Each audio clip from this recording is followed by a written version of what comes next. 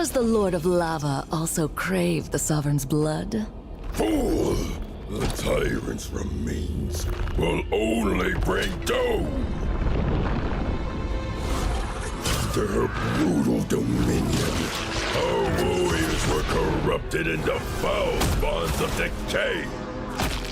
Sovereign of the Abyss, Obsidia.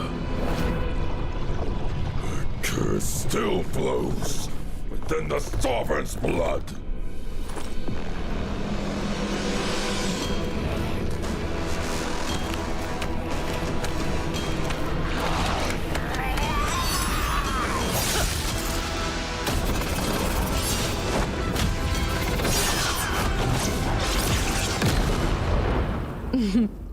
Such loyal little puppets, aren't you?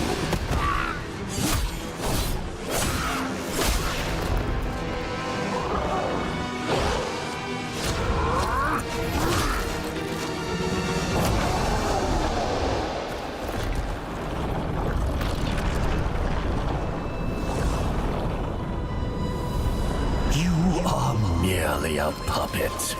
No different from my spawns. Bow to me.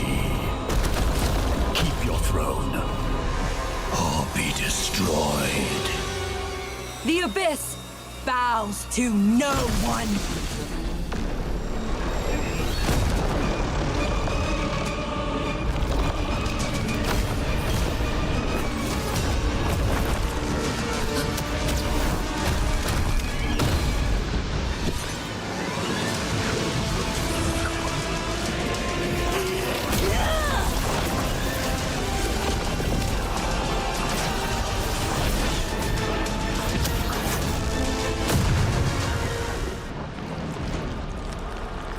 For the Abyss!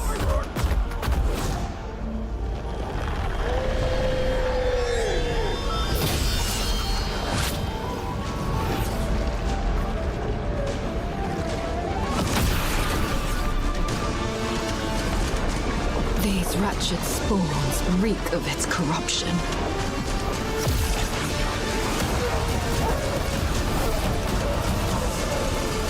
Your sovereign has a god to kill.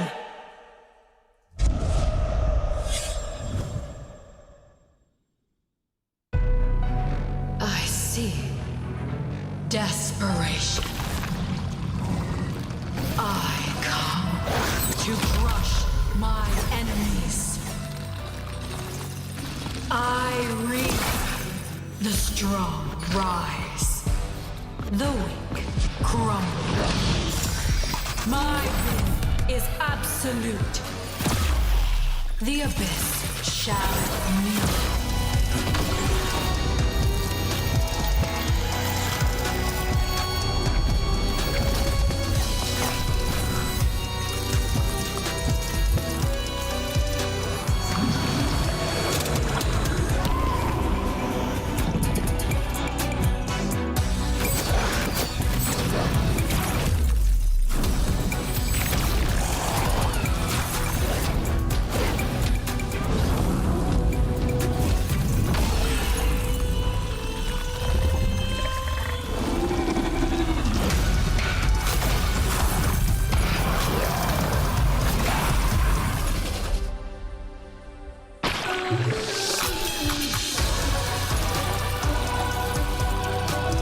Gaze upon me.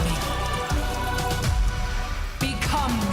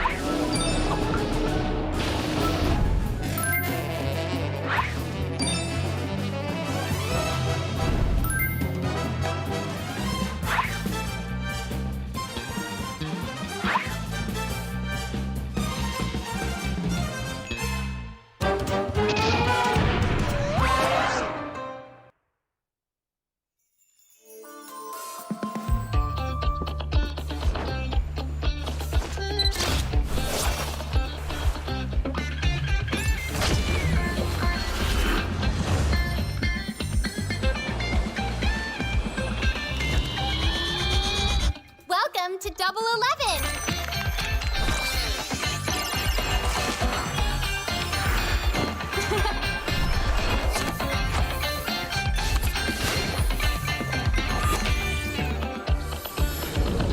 Amazing prices, amazing styles!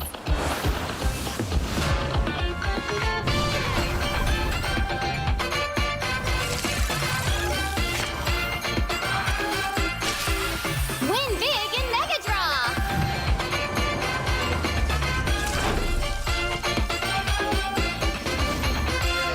Lowest prices, incredible benefits.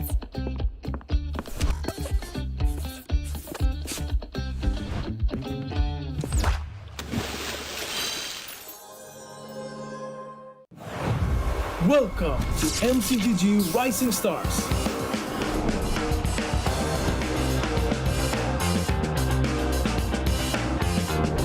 From September 12th to October 19th, take part in the regional contest, open to all players. Step up and prove your strength.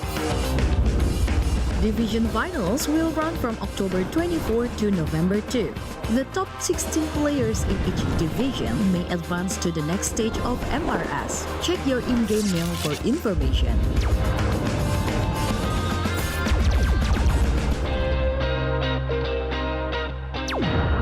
The S3 Finals group stage kicks off from November 8 to November 9. The top 6 players from each group will qualify for the S3 Finals semifinals. The semi-finals will be held on November 15. The highly anticipated grand final arrives on November 16. The champion will earn a direct qualifications for the first MCGG World Championship. The battle is on and the world is watching.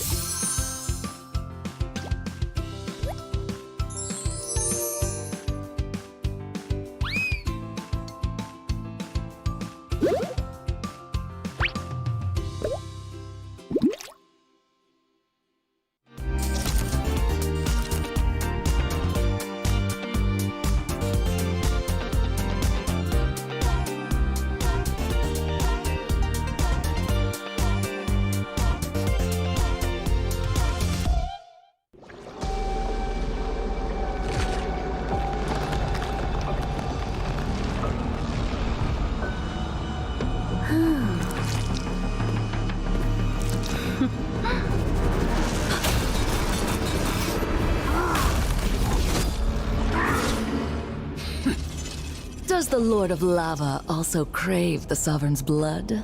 Fool! The tyrant's remains will only bring doom! Their brutal dominion, our warriors were corrupted into foul bonds of decay. Sovereign of the Abyss, Obsidia. The curse still flows within the Sovereign's blood.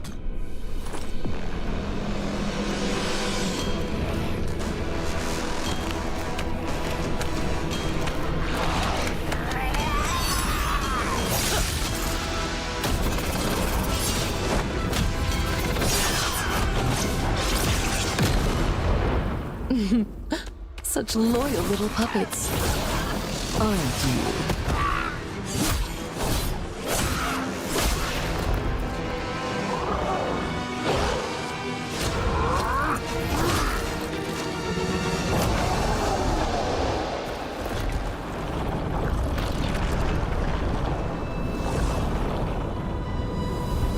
You are merely a puppet, no different from my spawns.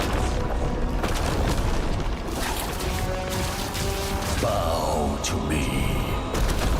Keep your throne, or be destroyed. The Abyss bows to no one.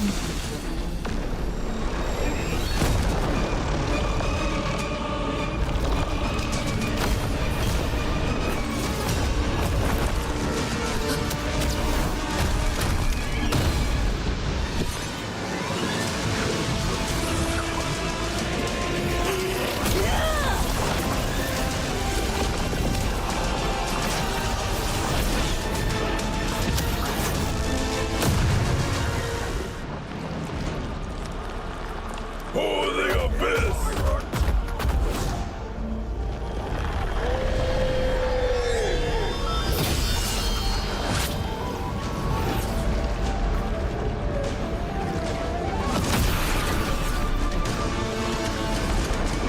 These wretched spawns reek of its corruption.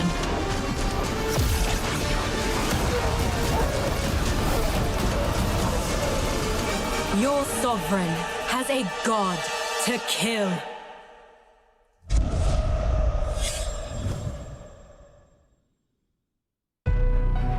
I see. Desperation. I come to crush my enemies. I reap. The strong rise. The weak crumble. My will is absolute. The abyss shall kneel.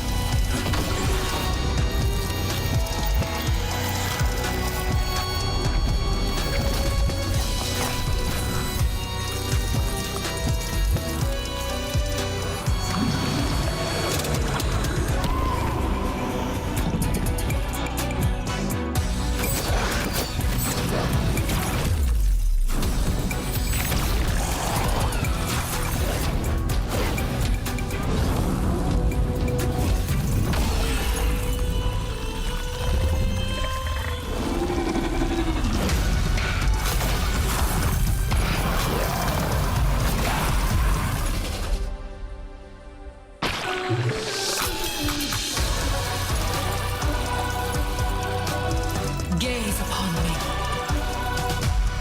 Become me.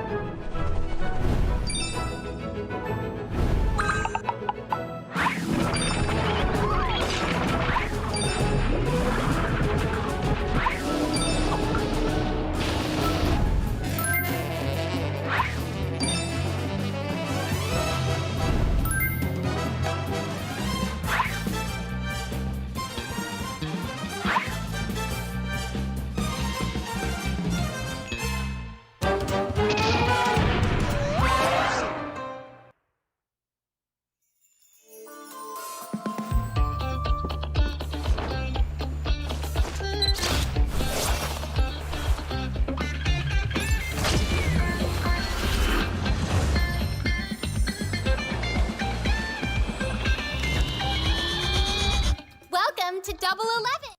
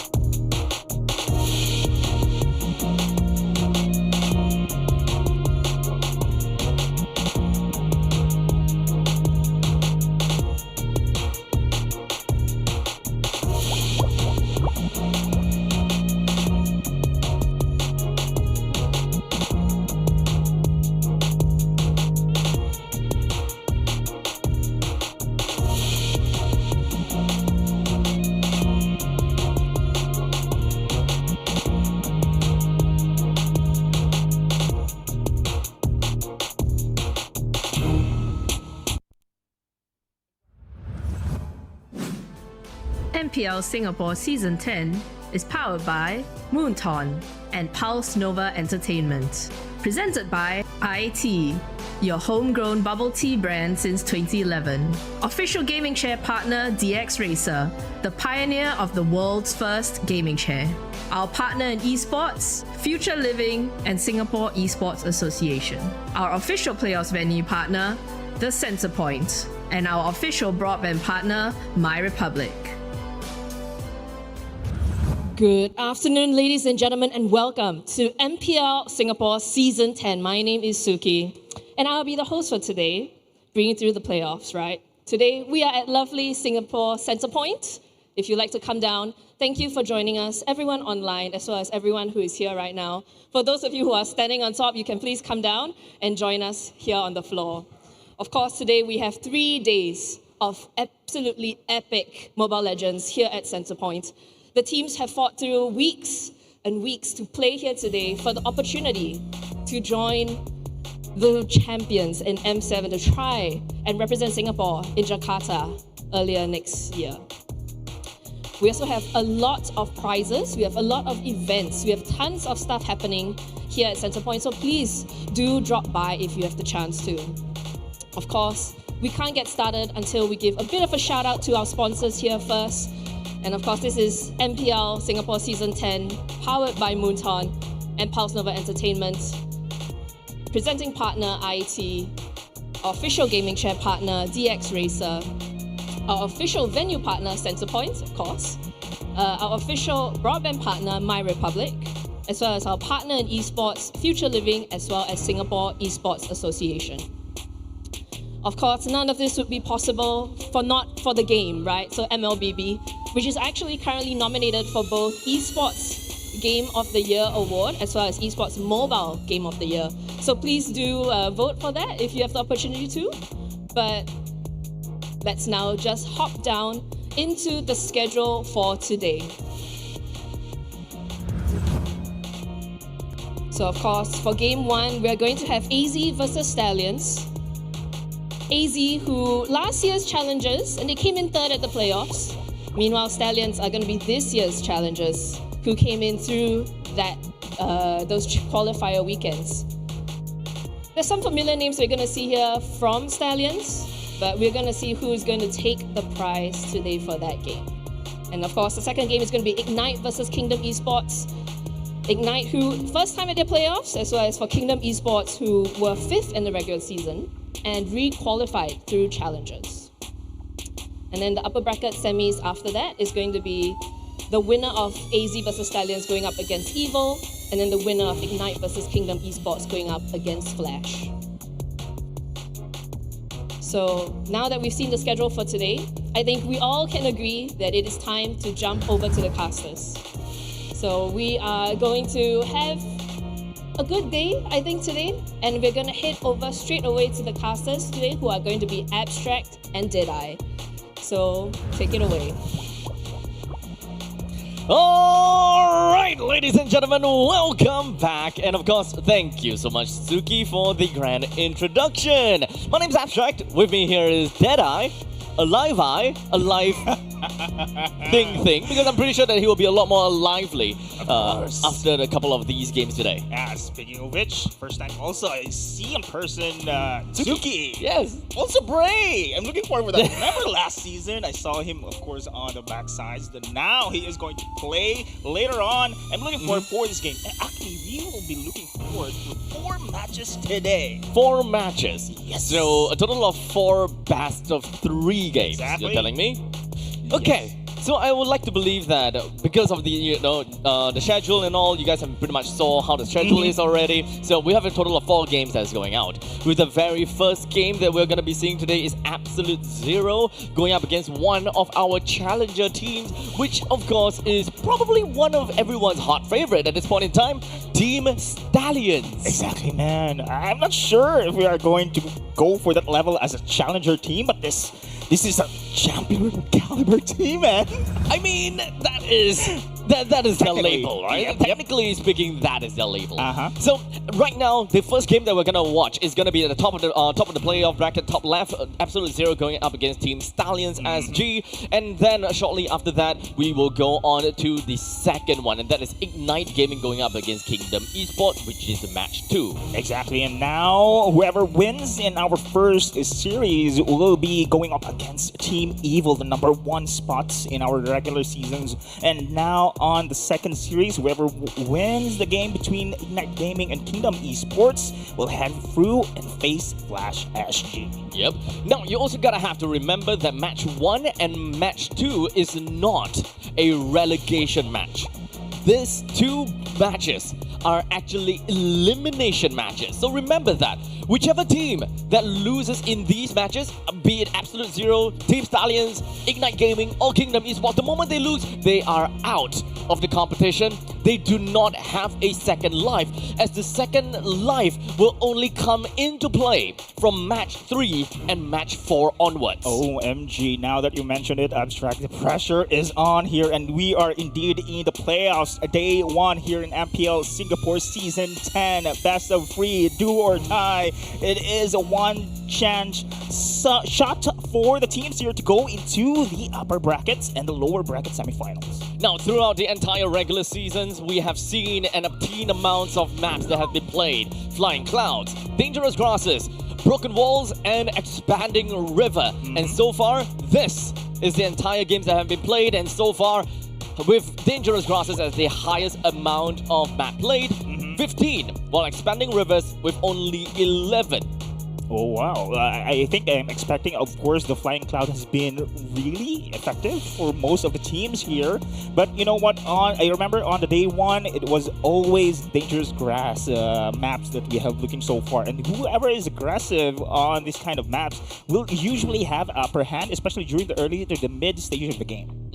Now, understandably, when we look at the entire thing, the one thing that I always want to look out for is the 0. And that is AZ. They did not play a single Flying Cloud game. Yep. They are the only team that never played the Flying Cloud. They are the only team that literally didn't play anything from the Flying Cloud region in all of their regular seasons. Which is actually kind of funny, considering that if we were to go to Flying Clouds for today's games, we are essentially going to be experiencing something new. Something new for AZ, for that matter. And yes. Let's see. And speaking of which, this is our storyline for today, Abstract. The rise of the challengers. Now, remember, of course, the Absolute Zero previous season, they were also the only team from the challenger qualifiers who reached the playoffs. Exactly. Now, same thing that we're witnessing right now for Team Stallions SG. Here in MPL Season 10, this team coming out from challenger qualifiers straight into the playoffs. Exactly. So we have more or less been able to see the rise of Absolute Zero since the previous seasons during their challenges brackets and all the way through, right? And they managed to find themselves seeded into MPL SG Season 10. That was their time. And this time, we are definitely wanting to look into Stallions, if whether they will follow the same footsteps as Absolute Zero for concurring in the challenger brackets and then moving on to the playoffs and solidifying their position in MPL SG Season 11. Now we are going to look out this specific player from Absolute Zero, none other than Fate QT, the rising rookie. He was also being a part of Everlasting Love previous season. Now here in Season 10, under the banner of Absolute Zero, he's absolutely stunning on the jungle lane. Now, understandably, when it comes down to Fate QT, we haven't exactly seen the best of him just yet, right? I've managed to see him quite in a couple of community tournaments, and so far, when it comes down to being in the jungle position, he has been the, I would say, the man of many names. So he's tried a lot, played a lot, with, of course, understandably, Hayabusa being one of his key signature hero. And I'm looking forward for those assassin picks here later on, especially against Stallions SG as well. Now, Fate QT, the future is bright coming in from this kid, and looking forward if his performance will be the same here against the side of Stallions SG. But remember here, we are now comparing the player themselves, specific players on how they're performing here in the playoffs. this is it, Abstract. It's different from the regular season. And now you mentioned a while ago the pressure of being eliminated here in the series added that kind of pressure to these guys. The stakes are extremely gonna be high. So I don't know how the teams are gonna be handling with this. How do they feel about this? In fact, I kind of want to hear what Absolute Zero have got to say about the entirety of MPL SG Season 10 in general. We'll listen and hear what Absolute Zero have got to say about themselves or perhaps the entire tournament itself.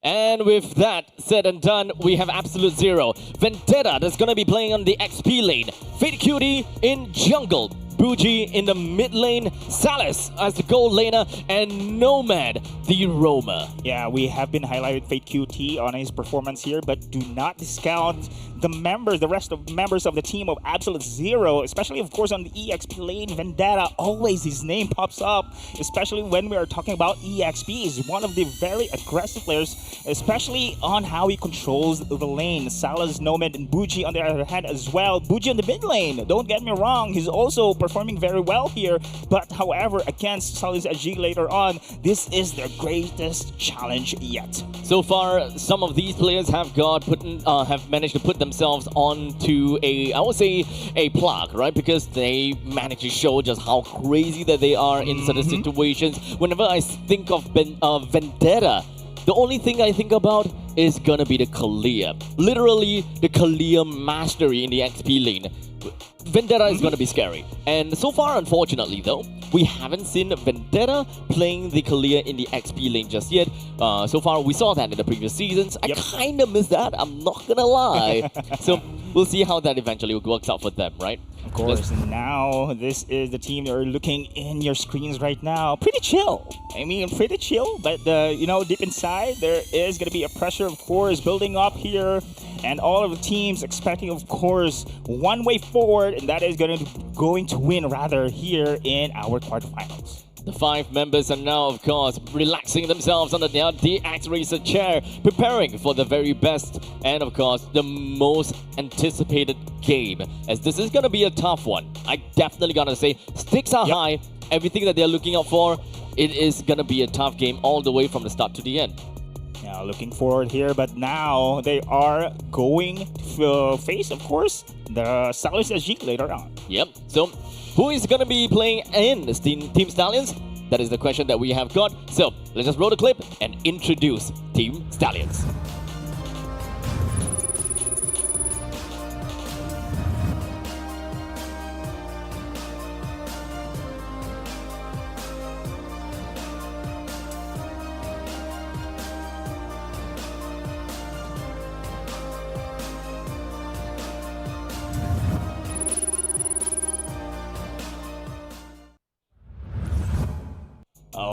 Oh man, Team Stallions SG by looking on the faces of these players, you already know that these are having the championship aura right now here. Of course, it's going to be Diablo in the EXP, Bray here on the jungle, Roy in the mid, Renza in the gold, and Lucian QT on the roam. Most of these players here have the championship experience, championship titles as well, and I mentioned a while ago, right? I'm not sure if this is considered as a challenger team here. This is a championship team here, and now I do believe the pressure is also against them here. Yes, so it will absolutely suck for any of these teams going up against one another, right, to be eliminated from the entirety of MPL SG Season 10. However, it is unforeseen circumstances, right? Someone will have to go. That's it. That's a reality. That's the reality. That's the reality that there is going to be witnessed later on. Again, a best of 3, and only one team will be able to proceed. And just looking to pray, man. This is my first time going to casting games here. I'm having a fanboy aura here as well. And here we go, Abstract. Looking forward for these two teams. Honestly, this team needs no other introduction. They have made their names high and strong enough throughout the throughout the years. So, what other introduction that we need is information, statistics. So let's just run this down real quickly and see what we have got. Yeah, as you can see here, let us go for the Team Stallions side here. As you can see, the stats, kills, assists, KDA. This only shows here that they are having this higher numbers, meaning they are the aggressive team here against the side of Absolute Zero. Even though, of course, the average goal is less because most of their games here, they quite actually finish it very early compared to Absolute Zero. And look at the lineup as well. The hero pool coming in from the side of Diablo is one of the flexible here. I think this is the EXP lane we are going to watch later on the games. Great matchup, Diablo versus Vendetta. So, of course, when we're gonna have to talk about the rookie, right? The rising rookie, Fate Cutie, going up against the veteran rookie. Exactly. Okay, veteran rookie is not exactly a name that can kind of work with one another. They're more of an oxymoron. Yeah. But here we have, of course, Fate Cutie going up against Bray, right? This jungle matchup is a sight to see. How exactly are these two good players gonna be going up against one another? Because they have a very similar kind of playstyle to a certain extent, right? Because they do have assassins in their belt, they do have tank junglers in their belt as well.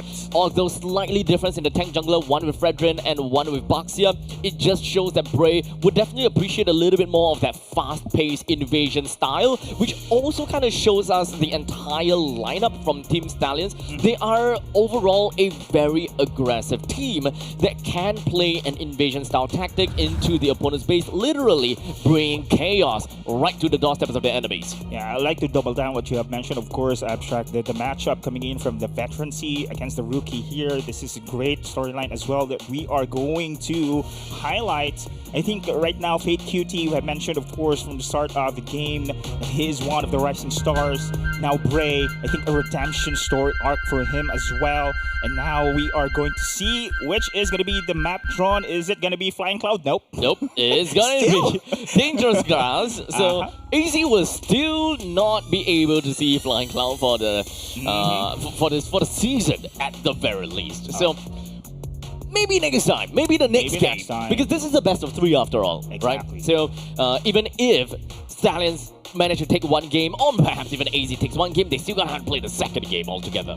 Now we are here in our draft banning phase here. Now this is the Yuzhong ban. Usually right now is kind of frequent for the teams to taking this EXP lane hero, and now Yuzhong, especially on the other international MPLs here, is being also considered as one of the staple picks on the EXP lane. And now here on the other side, though, last ban coming in from the side of Stallions SG, which is they are going to prioritize the EXP here. C-Skill has already been taken down here.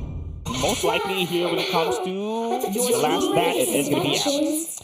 Okay, so this is what we've got thus far, giving AZ the very first pick, and they've decided to pick up a Jusin for themselves. This also means that there is still quite a bit of heroes that is currently available. Yi Sun Shin, one of the important heroes, but I'm not too sure whether that is something that Stallions would explore into yet. Okay, to be fair, the Yisun Shin right now is one of the, or not the best. There you go. The jungle pick, it is going to be taken in from the side of Stallions SG. Remember, the stats doesn't lie. Stallions SG loves to play it very aggressive, and having this 2 already into their hero pool here in the first phase of our draft can only show damage as well as harassment in the early stages of the game. So if Yisun Shin currently in the fray for Stallions, that will definitely mean that they have the opportunity to play something like triple marksman, or perhaps even double side lane fighters. Now, looking at the fact that there is a Harif picked together with Gato Kacha, it is relatively fair to say that they want to play for area denial. And that is something that Stallions would possibly want to explore into. Having a Phoveus into their mix would sound good so that they can really deal with that Harif. Otherwise, they can look in some other directions, such as a Yeve. As long as they try to contest for these kind of area denial strategies, I think that will work out for Stallions. Unless they have some other plans in mind. Yeah, Eve can be one. However, having a Gatokacha is going to be easily also to counter the Eve here. But there we go. This one, okay, they will go into the fact they're going to go for an aggressive counter actually here against the side of Absolute Zero. But Harith, Gatokacha, remember those AoE plus, of course, the Yujin control is in their side here compared to the Stallions SG. I think the part of the Stallions SG with this kind of lineup, they have to be aggressive when it comes to roam. Do note that the CC has been banned out already. So there won't be a situation where we will see CC going up against the Harif in the gold lane. However, there is still a possibility, though, to see a Phoveus going up against the Harif in the gold lane, because the moment that we reach level 4, that is something that we can see Phoveus really just taking a brick right in the face of Harif. Do you really think this is a great matchup for the Phoveus and the Harith here on the gold lane? They go for a two-fighter side lane, right? Yes, anyway, that is right. They have the Yisun Shin already here on the side of Stallions SG. At least control the Harith if they are going to go for the Phoveus here. Anyway, the Assassin has been taken out. We have also the Linux here. If they want to go for a double marksman, but that is very greedy with the light here of Stallions SG. I think Harith is a great matchup. Rather, the Claude is a great matchup also to the Harith here, if I'm to say. I think that right now they have quite a lot of ways to deny areas already with the Grok and the Yeve. They need a little bit more damage, and generally, I will always say that Phoveus does deal very good damage, but in the meantime, that is not exactly a very Diablo hero, right? So I could definitely see Renza kind of putting himself in that shoes and be like, okay, give me the Phoveus. I'll go into the gold lane to really deal with that. However, the Esmeralda does yell Diablo to me. Esmeralda is a great pick as well, especially against shield heroes. And now it will actually be great for the Esmeralda. But last year, a Nolan pick, the burst. Now they do have the burst, because looking at this lineup here is more of the DPS damage. Now they have the burst coming in from Nolan. I think this lacks the burst damage lacks on this draft, which now fills in with this Nolan pick. So I will say that Stallion's X Factor pick. Would the gold laner even be the X Factor pick? Because at this point in time, the great thing about Nolan is that he excels in the early stages of the phase, or early stages of the game, right? That's correct. You're able to move around the map so fast that you would want to be ahead of the game, ahead of the opponent's junglers, and snowball from that point in time. Early game is the name of the game for AZ, and if they do not do that, oh wow! I didn't expect that pick. No, not for me as well. I didn't expect that pick here coming in from Stallions SG. So it's an Esmeralda Gold. Well, it is an Esmeralda Gold. Well, it is. Diablo Martis. Have you seen Diablo played Martis? Yes, actually. EXP? EXP, yeah.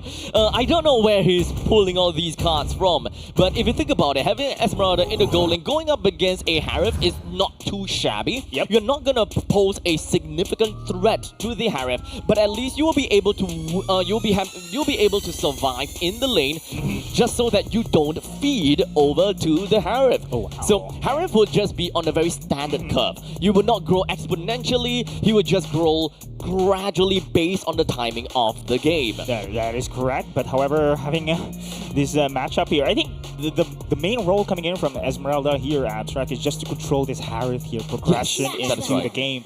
But remember, the Nolan pick, they countered here with the Martis. I think the side of Stallions SG, if you want to play it aggressive, we can do it better. We can do it more aggressively here. Remember, that's a Grok. That's a Martis. And we have also a Yisun Shin here. Very snowballing heroes, which only shows here they want to end the game as early as possible. But will they be able to do it though? I think that the main direction that they have to look out for first is to shut down the Nolan. So invasion tactics coming in from Team Stallions is actually going to be so important, just so that they can slow down the pacing of Nolan. Like I said before, Nolan has got exceptional mobility, especially after taking up the purple buff. You can literally just slide throughout your entire jungle, clear them so fast, and be able to appear in the gold lane and, you know, put a lot of pressure down. So that is also the reason why being a fielding an Esmeralda in the gold lane is also a good idea, just so that you don't feed either the Harif or the Nolan. Or the Nolan it is, because of course Esmeralda is tanky as hell as well, so she can hold the lane on this side of the map. However, of course, you mentioned, of course, to control the Nolan in this sense, but having a Grok on your side, having a Martis on this side, this is very brawly trap coming in from the side of Stylus SG. Now I have some kind of not doubts, I'm just questioning myself as well. Is this enough though to control the Nolan? Because you mentioned also mobility wise, it has the advantage here against the side of the Grok, against the side of the Martis as well. Yeah, so all in all, this for the Nolan, just because of the fact that there's a Nolan, the power spike of the team at AZ is roughly about 7 minutes or so. If the power spike from Nolan actually works out, they should be able to dictate the pace of the game for much longer than we expected, because every single part and every single phase, you have Nolan that reaches his power spike first. And then shortly afterwards, you'll be able to see the... who is that? Okay, so Jusin. We don't have to care too much about Jusin, mostly coming in for the utility. Uranus will start to go a little bit more annoying in the mid stages of the game. Alas, not damagey kind of annoying us, but it's more on the fact that he's able to soak in so much damage, and he will be able to build up an Oracle at the very least at that point in time, and one more defensive item. So soaking and defensive capabilities, no problem. In order to really allow the Harith to go a little bit more crazy later on. Yeah, the only advantage as well when it comes to a draft coming in from Stylus SG is they have a natural marksman there. Yes. That is going to be the Yushin Shin. This is going to be their insurance in the later stage of the game. However, on the other side though, it's a little bit tricky, because you need a snowball, of course, time here for the side of the Harith. They mentioned the snowball coming in from Nolan as well. Remember, when it comes to later stage of the game, Nolan's damage is not going to be an impact anymore. So you need those kills, you need those feeds, you need those progression in the early stage of the game. Now, when it comes to control, more pressure is on the Absolute Zero. Yeah. Now, my problem when it comes down to AZ's lineup is that they are now currently playing dive to dive. Yes. So they have a very nice marching. I would say a very nice formation in some sense, right? They have a nice marching formation. They will always have the Harris somewhere in the middle of the formation. You will have got the Gatokacha that is on the mid together as the anchor, right? Because you'll want to come in with a secondary follow-up. A follow-up when it comes down to the AOG. That's correct. With Uranus being the main initiator. Because you don't really initiate with the Uranus, but you go in, say hi, bye, hi. So there's a lot of staggering involved between the Gatokacha as well as the Uranus. So that is the main idea of their game. But it's not gonna matter too much if the Esmeralda is constantly gonna be in your face.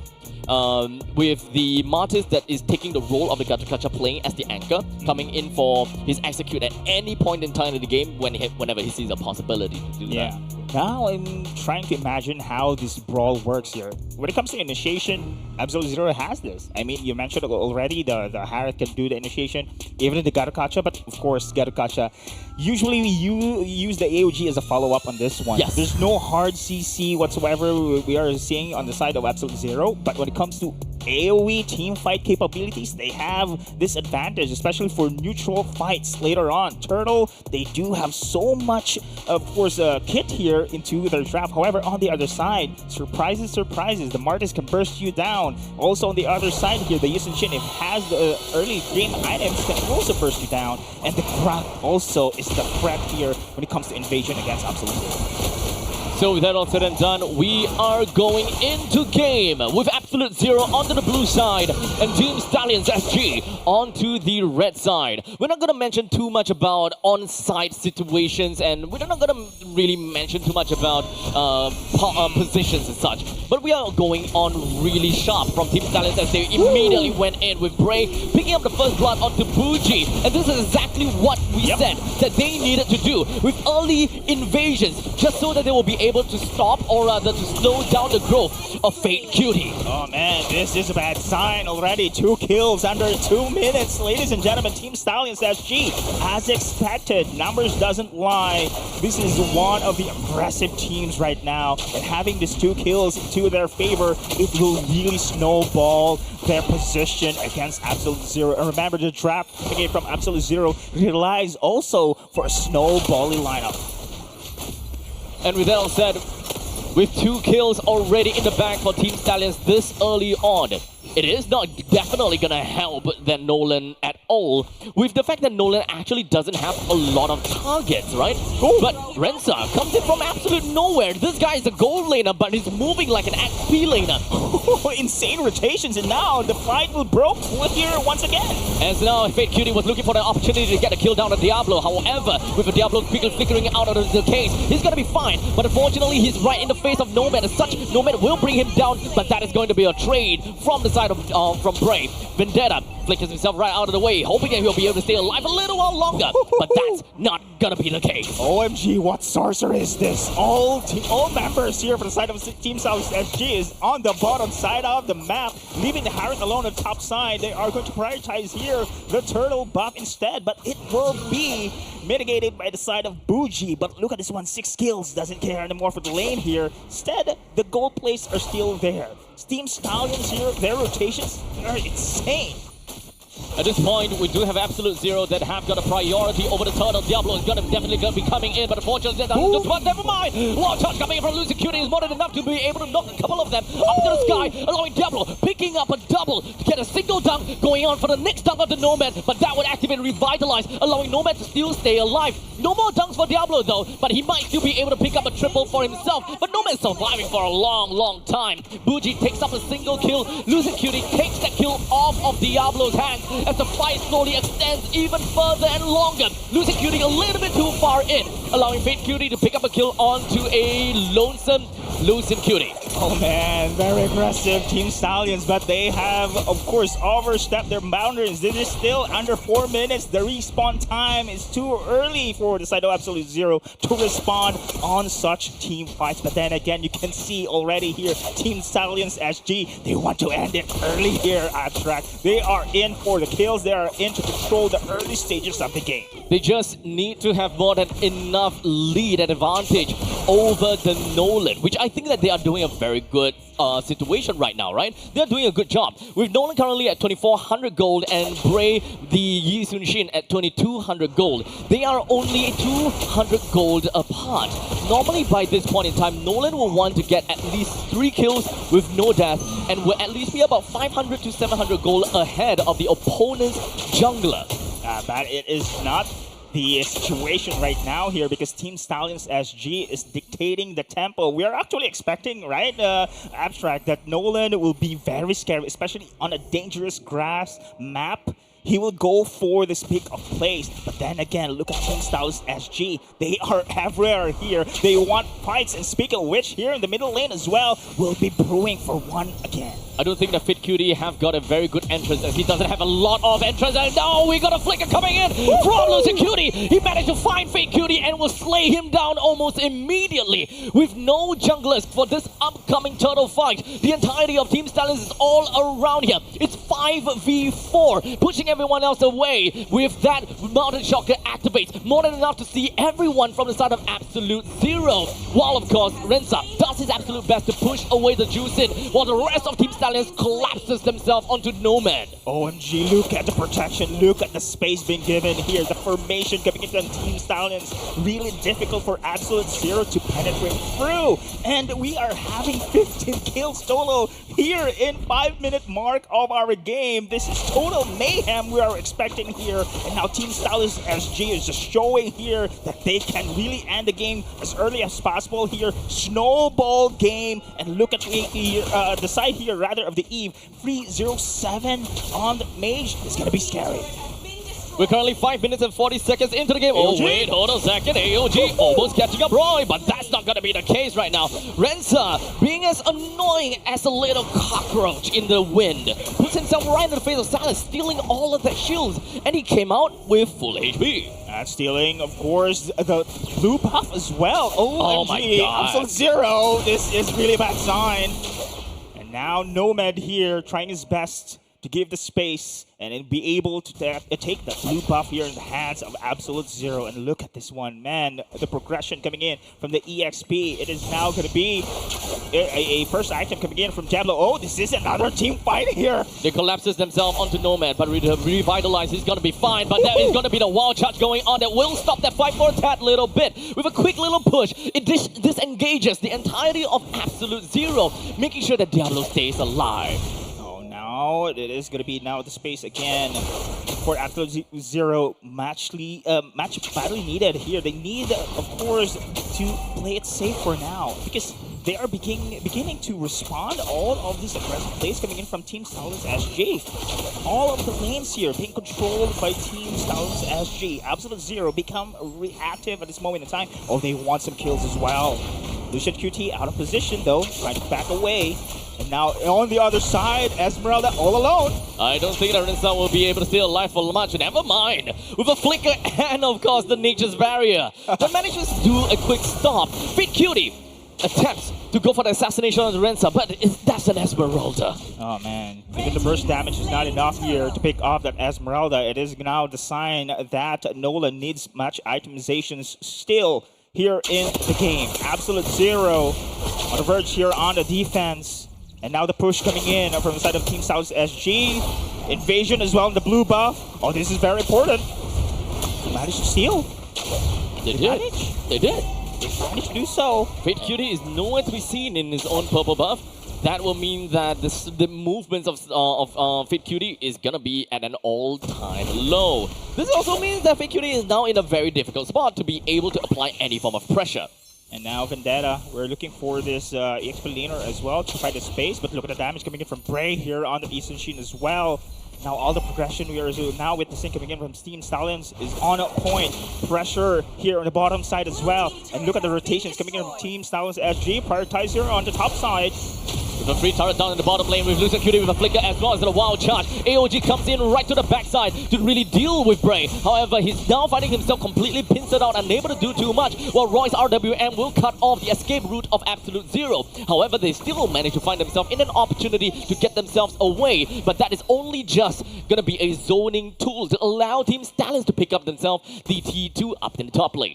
Remember what I have talked about, the draft here, Abstract. Absolute Zero is a snowbally draft here, but so far right now, we are seeing Team Stallion just taking control 100% all the time when it comes to a team fight. We haven't seen Absolute Zero get a kill. They are stuck in 4 kills here under 9-minute mark, and this will still be not enough here for them to pick up anything here against Team Stallions SG. The lack of damage is not gonna help Absolute Zero get anywhere. Unfortunately, this is the reality of your lineup. It requires that Nolan to really pop off in the early stages. However, because of the fact that Team Stallions knew about that priority and knew about that caveat, they went in so early and they applied so much pressure. Look at the attention coming in from Esmeralda here. All of the players on the top side, but then again, the rest here, Team Stallions going for the splits on the Lord. No contest whatsoever. They're on points.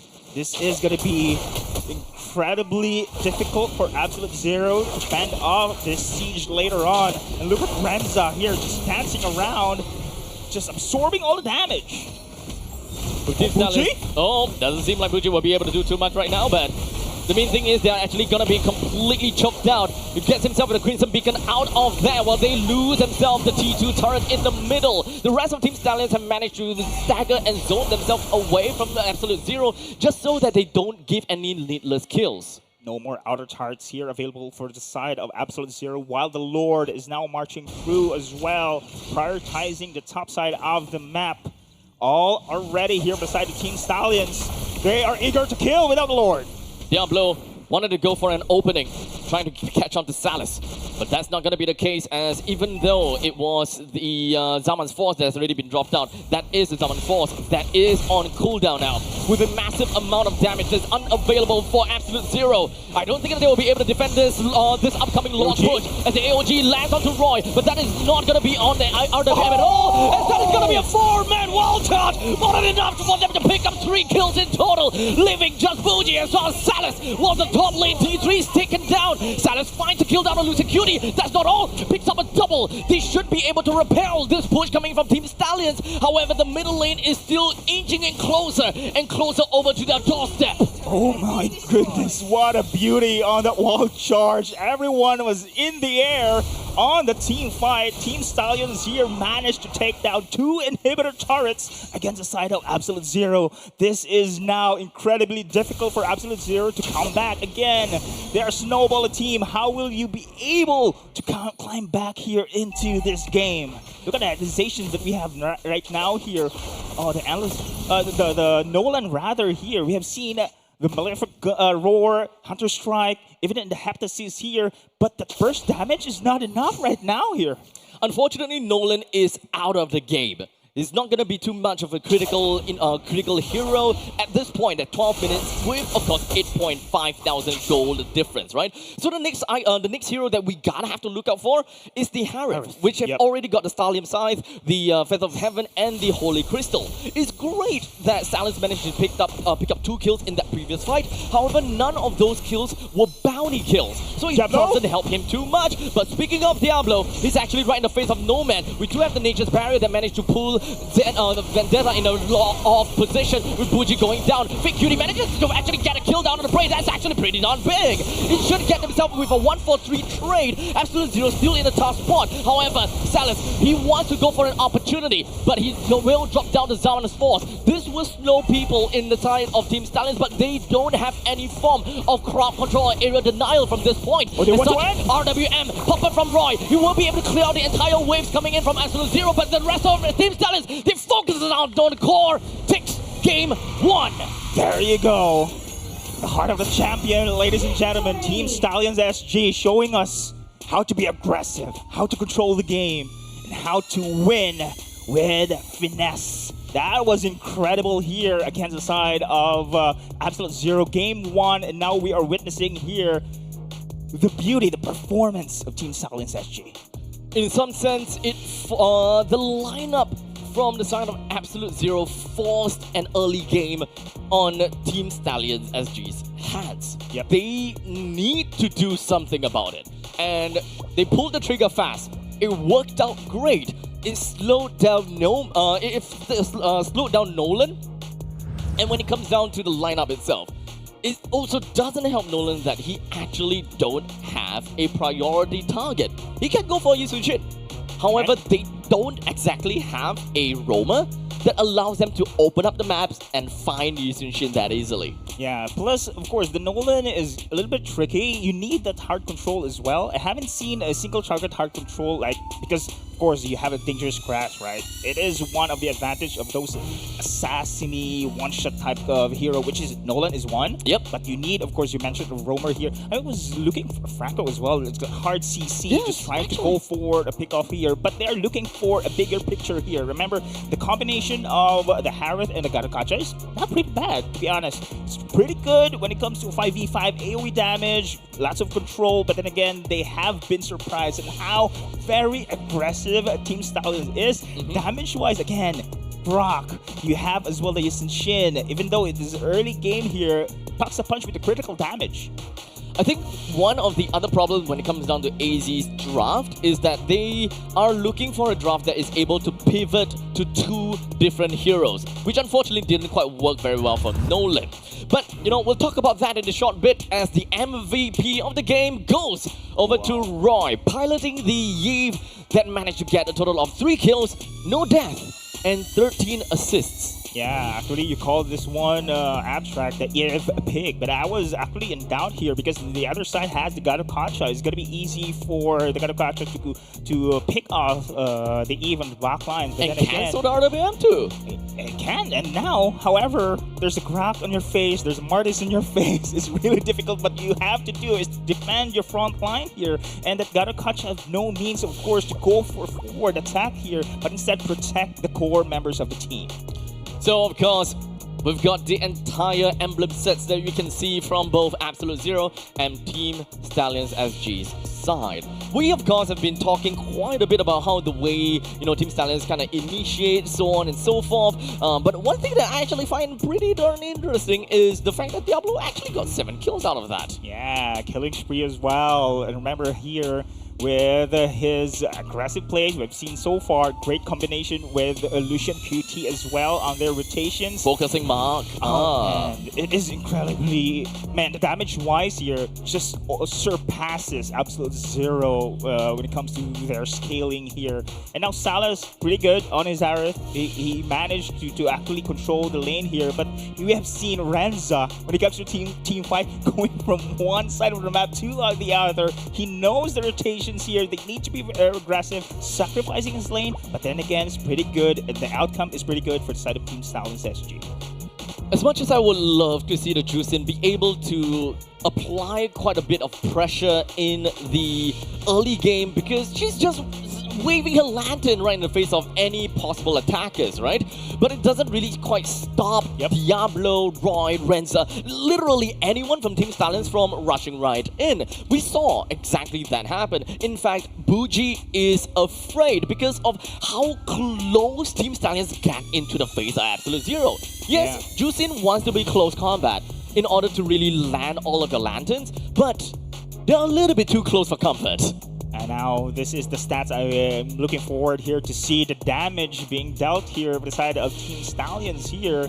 As you can see, it's just damage dealt here from Bray actually is pretty good here, and Roy having the most damage here with his AoE capability. But I'm surprised. I thought Lucian Cutie's of course Graf deals so much, but the Wild Charge actually helps when it comes to a team fight. Those knockups, the incredible team fight that we have witnessed so far. On the other side here, look at the damage dealt coming in from this team. This is pretty much lacking here, especially for the side here of Fade QT. We are expecting, of course, his snowball in the early stage of game, but it doesn't really go into that way. We are expecting him to have so many kills, but instead he was being suppressed here.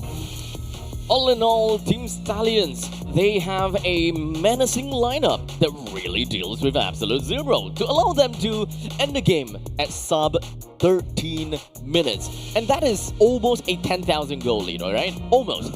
To be specific, 8,000 goal lead. And for an 8,000 goal lead in a 13 minutes game is not too shabby. The fact that they managed to close the game out like that, that's good. That's good indeed. And this is still the game one. And remember, best of 3 series.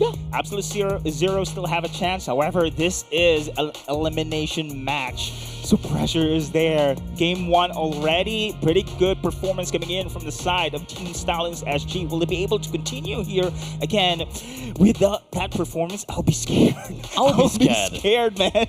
For AZ, right? Because remember, the stakes are extremely high. This is an elimination match, and they have a single lifeline. The moment that they lose this upcoming game, they are out of this competition, and Stallions, they secure themselves the spot for MPL SG Season 11. Oh, okay. Not only going into the semifinals, they have the spot already. Yes, for the upcoming season. That also means that our rising challenger from the side of AZ booked their spot from season 9 to 10, only to possibly lose it in season 10 itself. But they still have a chance. They still have a chance. But then again, this is, as we mentioned a while ago, the biggest challenge yet for Absolute Zero. But then again, when it comes to regular season, Absolute Zero is not too shabby. They're top 3, if I'm not mistaken. Absolute Zero here in the regular season. They're pretty good at this stage. And now, looking forward, they must be able to take down the former champions here. That is going to be Team Stallions SG. Yeah, honestly, as much as I kind of want to see how they're going to fare, ultimately, they are a team that did whatever that they could, right? They did whatever that they could, but it's really unfortunate to find them in the elimination part of the brackets because of their the point system coming in from the entire regular season itself. If you are high up in the leaderboards, you will go straight in over to match 3 or match 4, where you actually save yourself from a single game. Oh yeah, and now again we've been talking about the matchup with a super rookie, Fate Cutie, against the veteran Bray, legendary himself here on the jungle. It shows only, even though we have seen Bray having this break on what break? What break exactly? What break? What break? There's still the intensity coming in from this guy. I'm looking forward again on his progression in this current season. He's very consistent in how he controls the jungle lane as well. His aggressiveness, his presence actually is there against the side of Absolute Zero. Now we have witnessed him using the Yasin Shin. I'm looking forward if he knows the Comfort Assassins as well. Hayabusa, we haven't seen yet. Honestly, the thing that I see from Team Stallions is that, yes, they were the Trojan horses of the Challenger qualifiers. Trojan horse. But I think that they are onto something a little bit more for the playoffs. I don't think that they are the Trojan horses in some sense. They aren't the dark horses as well. Yep. I'll get back to you on that, on what kind of stallions they are. Yeah, you mentioned it exactly. What kind of horse we are going to pertain for the Team Stallions SG. But imagine, from Challenger to winning the MPL SG Season 10. Oh, that's going to be incredible. That is quite a story. But let's not get ahead of ourselves yet. Of course. Still Team Evil. I'm still a fan of Still Team Evil. Right, you know? They had a great run. Yep. We will, of course, break down more of their storylines as well as, you know, their history once we actually get into their game. Because right now, I think that Evil is actually waiting for the winners of AZ versus Stallions. Yes, exactly. So we could be looking at something amazing today. I'm looking forward for that one. That is going to be a third match later on. So whoever is going to be a winner here in the series. But then again, Team Stallions SG looking pretty good here. And having those aggressive plays again. They're being very consistent from challengers rather into here in the playoffs. Same gameplay, same intensity. And now they are going to take this game. Now, ladies and gentlemen, with the first game of the best of 3 already concluded, we are gonna be heading and preparing ourselves over to the game 2 very soon. If you are residing in Singapore, we are currently in the Centrepoint. If you want to be part of the action, if you want to be here together watching the entirety of MPL SG Season 10 together, this is where you want to be, right in the Centrepoint. Not only do we have seats for you guys to watch the games, there are still, you know, some other nice elevated positions in the ball as well. And in fact, behind the stage, we also have something like a redemption booth that you guys can participate in too. Yeah, we have some activities later on here as well. And look at this one. This is the venue that we are witnessing here right now. The players are readying themselves here on our front of the stage here. And now, man, Team Stallions SG, still, the fan in me is still there, Abstract. The fan is still in you. I cannot really suppress here, but now again 1 game away. But Absolute Zero again, they are here for the win as well. I'm looking forward, of course, the best of 3 match here. But so far right now, the game 1 has been really one-sided so far. So aggressive, being aggressive is one of the key strategies here for both teams. You know, the draft coming in from the side of Absolute Zero a while ago, they want to be very snowbally as well. We have seen the Nolan pick. We have seen also the incredible aggressiveness here. But then again, here we go, Abstract, waiting for the teams here to start the game 2. Now, one thing that I absolutely love having like a roving cam is that we can kind of tell the cameraman to be like, hey, disregard personal space. Go right in their face. Before the cameraman just literally puts his camera right in your face right now. No. Can I have like a close-up view of Deadeye? No. Can I have like the roving cam right here just so that I can have a close-up on Deadeye? No. Yeah, because you know, a little bit droplets of sweat from his forehead. That's why I need the IT here. I need some IT to refresh myself. Now there you go. As you can see in the screens, ladies and gentlemen, this is Team Silence SG. From qualifiers now straight into the playoffs. It is one game away to go for the semifinals match as well. All are chill as well. Oh man, Bray, Diablo here on the fronts. Pretty chill. The heart of the champion. The aura is there. It's just another day in MPL SG for them, right? For them, yep. Yeah, they have managed to rack up quite a reputation for themselves. They have racked up quite a lot of experience for themselves to the point that playing in this part of the stage where it is supposedly really high stake because that is a representation of your tournament live. They don't seem phased at all, completely unfazed.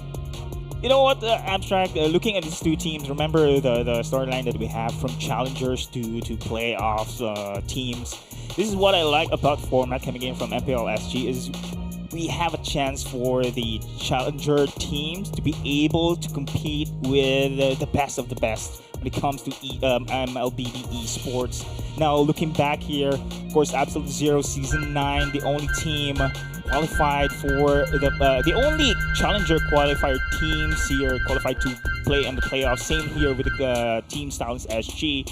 Both are now showing their capability here that it doesn't matter where you come, it matters the performance and how you win the game and to win the title here in MPL SG. Still no flying clouds for AZ. So AZ is going to have their entire MPL SG journey with no flying clouds, I assume.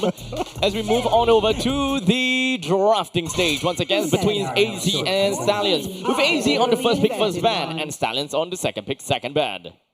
Sorry, I'm just drinking my IT here, and now on the other side, Team Stallions SG still getting banned out here, the CC and the Angela. I think same thing. This is the same bans that we are seeing here on Team Stallions SG. Also on the side of AZ. Nothing new here. So, in the previous ban, I think in the previous ban, the Alice was included from Stallion's ban. So, they actually brought forward that Angela for a tad little bit, right? If whether they want to go for a third ban, with the third ban onto Alice, that remains to be a question. My kids. Yep, still gonna be that case, right? So, Jusin, Yisun Shin, they are both currently available. If they want to go for a Kimi, that can be a situation as well. So you called it, actually, you called this one Abstract after the post-match here announcement that you had. What if they used the Shin instead, and now it is going to be the response coming in from Team Stallions here, still the Grok, and now this time around it is going to be the Lancelot here. Now the Assassin coming in from Team Stallions and looking forward for the performance of Bray here. On the other side, Zushin is still pretty much open. It will be taken here. We got a Kacha as well for the side of AZ. Now they do have the marksman here into their hands, so Harad is pretty much open as well. Great to control the gold lane here. Esmeralda also for the side of Team Stallions if they are going to counter this. Still very area denial kind of play from AZ. Whenever we look at Gadokacha as well as the Jusin, we would like to assume that they want to play area denial, right? So coming in with the Yves, although I am not a very big fan of snap picking on the Yves because we don't have a Harif to really double down on that just yet. Because Gadokacha always have an answer to a Yves because the taunt is likely the only thing that can snap the Yves out of the RWM. Any form of knockups, any form of stun does not snap her out of RWM. It only delays it. correct. Actually, that's the one I mentioned a while ago. I'm concerned for the ESP when you are up against a Garakancha. However, during the performance of Team Stallions SG on the game 1, Eve RWM actually has been used to stop the escape from AZ. We have seen Grok, Lancelot right now here on the other side. I'm not sure if Marcus is going to be used here again, but so far Khalid is also one to be picked here if they want to be very aggressive as well. The burst damage can be badly needed here. Eve's utility here will be used only to stop the escape here from against the AZ. They want still to be very aggressive here, Abstract. I think that what AZ needs are bruisers. Because essentially, Yu Sun-shin is someone that will want to play Snowball as well. It would kind of depend entirely on how they want to play for their emblems. But the side laners can definitely be fighters just so that they can funnel all these kills over to Yu Sun-shin. However, I think that is putting a lot of hopes and literally putting all their eggs in one basket. So as much as possible, I would still want to believe that AZ wants to play Marksman Gold Lane with the Yu Sun-shin. Okay, just to have an insurance, but remember, it's really difficult, especially for a hyper-aggressive team like Team Stallions SG here. If I may, the Ruby is pretty much open here. I think they lack really the crowd control here on the side of AZ. They want to actually control this Lancelot as well. If they want to go for a double fighter here, for me, the Ruby is one. Lunox also is pretty good here if they want to have a double down when it comes to the damage as well. They needed either a space creator or someone with catch potential, right? Yep. So in the previous game, they went for a Uranus for that space creator, but I don't think that they would go for that again. They are definitely lacking in some of the damage in the early phases of the game. So picking up a Granger is also going to be a good idea. So it can actually pivot to either the Yu Sun-shin or the Granger when it comes down to that bruising. Okay, never mind. That is stolen right over to STS. Speaking of which, Lucian Curie here, the last, of course, I guess Bruno. Bruno? I still want to see a marksman from the side of AZ. Yeah. Unless, okay, to be fair, STS, it's not an entire necessity for them to play very aggressive. They can kind of scale over to later stages as well. They wouldn't need to double down onto early game fights. So even for AZ, they don't have to go that crazy. I think that they can still go for Irithel. Irithel, win on the other side here. That's the crowd control that we are looking forward here for the side of AZ. Is it an Irithel pick here? Bane? They want to go for Bane? Nope, it's Moskov. Wow, it's been a long time here. I mean, usually we see a Moskov here, but it is going to be a great matchup against a Granger as well. So Team Stallions, crowd control wise, they have the Grok. AoE, they have the RWM. Burst here with Lancelot as well, scaling here with a Granger. So for the EXP, Lapu-Lapu has been taken out here already.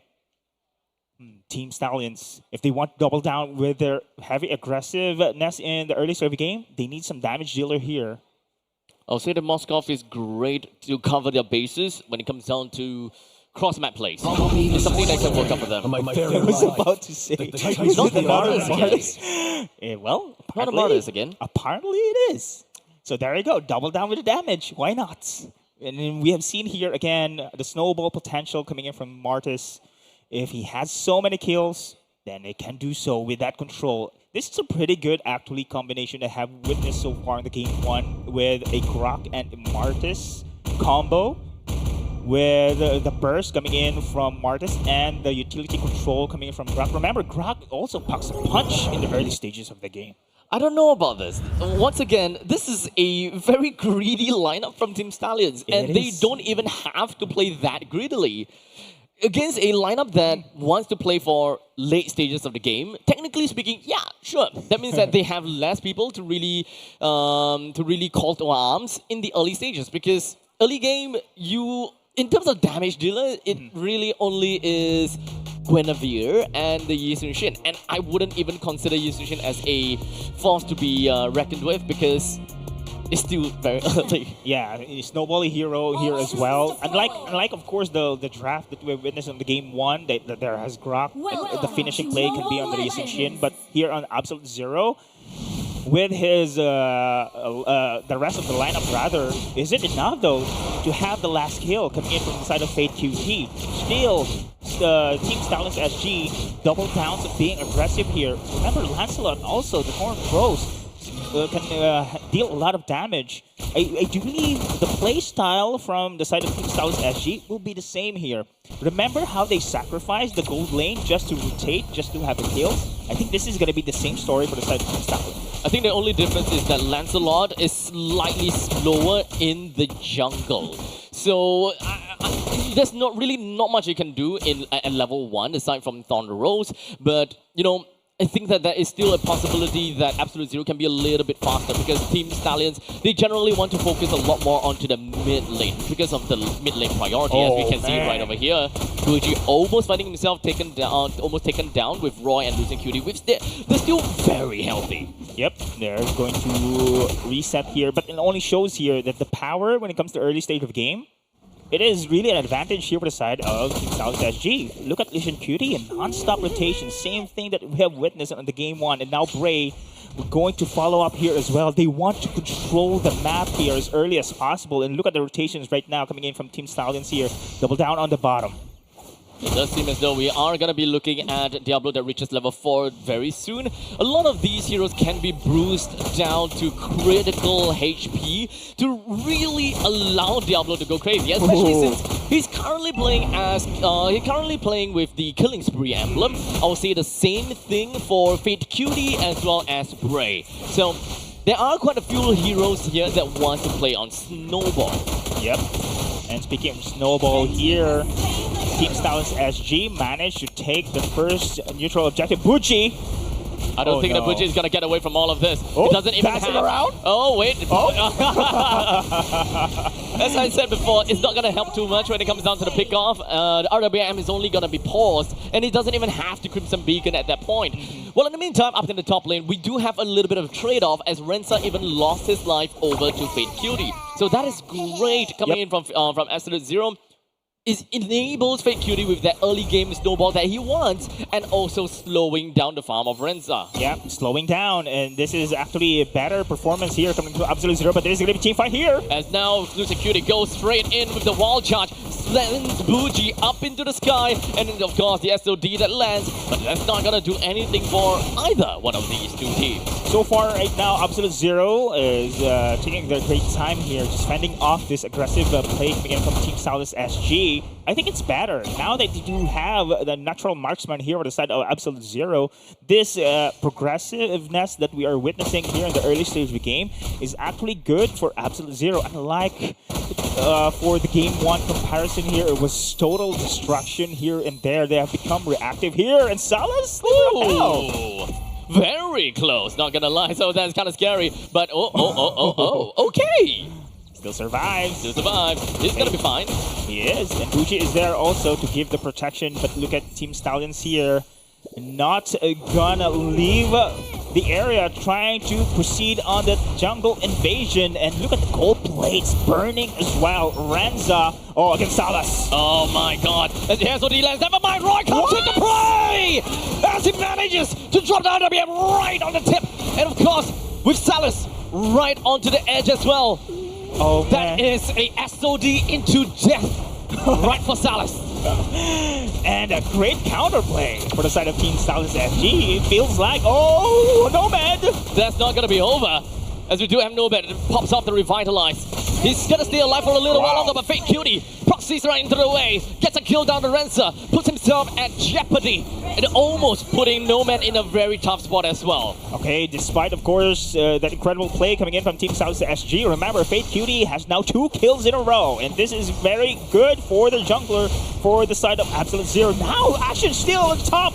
How is Roy still alive after all of that? Well, I'm not too sure, but he did manage to get a pretty good Void Crystal Blast right onto the opponents. And of course, that is going to be the split boost that we want. But the amount of damage from Bray is not something that should be scoffed at, because Nomad as a tank is taking quite a bit. Yep, and I love the attention being given from the side of Team Stallions SG on the top side while they push on the bottom as well. Map control wise, macro plays here from the side of Team Stallions SG. Absolute Zero, even though they hold their ground here, still when it comes to macro plays, they have been outplayed. We still got a little bit more to go until the third turtle comes into fray. Absolute Zero currently with 3.3 thousand gold deficit. That is going to be a little bit of a problem. However, Losing Cutie now finds himself taunted down by Nomad, but that's a 4-man wall shot. Puts everyone right into RWM, but Nomad re-engages himself right into the face of Roy. However, he does not have the taunt. As such, is not going to pull Roy out of RWM, thus sacrificing himself. Oh man, that's the beauty of the real world manipulation there. It's not going to be easy for Absolute Zero to actually respond and reinforce the team fight there. Slows them down, and look at the transition here from Team Stallions going into the mid team fight. As they loses out the T1 turret in the middle lane, Absolute Zero had to concede that and give Team Stallions the go. Oh man, still no turrets being destroyed here against the side of Team Stallions SG. Same storyline here from the game one. This is how aggressive Team Stallions is. They're not only controlling those kills, they're controlling the map here, totally here. Even the minion waves here is being controlled. Oh, the invasion break.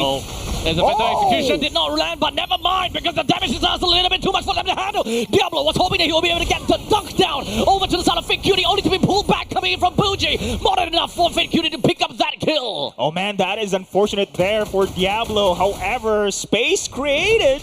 Still, that is going to be a perfect turtle takedown for the side of Team Stallions SG. Early game domination still into their favor. 3-for-3 when it comes to score kills, but look at the gold deficit here. Team Stallions SG economy here is way up, and they are now controlling the bottom side this time around. Kind of crazy how we're looking at 4,700 gold difference, while Team Stallions, no one has a bounty on their head because they don't have anyone that have consecutive kills. Yep. Diablo has one, but Bray doesn't have anything. This is a team that runs on Snowball, and normally the Snowball runs onto kill engines. But that's not the case for Team Stallions because they have played the macro game well enough and far enough to really choke out Absolute Zero with any form of farm. So exactly. they are not farmed up at all. They lost turrets while they didn't pick up any turrets at all.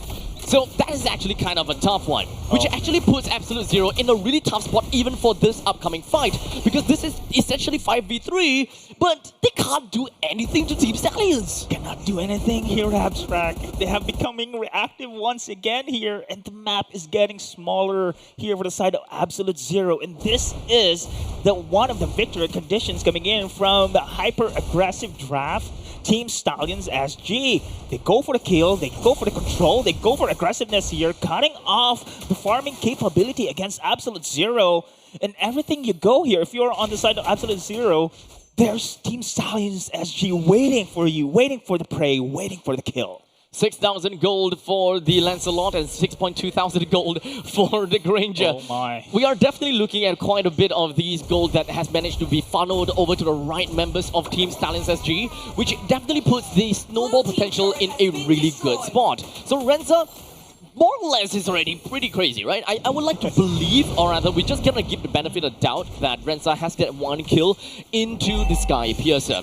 The more that Renza picks up kills, the easier it is for Team Stallions to actually end the game. Yeah, correct. But this time around, I think they are prioritizing the map control, objective takedowns instead of the kills, and it's still gonna be in their favor here. Absolute Zero taking their time to go for the itemizations, but it's just very difficult for them. Team Stallions, pressure is everywhere here.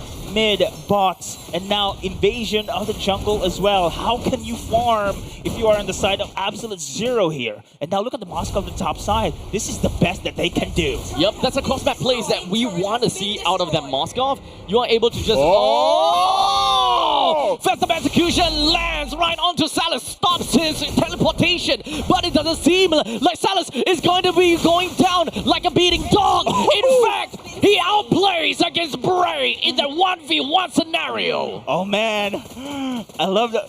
If I'm Speechless. If I'm gonna be that person who kills Bray, I'll be happy. Even though I lost the game, bro. That is unfortunate. We're gonna have to say. However, that's not gonna be too big of a deal, or that's not gonna be too big of a pain for Team Stallions, as they still have got their win condition in the name of Rensa, as they manage to land the Sonata onto Vendetta once, as they now runs themselves through into the base of Team Stallions.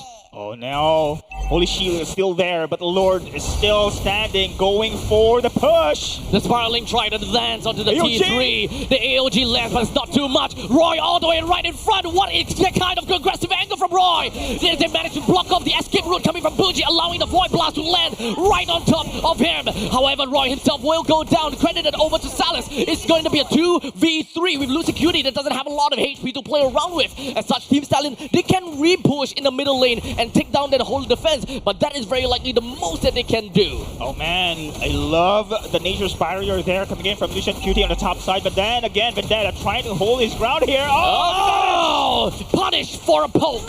Ouch. A big ouch indeed. Bray here on his vengeance, going for the kill, and now 2 inhibitor charts gone once again with that baby Lord. Oh my goodness, Team Stallions SG here, now controlling the game. And this is the first time we are seeing now Absolute Zero taking down turrets here. Now one of the bots, one at the top. But this is still insignificant in how Team Stallions right now controlling the minion waves, controlling the pressure across the map here. That's the cross-map play that we want to see from Absolute Zero. But however, that doesn't mean that Team Stallions does not have an answer to this, because they do have the Lancelot. Lancelot is someone that can play cross-map, but as we saw previously, it was, of course, a mistake from Bray, thinking that, there is a possibility that he will be able to win against Renza, or rather against Salas. At that point in time, supposedly. But of course, mistakes were made, and there were no creep wave allowing him to bounce around with the puncture. And remember, when it comes down to Lancelot, he gains a lot of damage the more punctures or the more dashes he does. And it increases exponentially. Oh. But speaking of exponentially, this is also going to be a point in time where Team Stallions might be able to get a lot more exponential gold because of the fact that Absolute Zero tries to go over aggressive, trying to take the priority of the Lord. As such, losing 2 members, putting Nomad attack now in the middle lane in a tough spot. The rest of the members from Team Stallions, they are now putting themselves right in the face of the Lord, takes that down. While in the meantime, we have got Salas that pushes down the bottom lane T2. Yeah, that's the best that they can do here. They made a call there, Abstract. They want to go for that Lord to take the attention of Team Stallions SG so that Salas can go for a split push on the bottom side of the map. Unfortunately, space created. Unfortunately, of course, Inhibitor is still standing. Look at the damage here. Nomad! Ouch again. Executed right before the Lord prances onto the battlefield. With that, the Lord now is going to be running down the middle lane, pillaging everything of what Absolute Zero is looking out to do. They have to go for the defense, but unfortunately they do not have their frontliners at all anymore. As such, this is going to be Team Stallions trying to look for the entire victory, and now Absolute Zero, they don't have a lot onto their core at all. As such, Absolute Zero exits from the season. And Team Stallions SG proceed into the next stage of the playoffs. OMG, sweep game against AZ. This time around a 2-2-0. Aggressive play, part of the champion team. And now, unfortunately, for Absolute Zero, their run ends here. It is a very tough pill to chew. Over to anyone that have been watching Absolute Zero's gameplays, and of course their progress throughout the entire season, even from Season 9 all the way to Season 10. It is unfortunate, but unfortunately, one team has to go in the end of the day, and Absolute Zero, they've done tremendously well throughout the seasons. They managed to secure themselves a spot into MPL SG Season 10, and unfortunately now they are out of the competition, but that doesn't mean that we are not gonna see them again next season, right? They may have lost their seed, but there is still such thing as a challenger qualifiers that they can come back again. For sure, Abstract, for sure. I mean, Absolute Zero of what they have shown us on the regular season and here at the playoffs as well. doesn't discount them that they are not one of the teams that being looking forward for the next season here. And now, congratulations, of course, to Team Stallions SG, and they will be facing Team Evil later on in our third match of the series. That's the number one team rather for our regular season. That is Team Evil. So that is a big challenge for Team Evil. No. Big challenge for Team Stallions SG rather. To be fair, looking at track record coming in from Team Stallions SG, it definitely is a problem, right? They are definitely a problem. Oh, Roy, not again! MVP of the game, MVP of the series goes to Roy with 2 Eve games, this time with 5:1:7, with a total kill participation of 86%. Alright, I have doubts with the Eve, but again, Roy gives me the message that it is very effective indeed here, even though with the enemy having a Gatakacha for the pure counter here, doesn't care.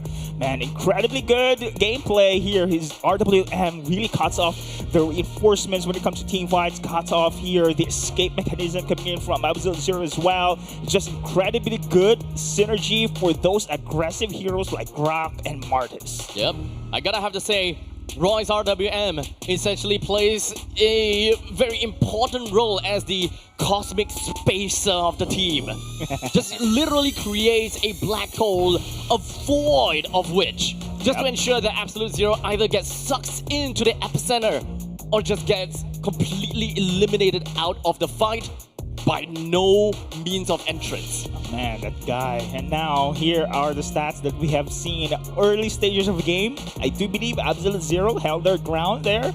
Not too much mistakes here. They want, actually, with this draft, snowball their way into the later stages of the game. But Team Stallions SG here, being aggressive, even though without those kills, they managed to take down early turrets, managed to secure the turtle. As you can see here, all of the neutral objectives is really into their favor. Even invading the area of Absolute Zero here is also a nuisance here for the side of Absolute Zero to scale. It is really difficult to find areas or where or ways for them to snowball into this game. I think one of the main ideas of this game is mid lane control. As Absolute Zero, they played to the juice-in for both of the games, and unfortunately both of the games they lose mid lane priority because the mid lane matchup never changed. And that is the same thing for both games. And that is kind of a difficult pill to chew, whereby you hope that the entire game will change even when you're pulling off the same core system in the middle lane. And generally, lane priority in the middle lane is so important in influencing your side lanes. And I would say that sticking to the guns for Absolute Zero was definitely not the best of the ideas in hoping that it changes the entire course of the game. Yeah, I see also how they become reactive as the game progresses here against the side of Team Stallions SG, because the rotations are insane also. Not only the mid lane priority, I give credit to the side of Roy, but how cohesive this Team Stallions SG is when it comes to their rotations, when it comes to their aggressive plays, invasion here. If ever Lucian Cutie is in a tight spot, there is Roy on the back lines to go for RWM to save Lucian Cutie's aggressiveness. Or there's also Jablo just suddenly going for the skills here with a follow-up coming from Bray on his Lancelot as well. And of course, understandably, we are just expecting that Team Stallions, the fact that they managed to get themselves the first win of course, the playoff, is a big deal. It's a very big deal. Yeah, let us see here the stats as well coming in from the team. And it is going to be Roy still having the highest damage dealt here. That RWM is just too incredible as well. The tight spots here, especially saving the teammate as well when it comes to major team fights as well. RWM is incredibly good as well. And on the other side, Absolute Zero, unfortunately for them here, it's not enough with a snowball kind of team. Oh. We, of course, it's still very difficult for me to say this, but seeing Absolute Zero bow out of the tournament, I really appreciate the time and, of course, the effort that they have put into MPL SG thus far. I look forward to seeing Absolute Zero once again for the next season, and of course, coming back stronger. As we move on to the next chapter for Team Stallions SG, what is the kind of story that they are gonna write for us? Are they going to rewrite history of, bring down the Titans? Because this could very likely be a possible thing. Yeah, let us see the highlights later on of our series here. Abstract, as you can see, Absolute Zero here trying their best also on that second game, but on the first game, as you can see, it just total destruction here. They are into the hands of Team Stallions SG. Whatever Team Stallions SG is doing, just incredible. Good. Of course, let's throw it right into the highlights of the game between Absolute Zero and Team Stallions SG. There.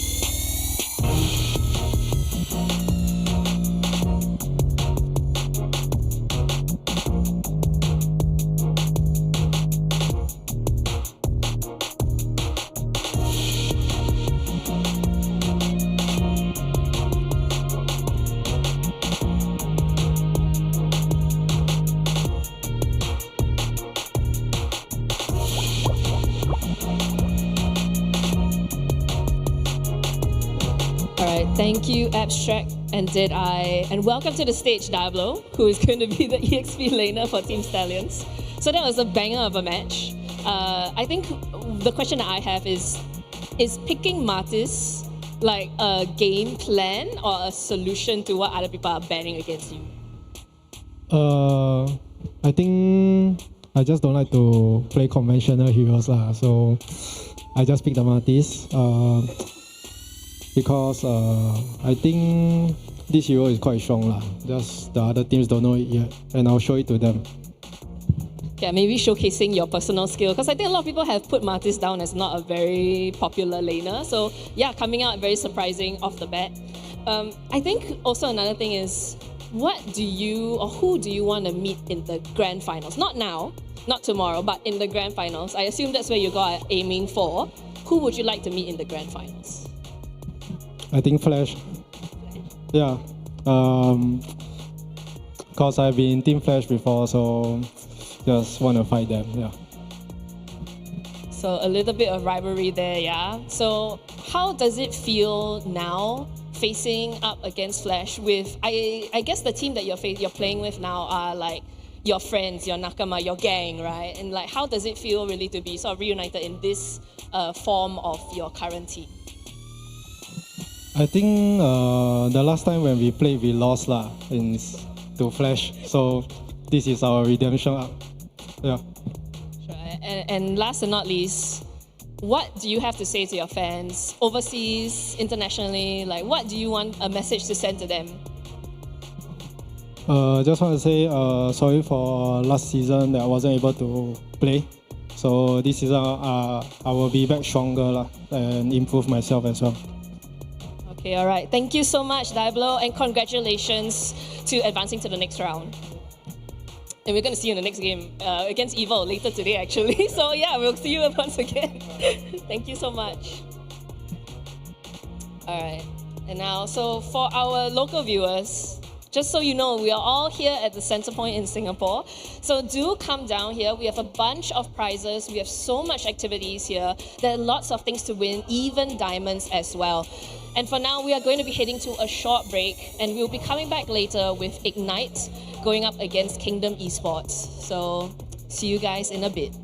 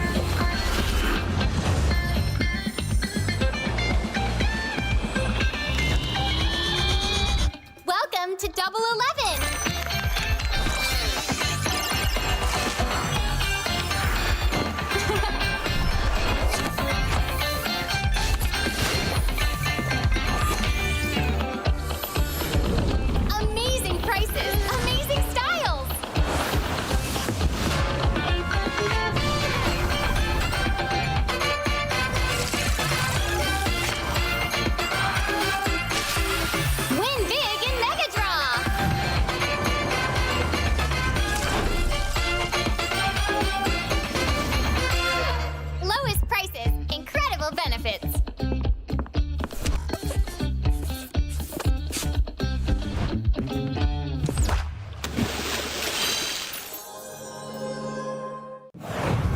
Welcome to MCGG Rising Stars.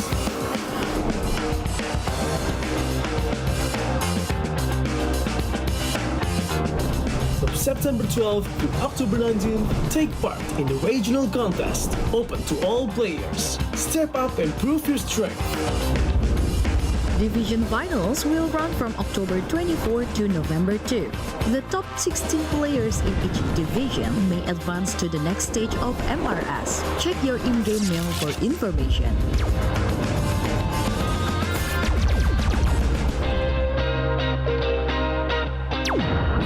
The S3 Finals group stage kicks off from November 8 to November 9. The top 6 players from each group will qualify for the S3 Finals semifinals. The semifinals will be held on November 15. The highly anticipated grand final arrives on November 16. The champion will earn a direct qualifications for the first MCGG World Championship. The battle is on and the world is watching.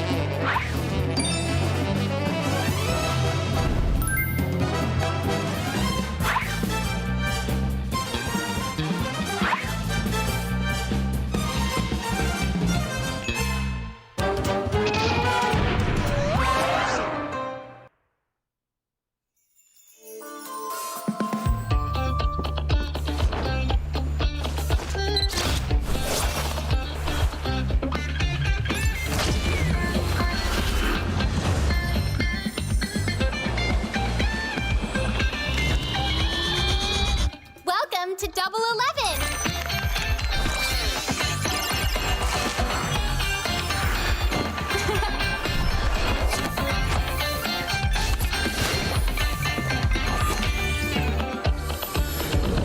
Amazing prices, amazing styles.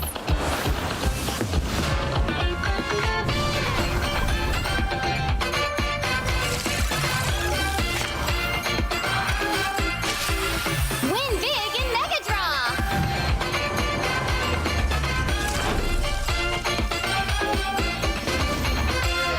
Lowest prices, incredible benefits.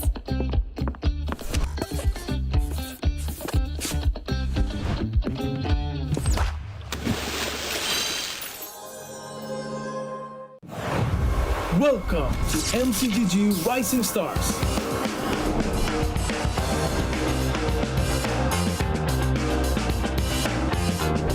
From September 12th to October 19th, take part in the regional contest, open to all players. Step up and prove your strength.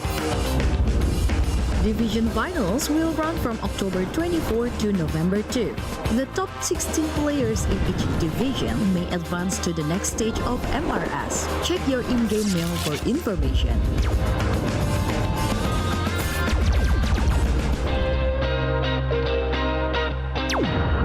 The S3 S3 Finals group stage kicks off from November 8 to November 9. The top 6 players from each group will qualify for the S3 Finals semi-finals. The semi-finals will be held on November 15. The highly anticipated grand final arrives on November 16. The champion will earn a direct qualifications for the first MCDG World Championship. The battle is on and the world is watching.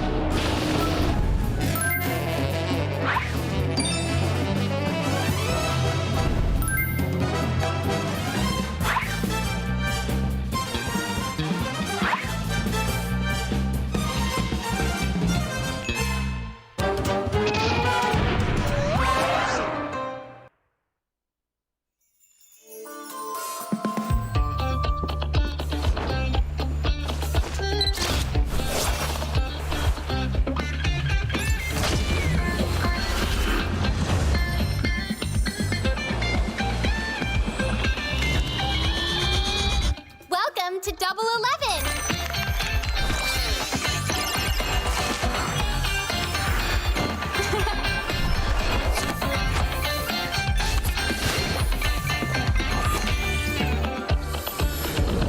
Amazing prices, amazing styles.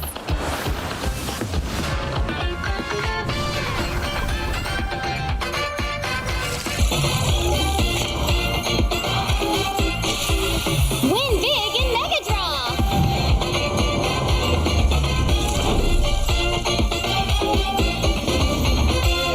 Lowest prices, incredible benefits.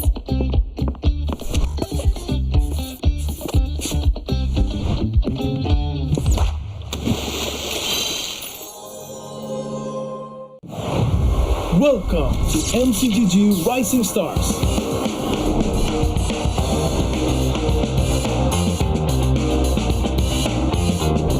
From September 12th to October 19th, take part in the regional contest, open to all players. Step up and prove your strength.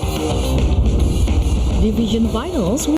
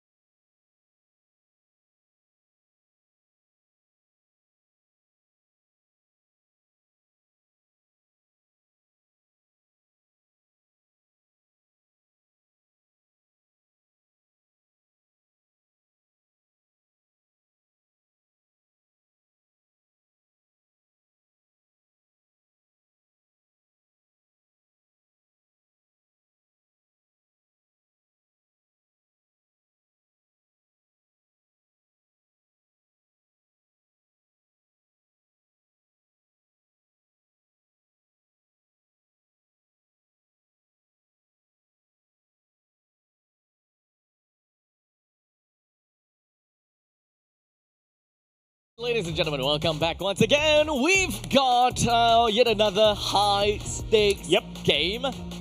Elimination match again. Best of 3. Painful stuff. We have already sent one team home, and that is Absolute Zero. It's very unfortunate, but we still got one more team that we're gonna have to send home for today. That is correct, and this time around it is going to be Ignite Gaming versus Kingdom Esports, and this is very crucial again for both teams here. Best of 3. Oh man, we talked here off screen, Abstract. Kingdom Esports, especially how the reveal of the roster for this one, we consider this one of the top contenders in this season, and now they have crawled their way back from the qualifiers here, and this is good again, another pressure for them, because you mentioned a do or die situation here. One shot for Kingdom Esports to move forward, same as Ignite Gaming. Now, of course, the biggest question is who will be able to carve themselves into the history of MPL SG Season 10 and potentially 11 as well, right? So there will be one team that is not gonna be able to do too much from that point onwards. So we're gonna have to watch and find out how that's gonna be. Ultimately, though, this is gonna be the final elimination match of today. As anything after this game, it is gonna be a double elimination from this point on. That is correct. So stakes will be lower. Things will be a little bit more chill to a certain extent. But of course, if you are the team going to have hunger rather for the title, you want to win those games here. So because having your spot in the lower bracket means also elimination. So of course, here in our second series, Ignite Gaming versus Kingdom Esports. We have talked about Kingdom Esports as one of the anticipated can really take the crown this season. Ignite Gaming, they have been also coming from the Challenger qualifiers in the previous seasons. Now here a staple team in Season 10. And now 3 rookies in this lineup. However, their passion, you can really tell the passion of these players that they are here to win the title. Now the thing about I will say the thing about Kingdom is that on paper, they are a really strong team. They have the likes of veteran players such as FMM, we've got Lolzy, we've got, who's that again? Who else are we talking about? Yon is there as well. Yeah, so these 3 are quite literally the roaming trio, which dictates the pace of the game, and generally they should be able to influence the game in a macro point of view. So at the start of MPL SG Season 10, we looked at them and be like, they are very likely going to be one of the top teams. That is correct. But we're not exactly sure what happened to them. A little bit of, I guess, disconnect to a certain point, but we gotta still remember that they are a team that is very consistent for Game 1. They're always consistent with Game 1. Like, most of the time, they win Game 1. But Game 2, something happens. So consistency, I think this, especially this specific series, Abstract, they need this consistency all throughout the series, because again, you've mentioned this is an elimination match here, and we have also somehow highlighting Lolzy on the side of Kingdom Esports. This guy, of course, being the front liner here, the vanguard of the team himself. Usually in the previous season, he is on the back lines. Now, he's playing, somehow proving himself here that he can really carry this team as well. Yeah, so honestly, I really want to see what they have got in store for us. And of course, when it comes down to Ignite Gaming, they're already onto their DX Racer chair. And they are very ready to rock and roll to the beats of the game. Correct. Look at Rapidot here. Very chill. Very chill on the DX Racer chair, indeed. And now, speaking of Rapidot here, I'm looking forward, of course, on his performance. Look at that camera angle there. Oh, yeah. Chilling pretty much on the DX Racer here. And Rapidot is very good at setting place on his usually roamer tanks initiators here. But we have seen slightly a change of the roaming to be very aggressive. So I think this synergizes Rapidot. Looking forward for the expanded rivers is also the broken walls here, which is Grok. And of course his Dangerous Khalid Grass. as well, Dangerous Grass Yeah. as well, but we haven't seen him really those assassin roaming so far. Not yet. However, I think that we have a single Natalia game before. Oh, If I'm not wrong, and if I remember correctly, we actually have a single Natalia game that we have saw as a roamer. Okay, maybe not. Wait, why did I remember that there was a Natalia? maybe that was on the other. Yeah, Natalia. I only know Natalia is gonna be on the ID. Maybe I'm dumb. Maybe I'm dumb. Oh well, regardless. This is the final ignition. Wow. And of course, the storyline that paved for this series as Ignite Gaming blaze their way to the playoff, but will they fizzle out at all? Of course, can it last? Yeah, I love the title of this one, the Final Ignition. It only shows here this is the final chance as well to reach the highest of the MLBB esports here in Singapore. But then again, you still need the passion to be burning, as you have mentioned, until the finals here. But one step at a time. Again, they are up against Kingdom Esports this time around. But this lineup coming in from IG here, rookies proving themselves here to be one of the best here. I will stand corrected. Actually, Abstract. These are the number 3 on a regular season. Absolute Zero was the 4th one. So now IG Gaming proving themselves also one of the best teams in the regular season here, and looking forward for this fight as well against Kingdom Esports. Now, we talked about Ignite. We talked about Kingdom. They have literally the king in their lineup. As, of course, Lolzy back from the relegation matches, back from the relegation brackets. He have been standing tall in teams that have been held champions in Season 3, 4, 6, 7, 8, and 9. Lolzy single-handedly stayed in teams that have literally gave them champions back Exactly. to back to back. I want to know if whether Lolzy is actually the lucky charm. Wherever team that he goes, the team gains the championship trophy. Yeah, man. Oh, the Lolzy luck indeed. And we thought that was the end of the regular season for Kingdom Esports, but then they are now here coming back to life. And this is also one of the matches that Lolzy will prove himself that it isn't only luck. It is the capability of himself as well as the team totally here for the side of Kingdom Esports that they can really push through.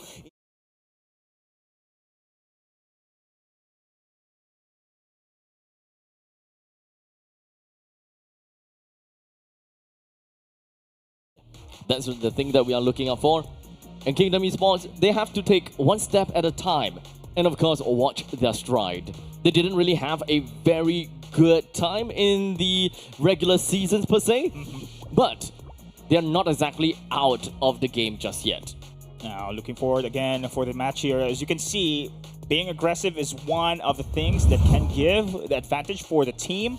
We have seen that one of the first series, Abstract, Stallions SG, their draft was very snowbally. We have seen the Martis, we have seen the Grok, and I do believe Grok will be one of the most contested hero here. Yeah. We have seen, of course, Rapidut using this hero. The other side as well coming in from Kingdom Esports. Will it be the same story that we are, the gameplay rather, that we are going to see here in the series as well? Now, understandably, there will be quite a bit of contested heroes coming in from both teams, and understandably for Kingdom Esports as well as Ignite Gaming. In terms of statistics, you know, there's actually quite a lot that we can talk about. Yeah. However, later on in the screens, later we'll talk a little bit more about those individual statistics. But if we are looking exactly and specifically at Rapidut, let me just pull up whatever information that I can. Rapidut. Yeah, Rapidut has been one of the crazy, highly anticipated roamers since he came into MPL SG on a previous season. He's very aggressive. He was actually known for his sets. He used to play Kufra way back here in Philippines, MPL as well. Now here, making a name for himself in MPL SG. So now having this map changes that can synergize his aggressive roam, it will be beneficial to him here to be showing up against Kingdom Esports. Yep. So of course, looking at the information between Rapidude and Lolzy, I think that the main thing is we gotta have to remember that Kingdom Esports, they played a lot more games than Ignite. So, information is slightly bloated, right? However, there is some key information, and that is Lolzy is more of the sacrificial lamb of the team, whereby Lolzy have a total accumulated 88 death, whereas compared to Rapidude with a 36. Right? And of course, assist for Lolzy is 154 as compared to Rapidude at 105. Oh, okay. So now that you mentioned it, that is a big, actually, difference between these two here. With that stats that you have mentioned, of course, abstract, it only shows also the gameplay of how these two roamers actually executes when it comes to the game. So have you mentioned, right? Usually, of course, Lolzy going for this map information. On the other side, here Rapidude wants to end the fight in a major team fight, utility control. Now, I really do want to find out who is playing in which team. We'll introduce the first team.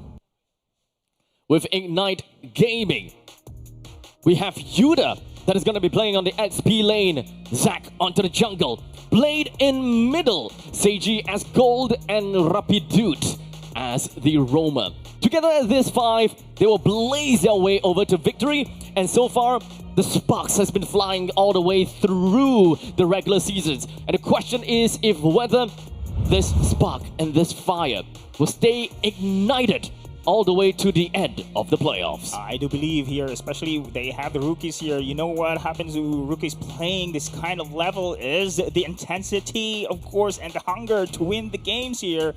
And looking forward for Ignite Gaming again. Again, the title was The Final Ignition. The Final Ignition. So this is it. This is the test coming in from the side of Ignite Gaming to push through here. Again, it is one of the biggest contender. Again, they're up against on this quarterfinals playoffs. That is going to be Kingdom Esports later on in the best of 3 here. Ignite Gaming looking for it again. For me, Rapidude on his playstyle here. This is a great matchup against Lolzy.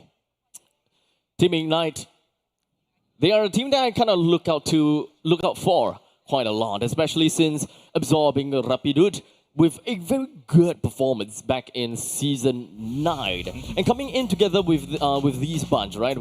Especially when you have a new rookie such as Zack, which I have definitely watched him quite a bit before already. I know the kind of jungler heroes that he plays, sometimes unconventional, but he's a highly aggressive player, which also can dabble into some great Fredrin plays as the tank. And now, of course, we are going to introduce right now their opponent here, none other than it is one of the most looking forward team, Kingdom Esports.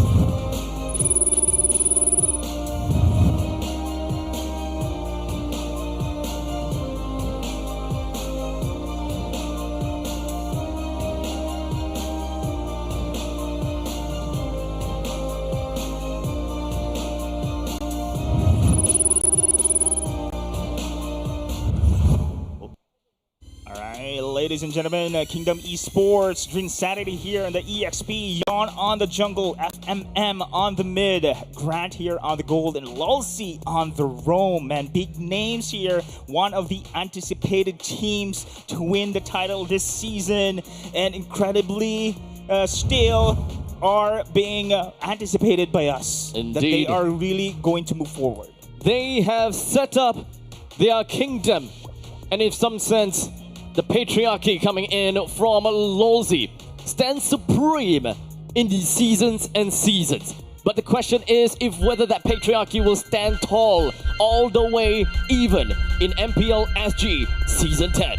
Well, what is going to be our map changes here? It's going to be Broken Walls, and Grok, for me, is one of the massive heroes, most contenders. I am anticipating between the side of Rapidude and Lolzy here in this game. Now we are going to commence the game later in a while, rather, in the best of 3 series. Oh man, Kingdom Esports, what a story coming in from this team here. They have been, of course, they have been anticipated to be one of the strongest teams, but however, being relegated into the qualifiers, now coming back here into the playoffs. This is the last moment here to prove themselves here in the match against Ignite Gaming this time around. This is the match between LY4 and IC Frost, with game number 1 in play. The banning phase comes through with Lunox, Kalia, Gatokacha being banned from the side of Kingdom Esports.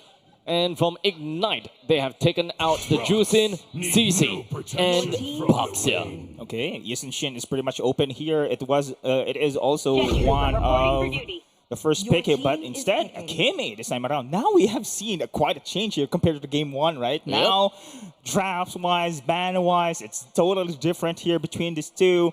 Now, Kimi priority here for the side of Kingdom Esports. You highlighted this one, Abstract, that the mid priority is very important, especially controlling the side lanes here.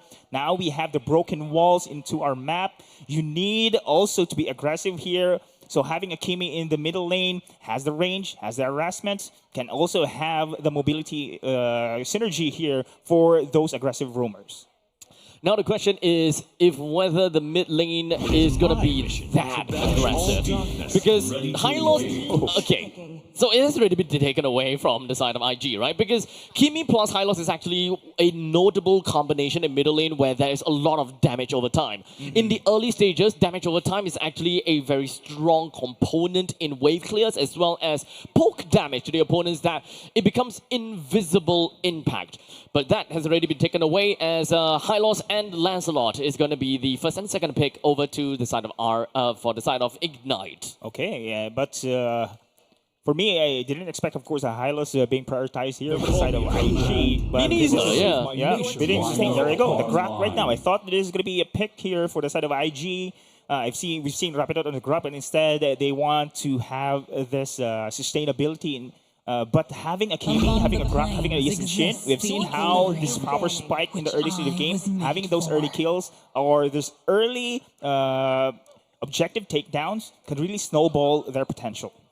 So Gatokacha is already out of the question, being taken away almost immediately. So giving the Yve over to IG is actually a pretty darn good thing for, well, IG themselves, because there isn't now any heroes that can realistically yoink Eve out of the real world manipulation. They have the reach though, with the ultimate coming in from Kimi or the wild charge here coming in from the Grok as well. However, we've seen the capability of RWM. It can also slow down their enforcements here for the opposing team to go for a 5v5 brawl. You have also the Glorious Pathway, additional snows there. So we have seen so many debuffs coming in from the side of IG, but hard crowd control badly needed here for the execution style. I'm not sure if IG is going to prioritize this one, but this lineup right now, AoE-wise, they have the advantage here for the side of IG. And of course, we're still going to be looking out for potential picks and bans going through. But let's run this down real quickly, right? Kingdom, they're lacking of the side leaders, which could definitely go for either or situation. They can go for double fighters or they can go for triple marksman game because they already have a Kimi. Yep. So if whether they want to play in the early game, which is something that Grok can bring in, because Grok does deal a lot of very early game damages as well. So they're not particularly afraid of that early game matchup. Understood. So Grok having a broken walls as well. So early game matchup, power is there. So they are now prioritizing here for the side of IG to take down this Ruby here, which is badly needed also to stop the Lancelot's progression here, or the iframes rather. Here, this is one of the lacking potential I can see for the Kingdom Esports, because you need to commit your ultimates here in order to go for those heavy crowd control potential for the side of Kingdom Esports. You think Cho will be viable here? Side lane? Cho for KE? IG? No, KE. KE. No, I don't think so. Yep, with his Alice Mainly here, they lack the burst. Yep. I would say they lack the burst, so they can't really make full use of a pick-off composition. This is more of a front-to-back composition for the side of KE. They will be able to deal with the front faces first and then slowly move on to the back kind of thing. So someone that shreds is definitely going to be useful, especially since they have to go up against the Alice. Yeah, I was about to ask if Baksha is available. It has already been banned here with the side of IG. Now having Alice here, there's going to be nuisance indeed against the side of Kingdom Esports here. Yes, they do have the early damage here, but the sustain is great as well for the side of IG. Now they're lacking burst, as you have mentioned here. Arlott and Granger, rather. So that is going to be a triple marksman. Yep. We're expecting here for the side of Kingdom Esports. It is also one of their advantage if they have the itemizations also being locked in, especially during the later stage of the game. Okay, so with that all said, we have the entire lineup coming in from Kingdom Esports, leaving up the X Factor for the gold laner over to IG. Technically speaking, if they want to play that the Alice in the gold is possible, but I don't think that they will go that way. At this point in time, there's a lot of magic damage dealers on the side of IG, and the way that they have kind of paved themselves is that they do have got a pretty decent mid. Okay, they are actually going to put Alice in the gold lane then.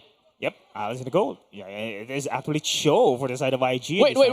This is... wait. No, yeah. This is a Cho gold. This is a Cho gold. Okay. Okay. I didn't think that we'll bring in a Cho gold that early, but we are going to see the Cho gold this early. Wow, but I didn't expect, of course, it is going to be picked by this IG themselves. But now there's going to be a lineup very interesting here for the side of IG. They have heavy sustain here. Abstract, you have the Alice, you have the Hylos as well. So with this triple marksman, you need those itemizations to rip through this HP and this regenerative, of course, abilities coming in from this hero pool, coming in from Ignite. Is this really something that could work out for Ignite though? Because as much as possible, if we want to see the Cho Gold lane to actually work, someone needs to really be able to make full use of the Way of the Dragon. And in this case, the one that can make full use of it is the Lancelot. But peak performance from the Lancelot needs to be there. Yep. We need the power up from the Lancelot to really make full use of all of that. And timing with the waves is also another thing that comes into the equation. It's kind of, with this lineup coming in from Ignite, it's kind of tricky to maneuver. It's a very difficult lineup to pull off. Very challenging indeed. You need those highly mechanical timings here to execute this proper. I mean, speaking of which, the nature's barrier stops Rapidude from running away. And such FMM picks up first blood just like that. Under 1 minute, and the horse could not escape. Kingdom Esports here now setting the tempo, having the first kill into their favor, and you don't want that to happen with the side of Ignite Gaming, but still, they want to be very aggressive. It shouldn't be too big of a problem. Even though Kingdom Esports is trying to be extremely aggressive right in the face of Ignite, Yon, understandably, as the Yi Sun-shin, should be able to wave clear, or rather clear the creep waves in the jungle way faster than a Lancelot. So Kingdom will want to make full use of that kind of influence that they could provide and apply over to the gold lane, because they are looking at a Cho in the gold lane going up against that Granger. Well, I'm not sure you have seen this kind of matchup, Abstract, in your casting history. The Cho versus the Granger. In terms of casting history? No, not first time yet. I've seen as well, actually. But hold that thought. This is going to be very aggressive here. Yep, immediately it's just going to be played. Rapidude finding themselves in such top spot. As Longzi built up an amazing Guardian's Barrier. Knocked them all over to the wall. Took a chunk out of the damage. What did I say about the early damage coming in from a Grok? Exactly. This is what I mentioned as well, that this is one of the most contested roamer heroes here. It can only show a punch rather, and Seiji very low as well. He's level 4 though. Doesn't really matter at all. Seiji, what a sidestep. Kicks him right back into the lane. Yeah, forces his Way of the Dragon there, but then on the other side of the map, it is going to be Ignite Gaming securing the neutral objective themselves. themselves. Unfortunately for them, 0 kills at this moment, but Kingdom Esports tries their way here for being the aggressive team here. Incredible damage in the early stage of game. Even though Kingdom Esports managed to snag a total of 3 kills for themselves, it does seem like Ignite still have got good priority over the Turtle. Yep. It doesn't seem like it's gonna be. Oh, Lousy finds a pick down over to Blade. However, no follow-ups will be allowing them to get a kill down on Blade. As such, Lousy is going to be the target of Ignite. Now, this time around, having this low level force rather for the side of Ignite Gaming, now they do have the kits. This is one of the power spikes coming in from the draft of Ignite Gaming are the ultimates. Now you have here the glorious pathway coming in from Rapidu can give that regenerative ability here. But meanwhile here, Yuta just scarcely, of course, escaping that final slash. The pool noodle fight down in the bottom lane. I hit you, Yuta? you hit me, no one's gonna die, and I just run away and restore again. But the middle lane is different though! As Lousy finds himself getting hit down to the ground once again. Ignite is quite literally saying, hey, here's revenge. Yeah, power spike, ladies and gentlemen. Level 4s are up. It's not going to be the same as what we have witnessed under 2 minutes.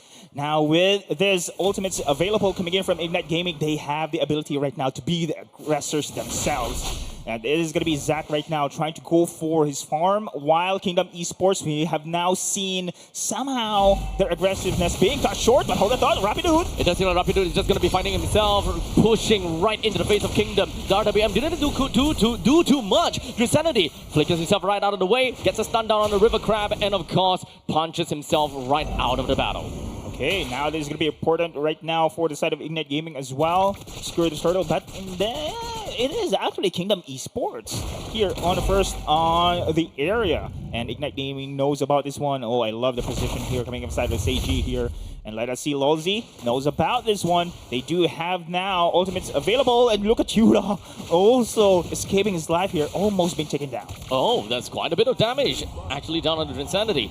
Arlott is not exactly a hero that have much forms of sustainability, but regardless, this doesn't seem like a fight that Ignite Gaming wants to put themselves into, as such giving one turtle away to Kingdom Esports. Alright, I'm actually curious what is going to be the itemization coming in from Trinsanity here on his Arlott. Is this going to be a damage build, or is going to be a meta tank rather build here coming in from his Arlott? But so far right now, being aggressive here, I suspect he is going to go for aggressive play. And there's a Whale Dragon connected down on the ground. However, like I said before, they don't have a lot of people that can follow up after that Way of the Dragon. It was a pretty nutty kick though. However, not quite enough to do too much in that previous fight. As such, it was a wasted fight from Ignite Gaming as they yields away and loses out the T1 turret down at the bottom. Oh wow, look at how Kingdom Esports taking the attention away from the split push here on the bottom. Ignite Gaming here sacrificing, of course, that lane. I'm not sure if they are aware for this one, but the creeps are still moving forward here. This is really now difficult for the side of Kingdom Esports if they are going to lose that lane on the bottom. There's some annoying tickling down onto Yuta. In fact, Yuta has been dropped to critical HPs for many times already, but haven't really seen a single death just yet. He's always been above ground, not sent down under just yet. But speaking of down under, it seems like someone is gonna go down under. Or maybe not. Maybe not. Indeed. It is a chill after all. Still has the mobility there, but look at it here in the map. It's always the priority here on the top side. Both teams here trying to prioritize this one, and now the Lancelot on the other side of the map as well. 20 seconds until the next turtle objective will spawn here in this game. Is Lousy, level 7 already. Is that an Oracle building up for the Arlott? I think that's an Oracle that is building up for Arlott, actually. So far. Yeah, so playing around with more sustenance. I think that's going to be for him. So in the end of the day, it's more about bruising and defense instead of pure damage. So that is the direction that what Drinsanity is trying to go for. Anyway, they do have triple marksman into their draft, so the damage will be there, especially during the later stage of game. And now, Turtle is not yet easy for the side of Kingdom Esports to grasp here as Ignite Gaming trying to control this area as well. Now there's going to be a transition here on the bottom side. Look at Drinsanity here, providing the space. Final Slash has been used as well. That's very bold, as now the Final Slash used right up, but the main thing that they managed to catch is going to be Yuta. Not great, but at least Zach with a cross-map play, managed to find 1-for-1 trade. They lost the turtle, but at least they took the top lane T1. Yeah, this time around, of course, they have bursted down Yuta there, but so many resources has been used. But then again, the turtle has been taken into their favor as well. So now Ignite Gaming is pretty even here against the side of Kingdom Esports, but look at the invasion. Oh, the mid lane priority we're talking about. Oh, Zac is not looking great at all. We do have a flicker from the side of Insanity, but no follow-up shortly after. Seems like he wanted to go for the final slash, but it didn't quite work out well. But here we have Rosie blocking off the escape route, but not that it's going to be a problem at all. As now Rapidude hopes to be able to get himself away. He did manage to, though, as the stun right down onto Yuta as he flickers himself away to safety. Wow, actually, I was looking for Sage's position here. Unfortunately, he didn't go for the flanking maneuver, and I thought he will be targeting the marksman of the back lines. So it was still a win for the side of Kingdom Esports here. Having this taking away rather the mid tart against Ignite Gaming, they will open up a lot of map pressure here against Ignite. Yep, we do have the War Axe that is built up by the Cho already and slowly building up to the next item real soon. Currently with 4,700 gold to his name, and for Lancelot with 4,900 gold. Unfortunately, Yu Sun-shin already have the snowball to his name, and this is not going to be too good as well, right? Because Yon is painful, and I think he will do quite a number over to Zac. And good iframe. Seiji misses the flicker plus stop combination. Insanity looks up for the final slash. Didn't do too much at this point in time, but Yuta takes the front line. Lossie misses out and did not hit down when it comes down to the wild charge. But that is still more than enough for them to pick up 2 kills for themselves. Oh man, Kingdom Esports, beautiful positioning there. Ignite Gaming, and I thought they can manage to take a counter attack, but it is actually Kingdom Esports turning the tables around. It is incredible here and how they may manage to take away those positions coming from the side of Ignite Gaming. Lolzy here spearheading this push already here into the bot side. As now Ignite Gaming is starting to slowly losing out real estate. They do not have the purple buff for themselves. And with Lancelot losing that out, it's going to take a real difficulty. Or rather, it's going to be real difficult for the Lancelot to do anything from this point on. Bottom side. It is now going to be difficult indeed for the side of Ignite Gaming here. Plus, the Lord has been taken into the favor of Kingdom Esports. Remember, 3 marksmen here. This is the draft lineup coming in from Kingdom Esports here. They have the advantage when it comes to the later stages of the game. Ignite Gaming must find a loophole here of how they will be able to go for the kills. CG, it's not that easy for him to go down. He's relatively tanky at this point in time, so he's not too afraid. This is a very divey lineup from Ignite, but so far, they haven't exactly committed themselves into a full-fledged fight just yet. Yeah. And I can totally understand that, because they don't actually have enough damage. Exactly, damage is not there. Yes, they are very tanky, heavily sustained, but without those kills, they cannot manage to stop Kingdom Esports, especially now the siege is upcoming on the bottom side of the map. Outer turret's gone. Here comes the siege. Ignite Gaming, prepare to brace. The Lord now prances down the bottom lane with the spiraling trident, knocking down the T3 turret. The Lord slowly marches his way into Ignite Gaming's homes. This will buy enough time for the mid wave to push right in. Traction Pulse did land, but it is more of a zoning tool in order to get a little bit more push down in the middle. However, Ignite Gaming, they managed to clear out the wave in the middle line within no time at all. Oh man, Abstract, they cannot do anything there. I mean, the Lord was just really pushing on the bot side. They must find a way. Again, we have mentioned when it comes to 5v5 fights, they have so many AoE's capability here. They have to rely so much for Zac to go for the kill potential. But then this is upcoming siege once again on the top side. The wave clearly strong though, but that is gonna be a 5-man coming in from Ignite Gaming as it prances right in the face of Kingdom. They want to get more blood as they smell blood in the water. Seiji moves on forward, wait on the dragon, connects out of the yard. However, he finds himself losing his health, picking up on a double for Yawn. Wow, what a beautiful Throne of Ruin initiation coming in from Yuta there. That was incredible on his Alice. And that was a surprise. Also, skirmish play coming in from Ignite. That is the best you can do in that sequence already against Kingdom Esports. But then again, much of the teammates here for the side of Kingdom Esports managed to go back away. So this is still a threat coming in from the side of Ignite Gaming. There's still hope here, but at this moment in time, they still need to double down here for the finishing blow. Zach is one. Who else needs to step up? Blade is here as well. Good defense coming from Ignite. Even though they are 7,300 gold down from Kingdom, they can still slowly scale their way through because it is still a slightly assassin-style kind of gameplay with the Lancelot and to a certain extent having that show as well. Correct. However, I think that stickiness is a problem for Ignite. They can't stick in the fight for long enough, except for the Alice. Alice is the only one that can really just stick around in the fight.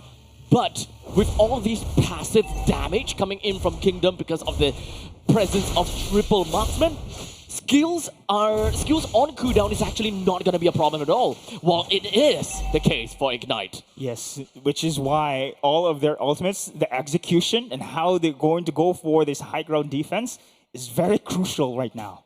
Now this is an Evolved Lord that we're looking here on the bottom side of the map. Now Kingdom Esports, we've seen that skirmish play, the defense coming in from Ignite. Will they be able to do it again? Oh no! Seiji has been caught. The thing is, it's gonna be too big of a problem, as it shouldn't pulls right out of there. Remember, Ignite have got a timer in team fights, and they need to get a good fight. So it's all up to Lolzy to disengage the fight properly in order to waste some of these resources from Ignite Gaming as they manage to find something on the Rapid as Blade opens up the RWM. The rest of the members coming from the side of Ignite Gaming just going to be putting themselves right in the face and onto the back of Kingdom Esports as well. They now would deal with the Lord with the core currently down to half HP. Yon takes out a kill onto Seiji. One of the main damage dealers is already gone as the Nature's Barrier pops up right in front of Yuda, allowing Yon to pick up yet another one. Double kill, credited over to them while Zach pushes himself all the way to the back. Zach! He finds himself with a double, and that's single-handedly defended against the push of Kingdom Esports. Wow, another defense here for Ignite Gaming. All is not lost. However, Kingdom Esports managed to pierce through, taking that inhibitor turret onto the mid. Still, Ignite Gaming holding their ground so far here into the game, 15-minute mark. Seiji is one of the main damage dealers right now for the side of Ignite Gaming. And it is going to be a great combination coming in from the Lancelot as well. OMG. Kingdom Esports. They need a Lord. They cannot do recklessly here, go for the siege without the Lord help. And now Ignite Gaming. Will they be able to bounce back here in this game? That is the big question here. But so far, when it comes to map control, Kingdom Esports still in the upper hand. It's going to be tough for Kingdom Esports to just end the game like that. As you can see, Ignite Gaming, they did whatever they could. And that defense was impeccable. Lolzy walks right into the brush, finds himself already down to a low amount of HP. The wild charge gets him right out of dodge. He does have the immortality saved. So that engagement from Ignite was, of course, a success, but only to a certain extent. Yeah, Ignite Gaming, one of the disadvantage right now, as you can see at the status of the game, is the map pressure, the lane pressure in the mid, in the bot. Oh, they're looking for a fight? Wait, the final slash was actually used to clear waves. So the Sanity, and they don't have anything that they can work with. Grant picks up a kill on the Seiji, moves on to the next one, and Rapido loses immortality. As such, Yuda dives himself right in the face of Kingdom, hoping that he will be able to buy a little bit more time.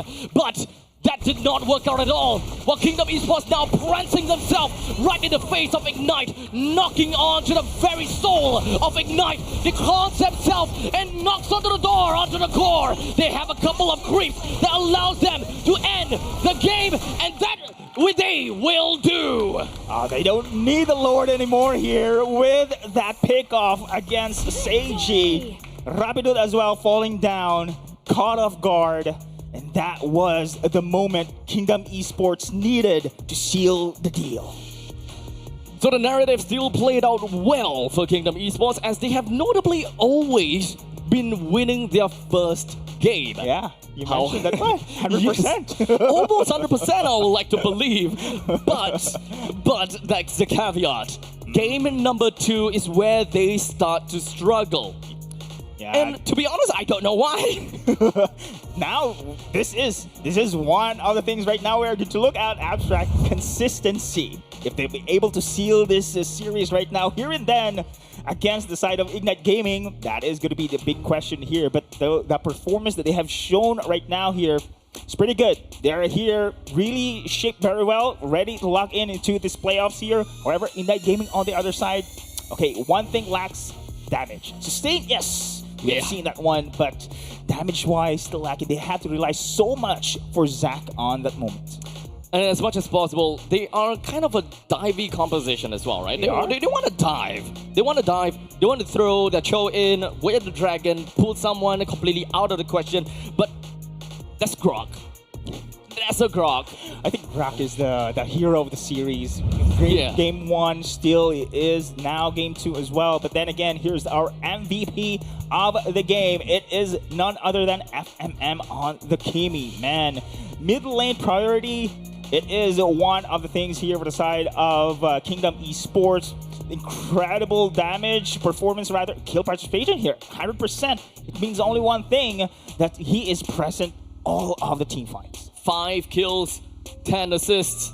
You can't start a fight without FMM. Yep. And it makes sense, right? The mid laner with the crazy amount of, I would say, participation, with great amount of influence throughout the entirety of the map, with a total of 11,000 gold in favor for FMM. This triple marksman lineup pretty much tells the tale that of what we wanted to hear. Yeah, man, this is just insane coming in from the side of Kingdom Esports, and I thought that they needed so much time to scale. Well, we reached 16 minutes, to be fair. But then again, they have secured the map control already, less than 40 minutes, less than 30 minutes here against the side of Ignite Gaming. And now on the other side, they have so many utilities here for the side of Ignite Gaming. But then again, Zach can do so much. We have seen, of course, Seiji trying to wrap up the damage as well. As you can see, he has the War Axe, he has a lift gun here as well, endless battle. But surprisingly, not a single kill here into his KDA. So it didn't really quite work out too well for them. And I find that to be kind of unfortunate, because this is a triple marksman game. You have 3 targets that you can realistically be able to catch, right? Squishy targets. Squishy targets. Yep. You can, of course, find it a little bit difficult to catch on the FMM purely because of the Purify, but catching on the Grunt is not exactly an out of a question kind of thing. Or perhaps even Yawn. The only problem is that they have got mobility skills, right? Yep. They still have mobility skills, they can kind of dash out of the way. So if there's anything that is very, I would say, it's too easy to expect, then I don't expect SAG will be able to get a nice kick through. We've seen that one. But, man, what a great play, rather, for the side of Ignite Gaming. The combo wombo that we have seen so far. Throne of Ruin with a follow-up here with Blade on his RWM. Fortunately, man, it was already in the later stages of the game here. The itemization is already here for the side of the triple marksmen coming in from the side of Kingdom Esports. Now, the question is, will they be able to seal the deal? You mentioned, of course, they always win the first game. Always. Always win the first game. Like maybe like 90% or something. But still, it only shows here that when it comes to the opening of the series matches here, it's always going to be locked and loaded Kingdom Esports. Now, they need that ammo. They need that bullet once again here for the game 2. And Ignite Gaming, we don't want to discount them here. They're number 3 on the regular season on the standings there. Yep. One of the passionate teams as well. Now, speaking of which, this is the final ignition that we have just saying a while ago. Hopefully, their fuel is still there yet. I mean, they still have the burn to move forward here against the side of Kingdom Esports. I want to know whether they need more petroleum. We're just gonna juice them up a little bit, pull them off into a gas station, and just gotta, hey, come on, guys, you guys can do it, right? It's just one game, right? However, this one game is also a very high stakes game because they are just one match away from being eliminated out of MPL SG Season 10. Oh, as you can see here, but so far right now, Ignite Gaming, when it comes to the head-to-head stats here, Total Turtle, actually, as you can see, Ignite Gaming is more on the objective side. But so far right now, Kingdom Esports here doesn't really have... Oh, okay, we had a switch. We had a switch right now here. It is actually, when it comes to average kills here, assists, Ignite Gaming is the aggressive team. But so far, Kingdom Esports, to be fair, it's a late game draft that we've witnessed so far, but so far they have really take that into consideration. They know their victory conditions. Ignite Gaming trying to make it slowly, but so far with this map control against them, it's really difficult for them to come back. Yeah, so at least when it comes down to Kingdom, they definitely do have got a lot more objectives taken because of the fact that they played more games. Having the fact that they're gonna have to go to the technically, well, the last chance qualifiers, right? Oh, the yeah. Challenger, the challengers stage. Okay, to be fair. It is slightly bloated. Only for the total turrets, total turtle, total lord takes.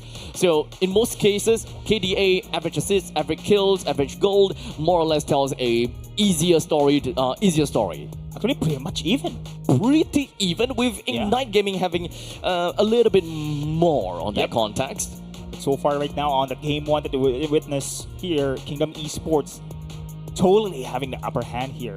They played slow compared to our first series. It's really aggressive, but this time around, it's totally trying to grind their way into the final stages of the game, having triple marksman here.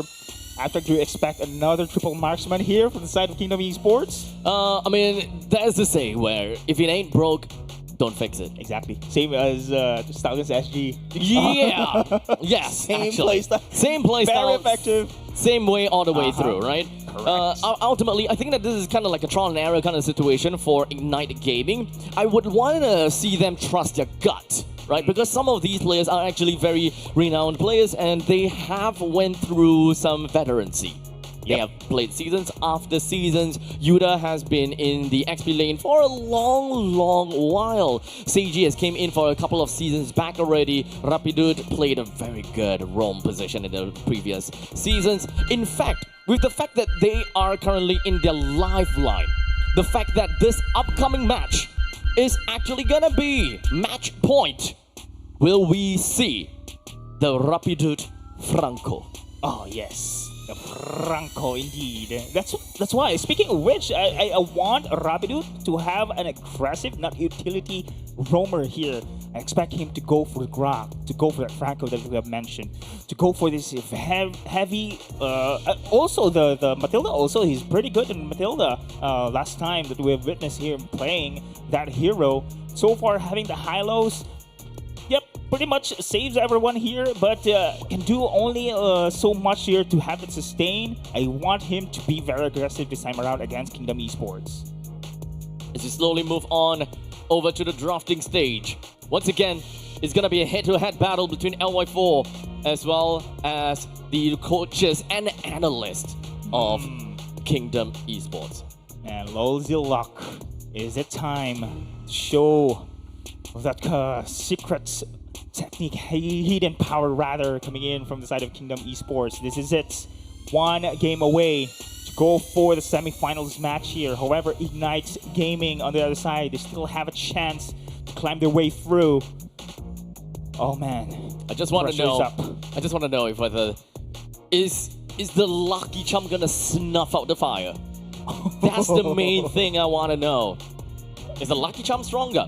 Or is the burning flames of incineration too strong for a Lucky Charm to be able to power through? Let's see who's the longest buff duration here between the two. Ignition or the Luck, coming in from Ignite Gaming and Kingdom Esports respectively here.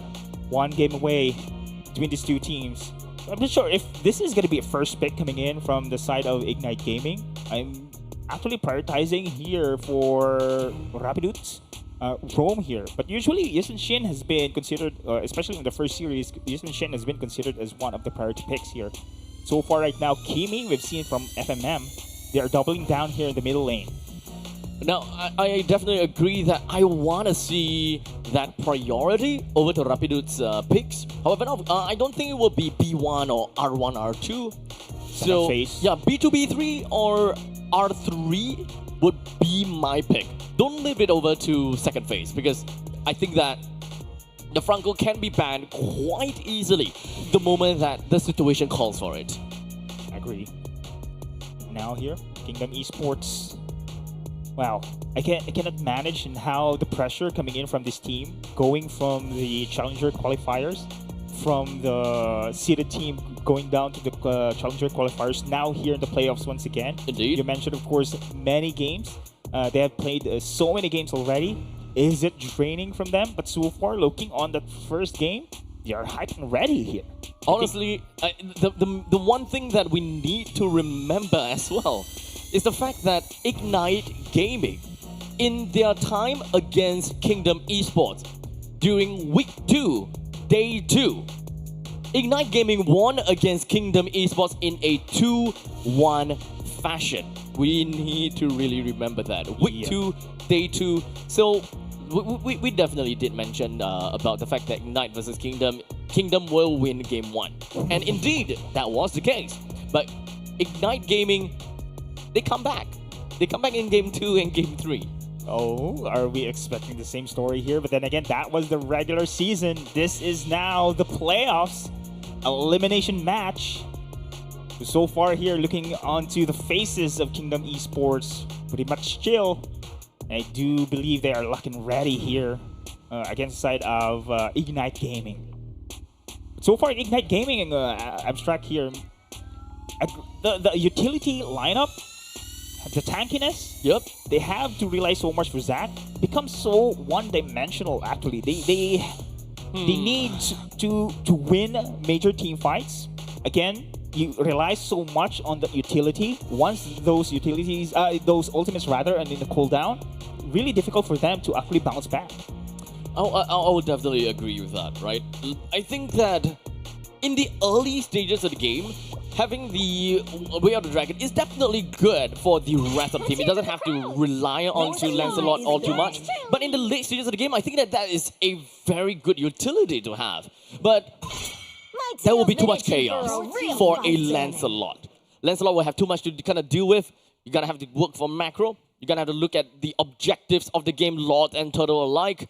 And you also have to look out for if whether my Cho actually went in or not. Exactly, too much to handle for Zac alone. But this time around here, in a match point game between Kingdom Esports and Ignite Gaming, Ignite Esports still will be on the first priority pick. So are they going to ban the Kimmy this time around? Or it will be open once again? And we have seen, of course, in the first game, FMM chose to have the Kimmy on the first priority pick against the side of Ignite Gaming. So far here, Basha has been taken down. Is it going to be a Kimmy once again here for the side of Kingdom Esports? That is going to be the question.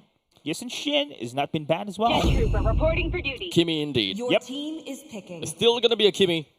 KE, they put a lot of emphasis and priority onto that Kimmy. But that also means that the Yisu Shin is available for IG to pick up. Grok as well. I'm looking forward for the Grok as well here for Rapidu. If Air is going to go for a Grok and the Yes and Shin here, man, early game also is incredibly good here for the side of IG. So far right now, let's see.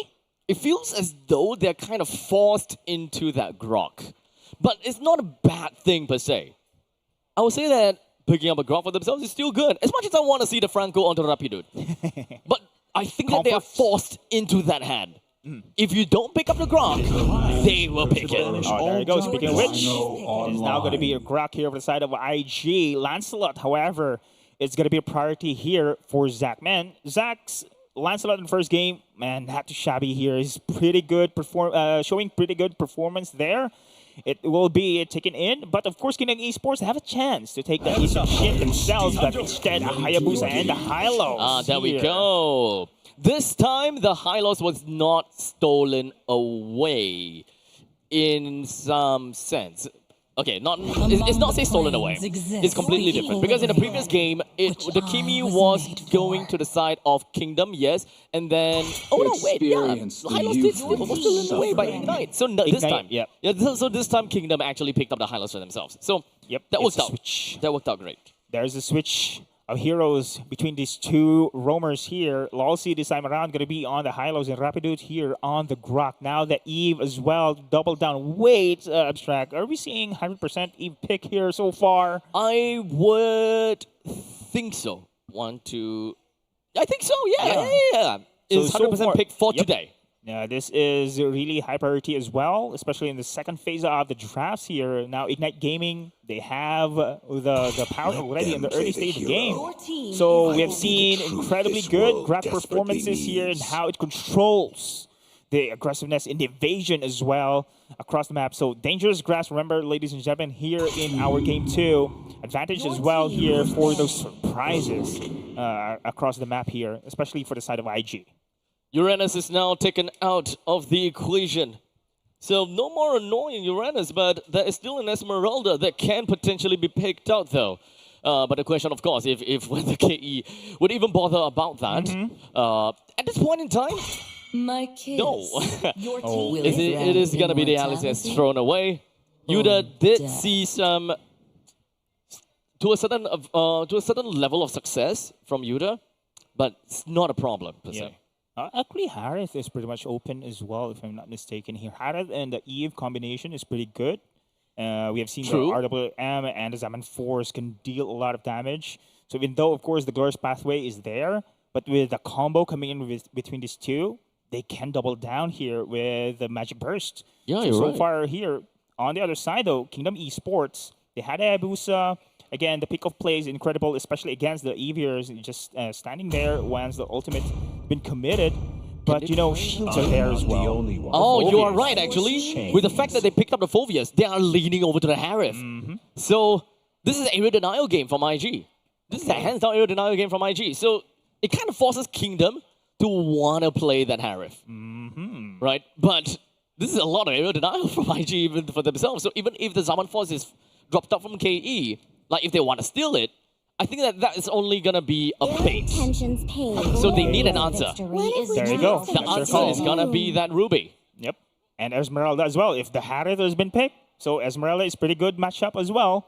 So will this be our prediction here, Abstract? Will this be a Harith pick coming in from RG? Or they're going to go for traditional marksman here to scale their game, have DPS damage instead?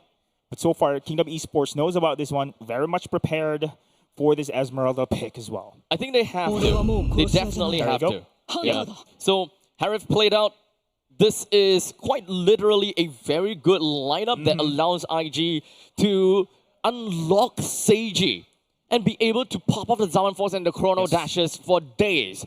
Even though KE have got answers coming in from actually quite a lot of stuff, right? Even when it comes down to the Falling Star Moon, it could be the entire kit of Ruby. It could even, when it comes down to FMM, it just shoots a rocket right in your face. It's kind of tough to tell how the team fight is going to be unless we look at the gold from both teams. Now, speaking of which, yes, really difficult, but now for Ignite Gaming, I can see that these are their comfort picks. Remember, of course, Rapidude was in the high-lows here. I do believe Rapidude really shines for those aggressive roams. Now you have the Grok. And now Seiji was a little bit somehow cheeky on the Cho pick. Now you have Harith with his very staple in the gold lane. So Ignite Gaming here, having this lineup right now, it's much easier to navigate, to use, compared to their draft on the first game. Honestly, I really like the lineup that Ignite has gotten for themselves. I think this is a lot easier draft as compared to the previous game. This game is more of drop ultimate, play for area, zone people away. Anyone that comes in, kill them. Anyone that runs away, let them be. Because we won in the area, we won in the objective, we'll take the objective. Oh man, this is it. Match point game, one game away here for the side of Kingdom Esports to move forward, but Ignite Gaming with their draft, with the comfort picks. It is going to be a big challenge indeed for the side of Kingdom Esports to seal the deal, and now Little Wanderer will be the priority here. It is really taken here for the side of Kingdom Esports this time around, and I do love how both teams here rotate for those objective games. I think shouldn't be too big of a problem in this early start. There are definitely some aggressiveness from Ignite that they are trying to put out. However, this is not exactly a very early game draft from both teams. So I would appreciate a little bit of back and forth from both. And I thought this Ruby will be actually on the EXP and the Esmeralda on the gold. But then again, still, this is going to be a matchup here. Ignite Gaming right now, looking forward if they be able to bounce back here.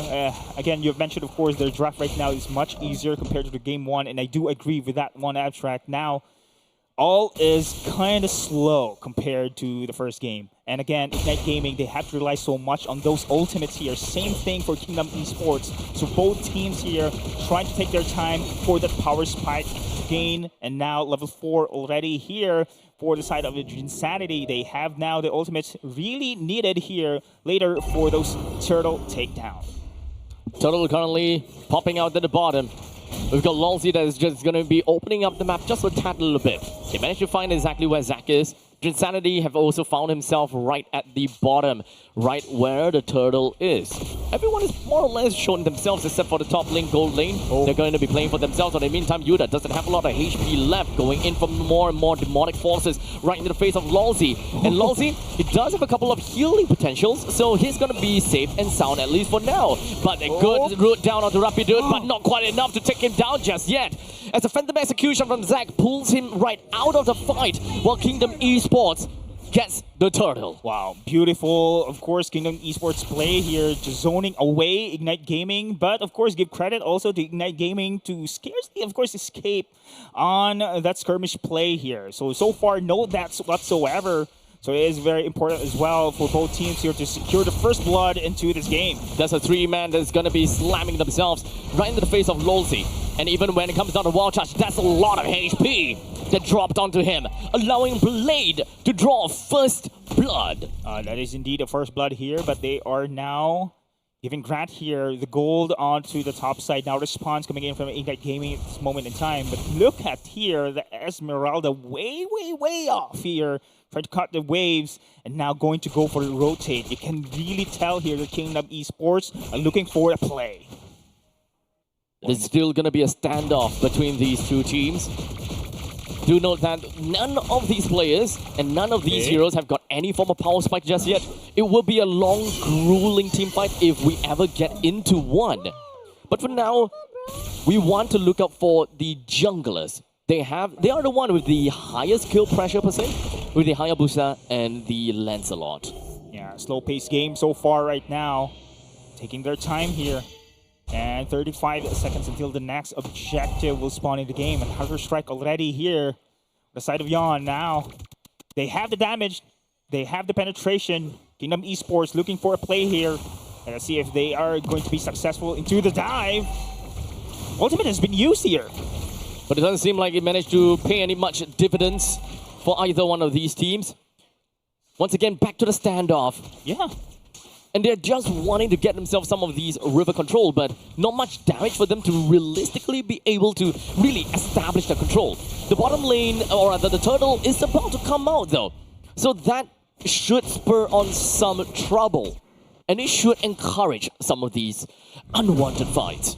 Speaking of which, this is actually a fight that both teams want here. Oh, real-world manipulation has been used. As Lolzy is going to be opening things up, the wall charge lands onto Lolzy all the way to the back line. Zach was hoping they will be able to land on something, but in the meantime, that is going to be the demonic forces that's just going to happen over and over again, allowing Yon to pick up the first kill. 2-person right in the midst of everything as the comeback Wolf King connects up to 2, allowing Kingdom to get a total of 3 kills in that fight without losing anyone. This spurs on for Kingdom to run right into the face of Ignite, pushes Seiji further on backwards. Wow, perfect. I am offended there. Caught 2 against the side of Ignite Gaming and pushes through as well on the pressure against the side of Ignite Gaming. This is really indeed great for Kingdom Esports to set the tone in the early stages of the game. And look at how they rotate here. The gold lane coming in from Kingdom Esports top into the turtle fights. Perfect timing plus a bonus on the bottom lane outer chart as well. Wow, they are in sync here when it comes to objectives.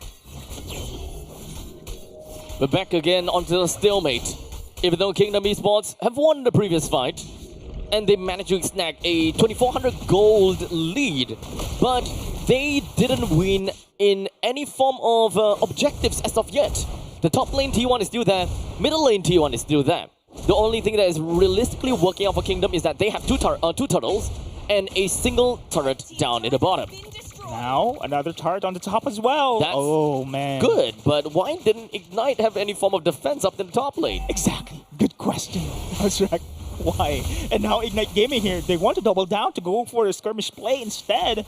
But is this really worth it here? Kingdom Esports slowly but surely here, securing the map control. Lolzy trap here, but still too tanky here at this moment. This is a very unfortunate macro game from Ignite. They spent a lot of time dealing with Lolzy, which has a very thick amount of HP, right? So he effectively just wasted, I think, 20 seconds of the farming time of Seiji.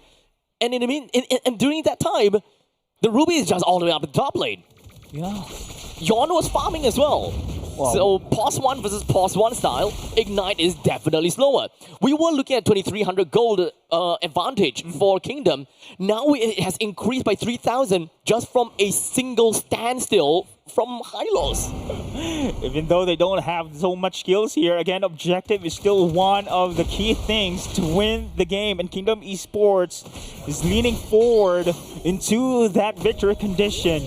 And now Ignite Gaming, their call is usually here to go for a team fight, but then they have to look out for the map pressure as well. The only thing that they can go here to respond on this lane pressure is none other than Zach. But look at this one again, another defenseless uncontested lane. Objective down in the bottom lane T2. Oh my, poor Frog. Poor Gamabuta. But to be fair though, I can understand that Ignite Gaming wants to put a lot of priority in the middle lane T1. They understand that they really need that purple buff to enable the Lancelot. So they put most of their resources down in the middle lane. They may lose a couple of T2s. That T2, actually, in the grand scheme of things, doesn't matter. But what matters is the fact that they managed to find a kill down on over to Lolzy. Extended their gameplay time in the middle lane for a tad bit longer now. Okay, Lolzy has been taken down, but still, it is going to be Kingdom Esports. Sacrifice they're willing to take here. Map control is in their favor right now, even though they're short in numbers. Look at how they are responding here for the rotations coming in from Ignite Gaming. Still, they doesn't care here. Ignite Gaming here become reactive already for this aggressiveness coming in from Kingdom Esports. Now the top, the bottom.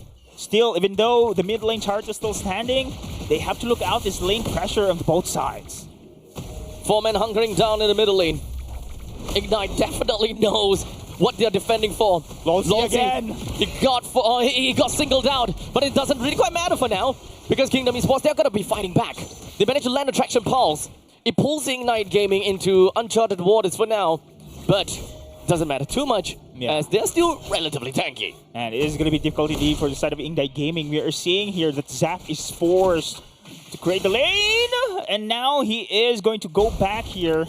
Again, Hayabusa, so much mobility here. We've seen also Esmeralda trying to go for a pressure on the bot side. And Ignite Gaming, they cannot afford to lose another outer turret here. They are double down with their defense in the middle lane. Nalao of the Lord is now spawning here into the pits. This is the question, will they be able to go for the Lord Dance this time around? They are pretty much ready. They have the blue buff. And this is going to be now the position very crucial for both teams.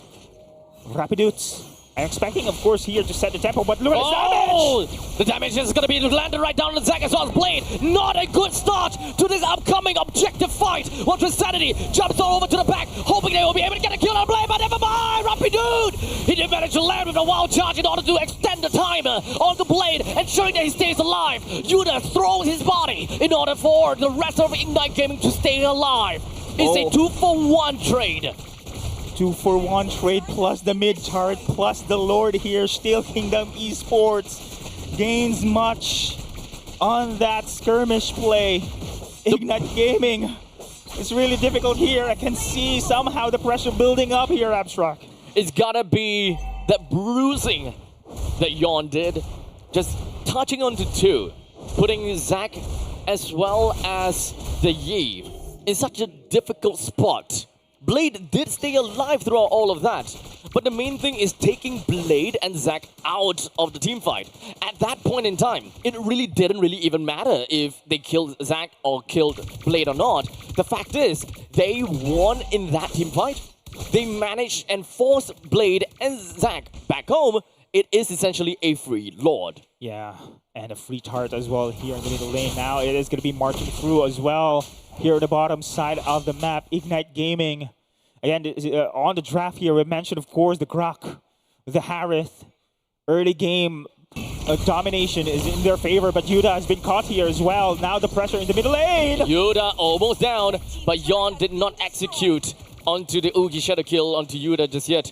Reserving that for a tad little bit. At this point in time, Ignite have yet to really play a flawless team fight. Yeah. We haven't seen that synergy, Abstract. Not quite yet, but it's about time with a two-man knock-up, but no follow-ups per se. They, from the side of Ignite, they are still playing very, very careful. They know that with a Lord marching in, they need to reserve some of their utilities and some of their power in order to really do something. As the Zaman Force is going to be dropped, he wants to focus on FMM, and indeed he will. But at almost the cost of losing his own life, he's still alive until now. Grant brings him down. The rest of the members of Kingdom Esports rushes himself right in the face of Ignite. It splits the fight into two. Zack gets a kill down on the Yon. It repels the members of the Kingdom as they are trying to do their best, while Grant follows through with the comeback Wolf King as well. As I'm offended, he continues to stays himself right onto this fight. Zack finally brings Grant down to Saturday, the next one onto the chopping block. Ignite effectively dispatched 4. Man, what a long team fight here, and it was really taking time for Ignite Gaming to defend their base. Kingdom Esports here, even though of course they have been eliminated on the siege, the inhibitor charts here very low already. Still, it is going to be Kingdom Esports here having the upper hand. Ignite Gaming, they need those team fight wins. Now, this is going to be their chance here to go for the objective gaming. Now they managed to take down other tires on the bottom side. We are now looking here for Ignite Gaming trying to bounce back into the game. Kingdom Esports managed to pierce through here, but this time around, Lord will respawn under 10 seconds. Very important objectives here for both teams. If Ignite Gaming were to take up this Lord, it will help them to balance things out just a tad bit. While in the meantime, if Kingdom Esports were to take this Lord, then all of the T3 turrets of Ignite Gaming will be in shambles. For sure. While Lolzy opens up the carpet. They were trying to look for an opportunity on Ignite, but a great retreat from Ignite disengages them from the battle before even getting caught. That's some of the ultimate utilities that Kingdom have lost, while Ignite Gaming, they still reserve many. Yeah, correct. I think this is the perfect time here to force this Lord fight here, but they are being careful at this moment here. You know, the ultimates are in the cooldown. This is the perfect timing here for Ignite Gaming to force this Lord dance.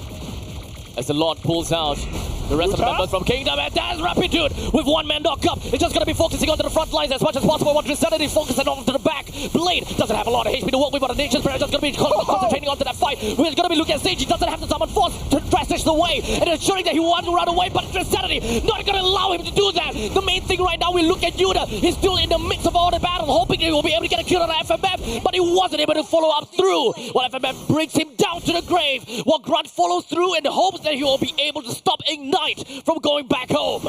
No way! The sustain coming in from Kingdom Esports, and I thought that was the perfect time for Ignite Gaming to win the skirmish play. They want to end it! Down the glorious pathway, right in the face of Blade. Lolzy may lose his health, but that is all about the immortality. With the first man down to Rapitude, the next one coming in, over to Yves, leaving Zack all alone as it's defended in uncharted territory. Lolzy is still here. The buff duration continues. Kingdom Esports moves forward into the playoffs.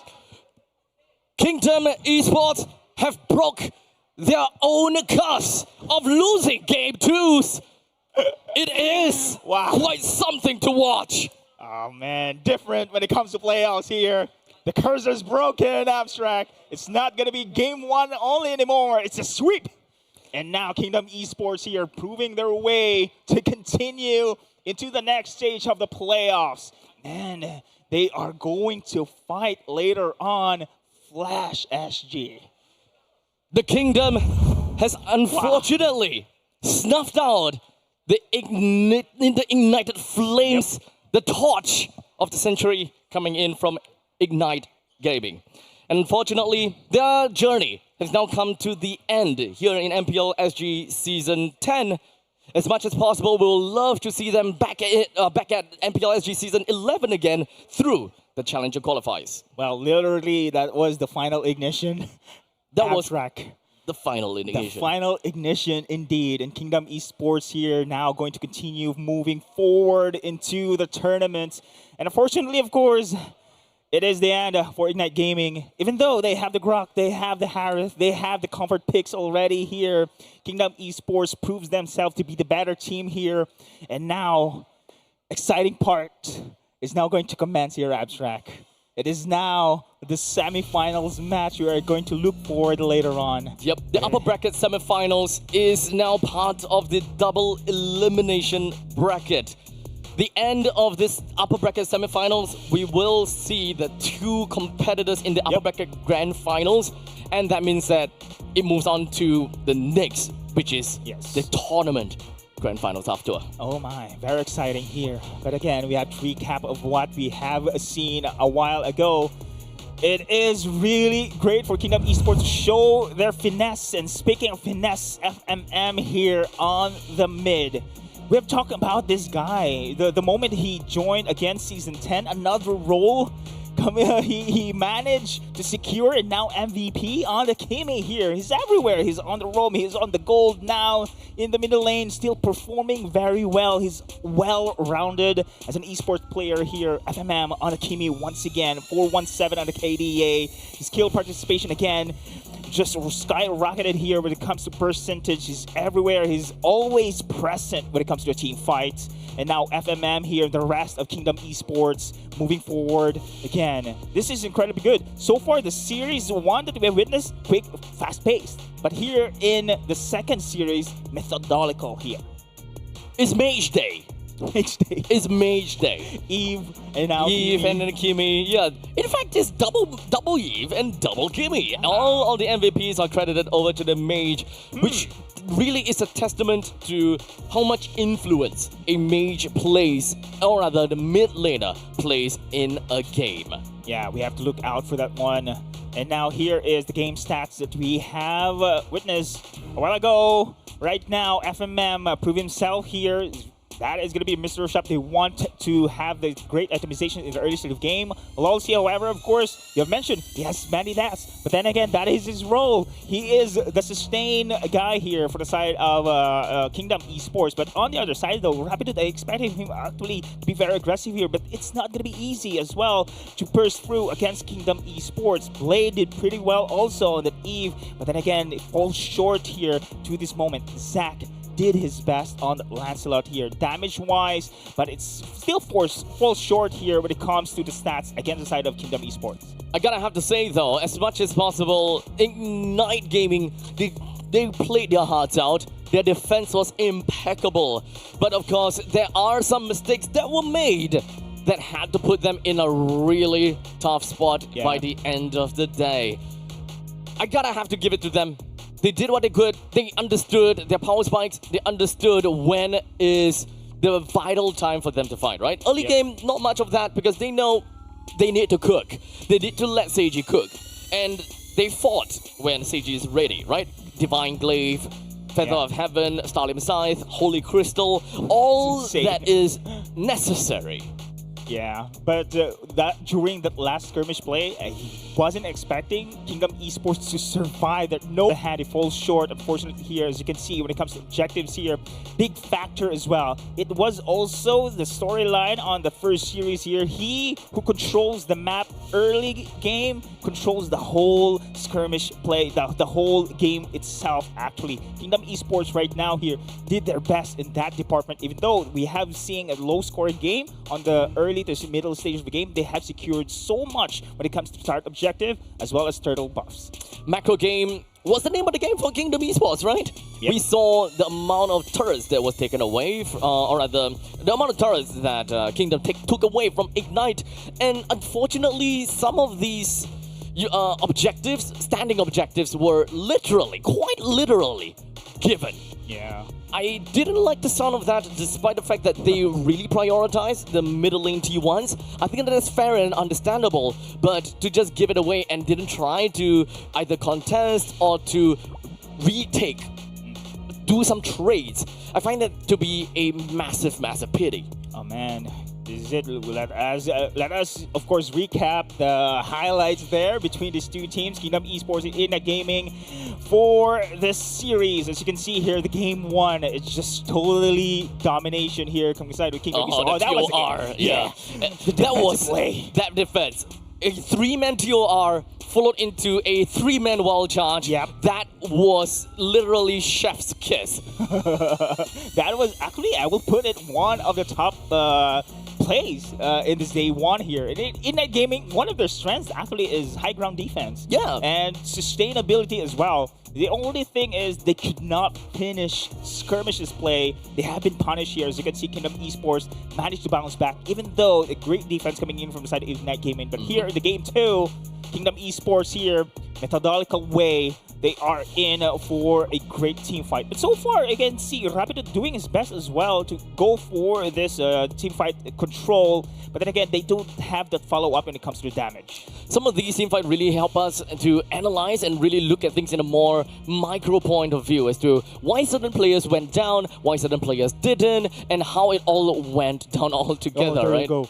This is kind of crazy how there's so many individual fights between each players and how they either number one overextend or how number two it just crumbled in the end. We've seen the last skirmish play here. It just purely the how they disengage. For the side here of Kingdom Esports, no casualties whatsoever. That was a thing for the Kingdom Esports advantage here, mechanically wise, against the side of Ignite Game. Yep. Now, of course, with that said, that is the end of the series, and that is also the end of that first round, right? We are no longer into the elimination part. Yep. So we can all kind of take a chill pill a little bit, calm down a little bit. The stakes are no longer that high. Yes, it is still elimination to a certain extent, but there is a last chance in the form of double elimination. So any teams that were to lose from this point onwards, they still have got lower brackets to play in. That's somehow the beauty of it, and having a double elimination. But of course, if you want really to have the upper hand, you go to win all the way here for all the series here. But again, for our first and second series, the next challenge is to go up against number 1 and number 2 teams. Seeding. Yeah, the seeding. You already tell the pressure there on the elimination match. Now you mentioned, of course, dice down, but again, it gives the pressure also to face to gauge your strength, rather, to face the top of the best rather teams here in MPL SG Season 10. Yep. So if you guys just came onto the stream, here is a roundup as to what you can expect in the next 2 series. Okay. So for the first game that we're gonna watch right after the break, it is going to be Team Evil, top seed of the regular seasons, going up against Team Stallions SG. Yep. So that is grand finals worthy game, right? And the second game is Team Flash, reigning champions, going up against Kingdom Esports, one with that lucky charm. Of course, before we even jump on over to those 2 series, we gotta wrap up the end of this part of the series. Throw the time over to Suki, as I believe that she has got something for us. Yep. Take it away, Suki. All right, thank you Abstract and Deadeye for casting that game for us. Right now I have Lolzy, who is the roamer for Kingdom Esports. So how are you feeling? I mean, it's been a rough run. We dropped down, throw too many games, and yeah, it was my first time experiencing this. Normally I always at the first for a regular season, so yeah, new experience. I think it's a good wake-up call. All of us train hard for the 2 weeks. So we just hope my lucky star stays out. Because since season 2, I always get to the grand finals. So yeah. That's true. Actually, you've been, I think, a stalwart in the MPL season in Singapore itself. And I think an interesting question that we have also is that, with the longer journey through the Challenger qualifiers and all that, and you now coming in here into the playoffs, have you changed your role in any way? Because previously you used to be more of the shot caller, even from the roam position. And is that still true now in Kingdom Esports? I think it's kind of true, but for now, as you can see, my white hair all coming out. Now I need to draft, need to coach, need to do a lot of things. So, so this is what old man does. So sadly, need to analyze LY4, this kind, my good friends. Regular season only pull out Lunox. Now, I think 0 games, 0-2. Easy. All right, you heard it here from Lawsy. So just one last thing.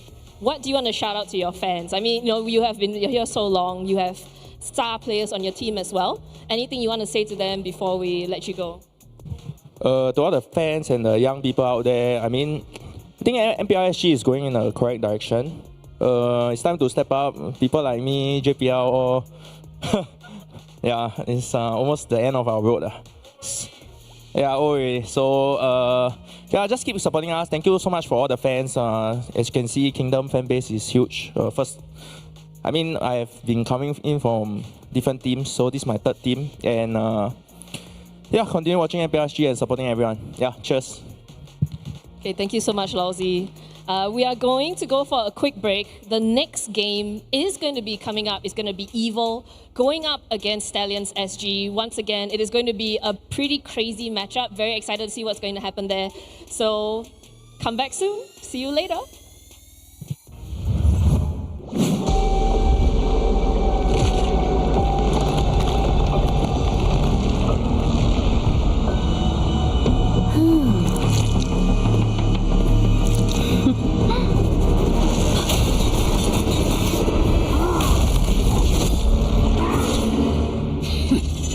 Does the Lord of Lava also crave the Sovereign's blood? Fool! The tyrant's remains will only bring doom! Their brutal dominion, our warriors were corrupted into foul bonds of decay. Sovereign of the Abyss, Obsidia. The curse still flows within the Sovereign's blood.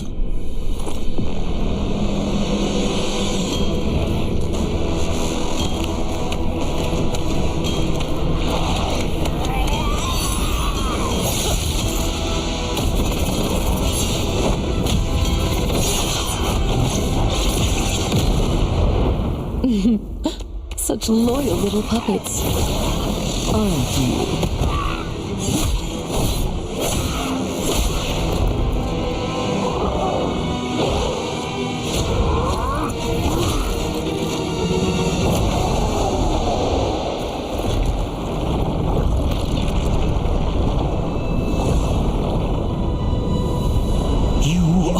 Merely a puppet, no different from my spawns. Bow to me. Keep your throne, or be destroyed. The Abyss bows to no one.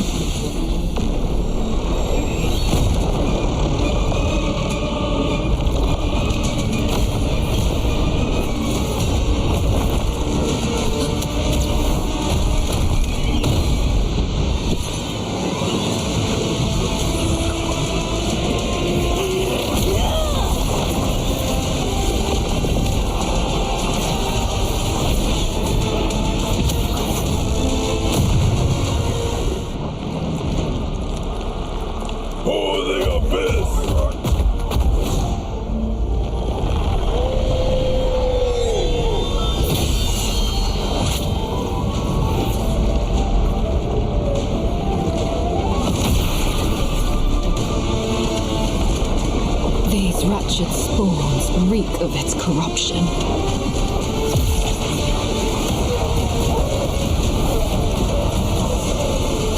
Your sovereign has a god to kill.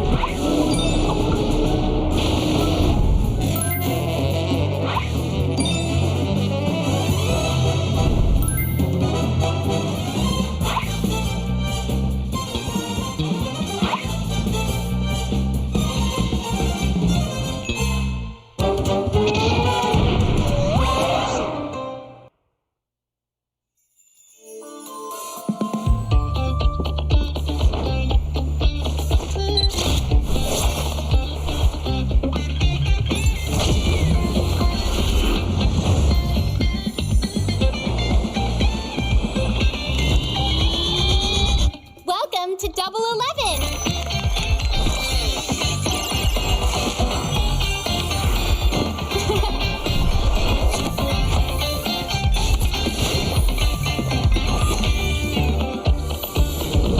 Amazing prices, amazing styles.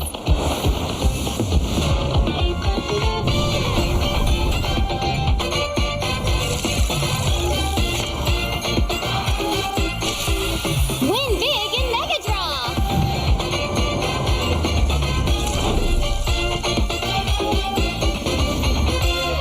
Lowest prices, incredible benefits.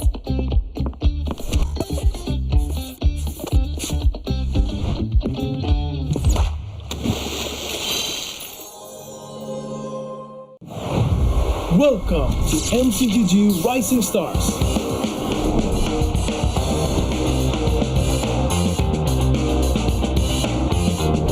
From September 12th to October 19th, take part in the regional contest, open to all players. Step up and prove your strength.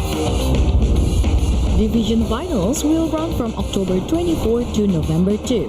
The top 16 players in each division may advance to the next stage of MRS. Check your in-game mail for information.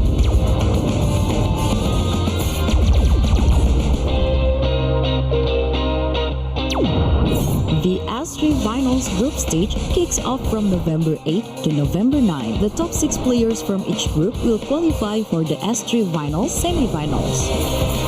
The semi-finals will be held on November 15. The highly anticipated grand final arrives on November 16. The champion will earn a direct qualifications for the first MCBG World Championship. The battle is on and the world is watching.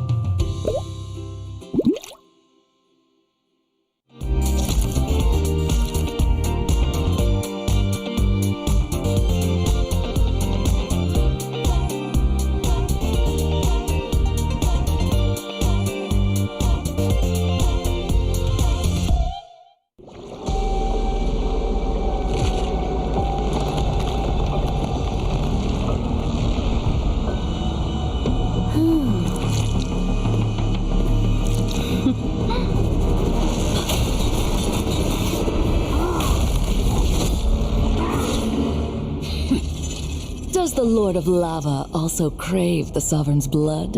Fool! The tyrant's remains will only bring doom! Their brutal dominion, our warriors were corrupted into foul bonds of decay. Sovereign of the Abyss, Obsidia. The curse still flows within the Sovereign's blood.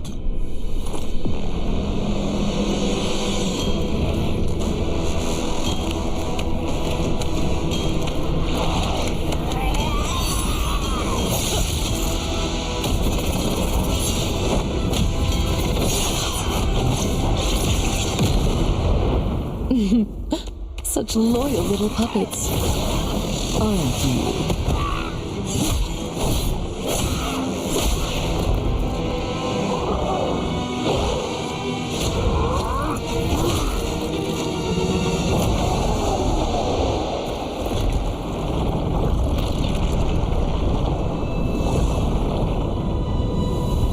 You are merely a puppet, no different from my spawns. Bow to me. Keep your throne, or be destroyed. The Abyss bows to no one.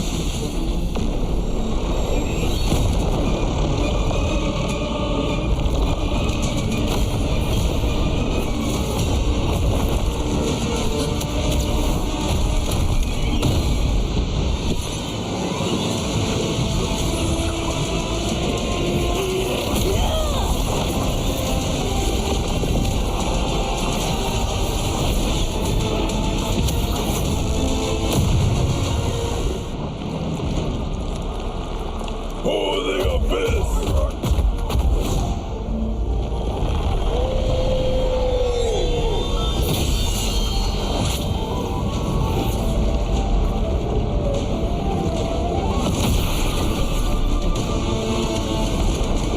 These wretched spawns reek of its corruption.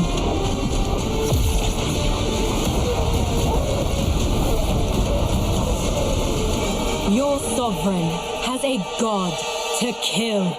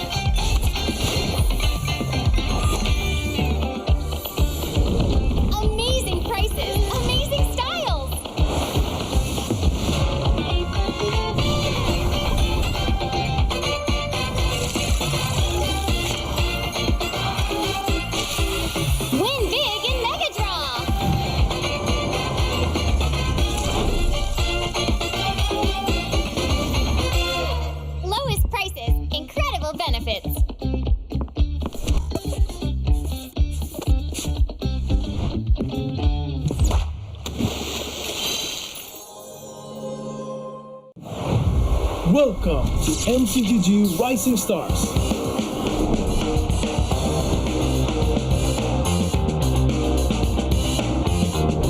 From September 12th to October 19th, take part in the regional contest, open to all players. Step up and prove your strength. Division finals will run from October 24 to November 2.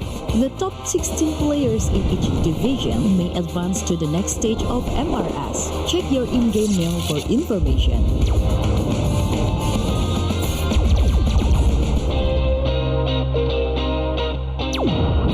The S3 Finals group stage kicks off from November 8 to November 9. The top 6 players from each group will qualify for the S3 Finals semifinals. The semifinals will be held on November 15. The highly anticipated grand final arrives on November 16. The champion will earn a direct qualifications for the first MCBG World Championship. The battle is on and the world is watching.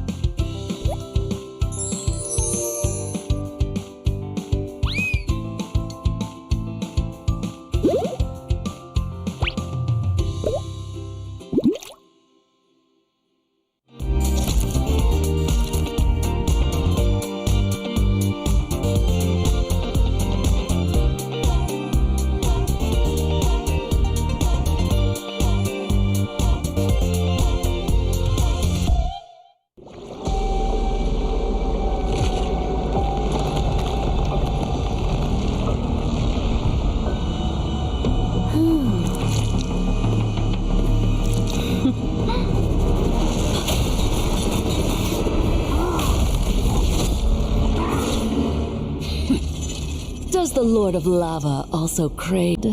Fool! The tyrant's remains will only bring doom! Under her brutal dominion, our warriors were corrupted into foul bonds of decay. Sovereign of the Abyss, Obsidia. Her curse still flows within the Sovereign's blood.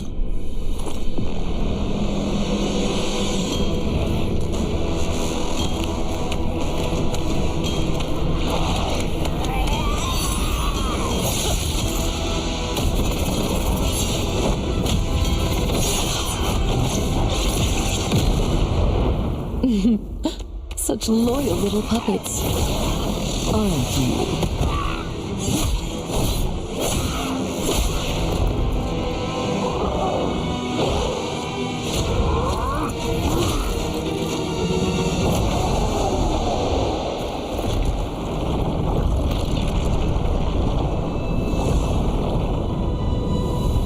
You are merely a puppet, no different from my spawns. Bow to me. Keep your throne, or be destroyed. The Abyss bows to no one.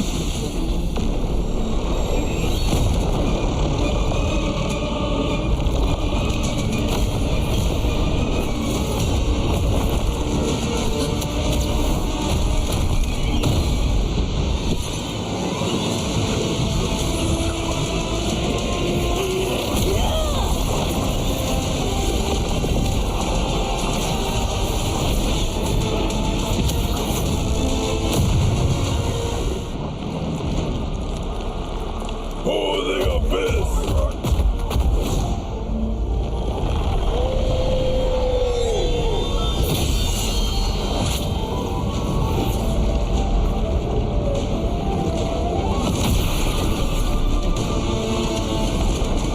These wretched spawns reek of its corruption.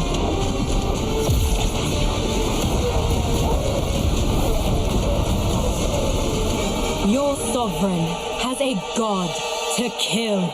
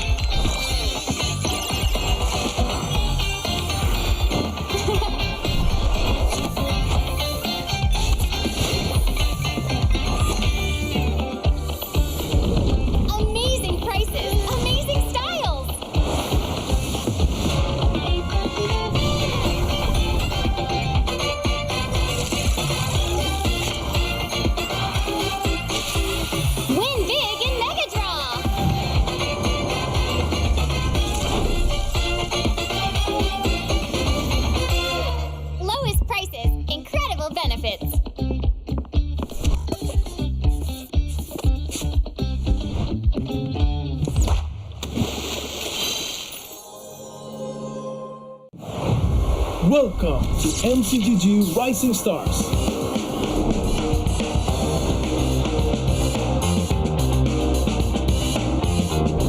From September 12th to October 19th, take part in the regional contest, open to all players. Step up and prove your strength.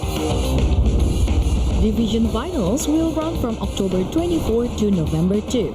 The top 16 players in each division may advance to the next stage of MRS. Check your in-game mail for information.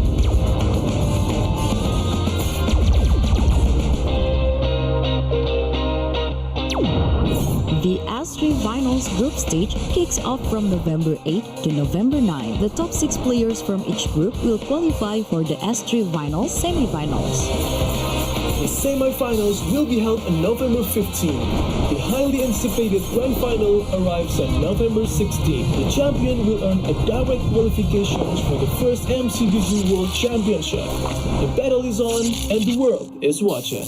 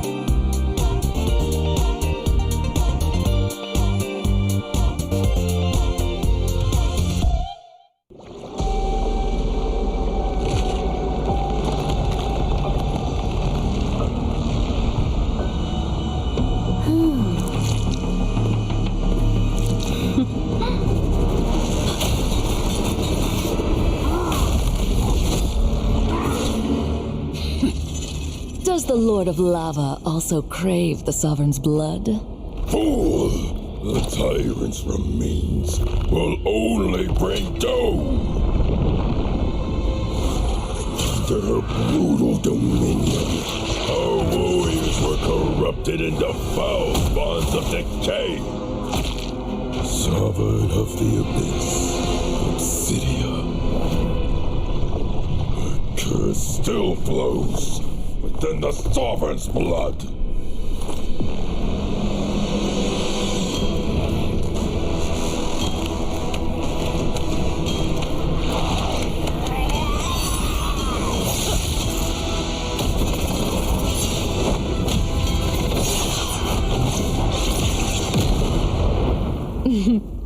Such loyal little puppets, aren't you?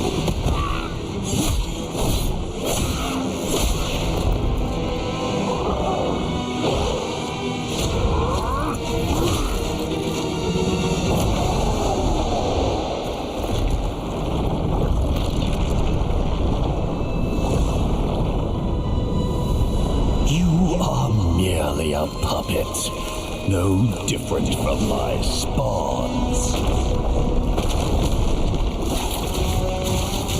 Bow to me. Keep your throne, or be destroyed. The Abyss bows to no one.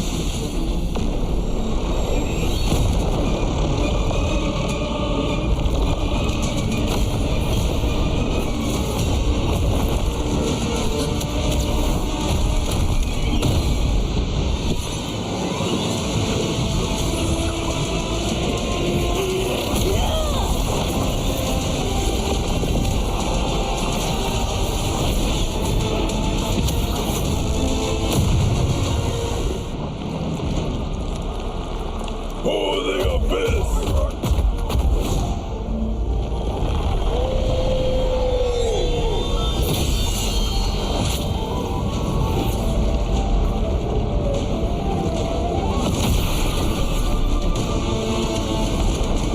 These wretched spawns reek of its corruption.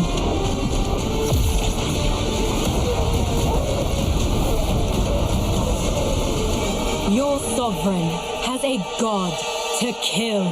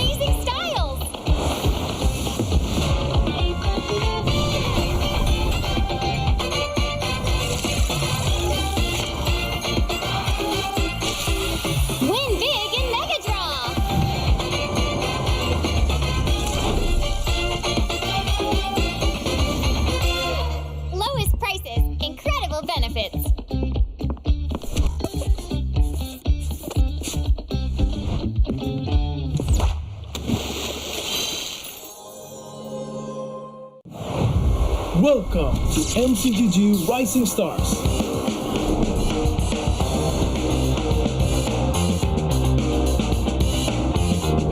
From September 12th to October 19th, take part in the regional contest, open to all players. Step up and prove your strength.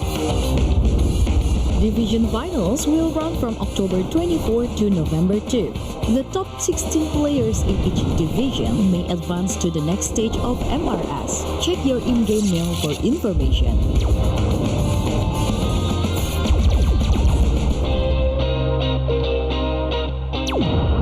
The S3 Finals group stage kicks off from November 8 to November 9. The top 6 players from each group will qualify for the S3 Finals semi-finals.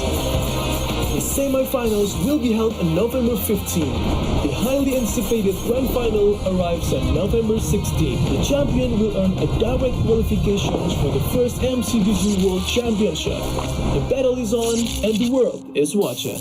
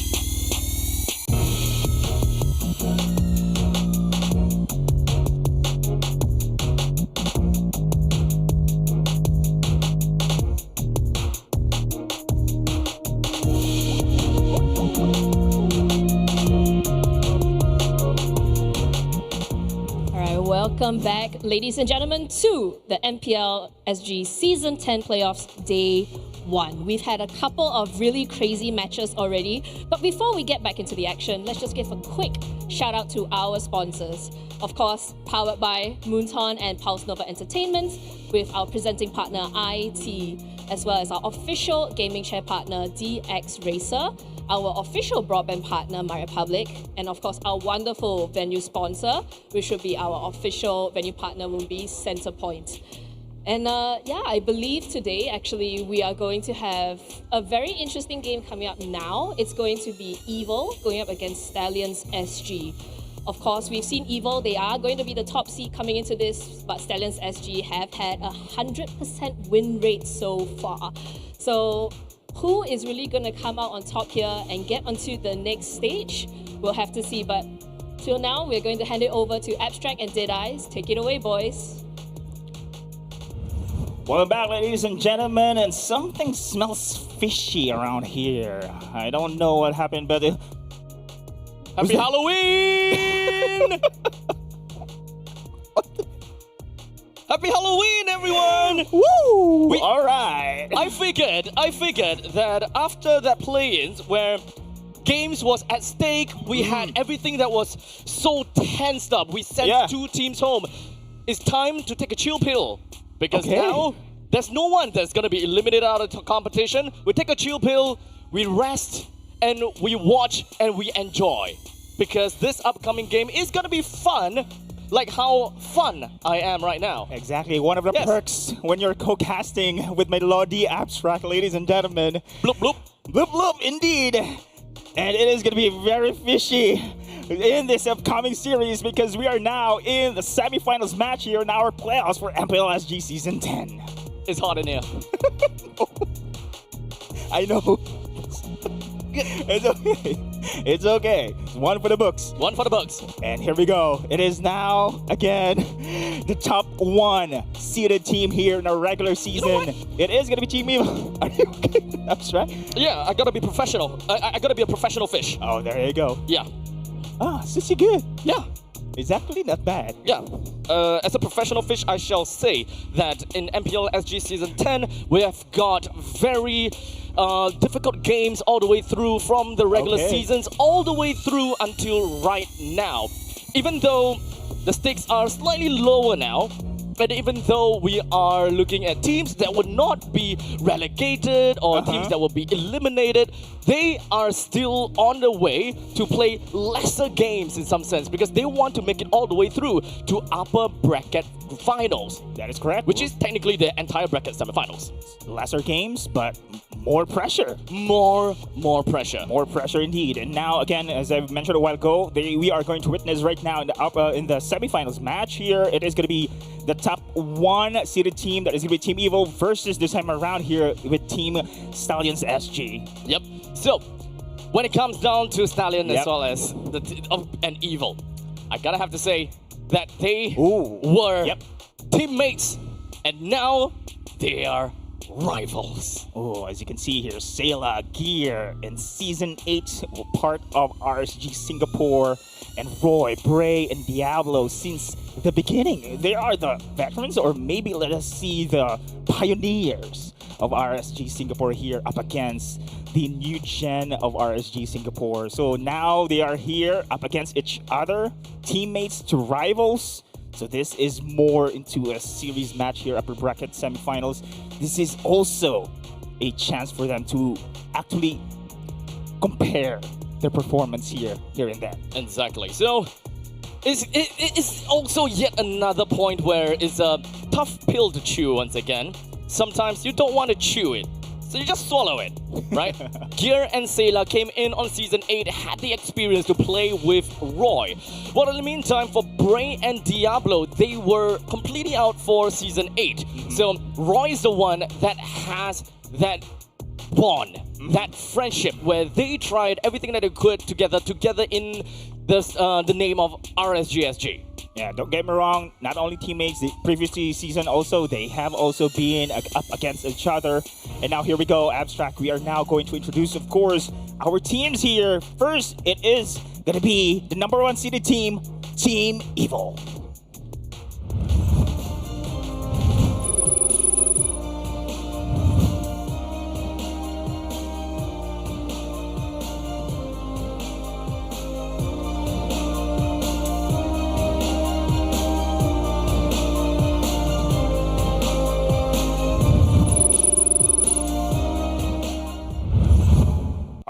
Team Evil, ladies and gentlemen, it is going to be Gear here in the EXP, either on the jungle, Sayla on the mid, Van in the gold, and Powerful on the roam. Again, this is one of my favorite teams since Season 8. And now, again, the combination between Powerful and Sayla, the mid and roam duo, always very effective here when it comes to their rotations. And now Gear joining here again on the EXP this time around.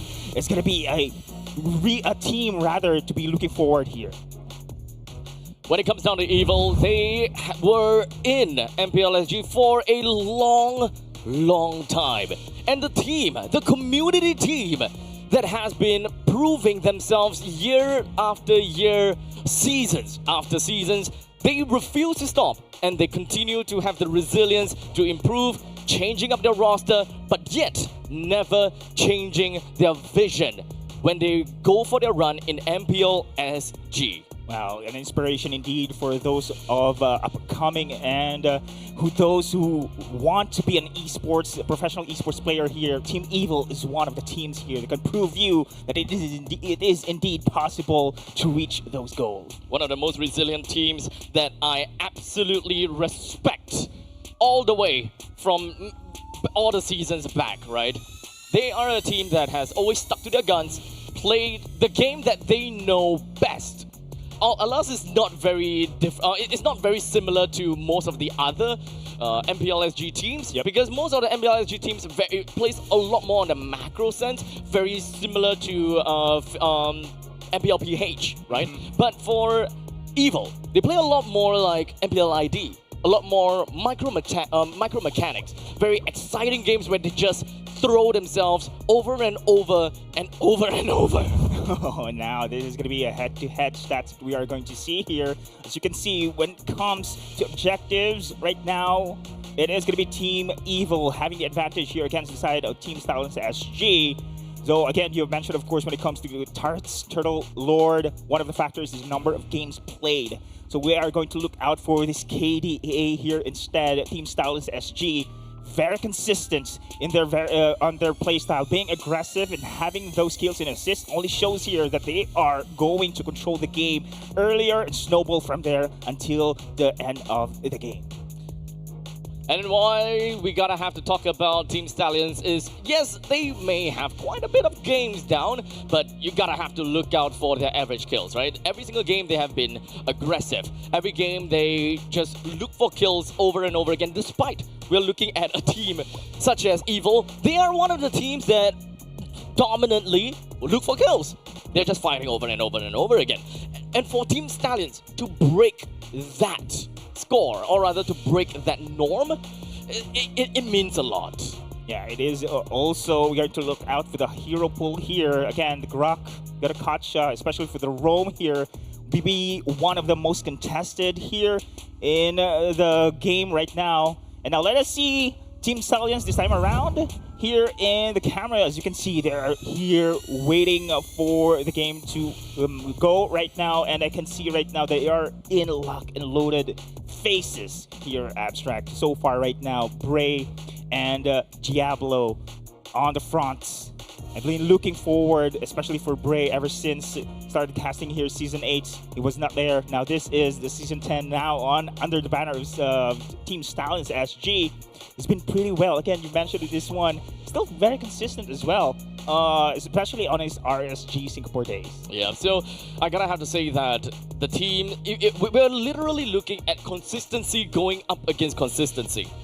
Two teams that have been known for their absolute consistency in many different ways, right? Be it their games, be it their runs. Evil have got time and time again finding themselves in runner-ups, first runner-ups, second runner-ups, you know, even when it comes down to their very first time into MPL SG, found themselves in third runner-up already. It's kind of insane and kind of scary how we're looking at that. They have been hovering around that runner-up state for a long time now, and we want to see that changed.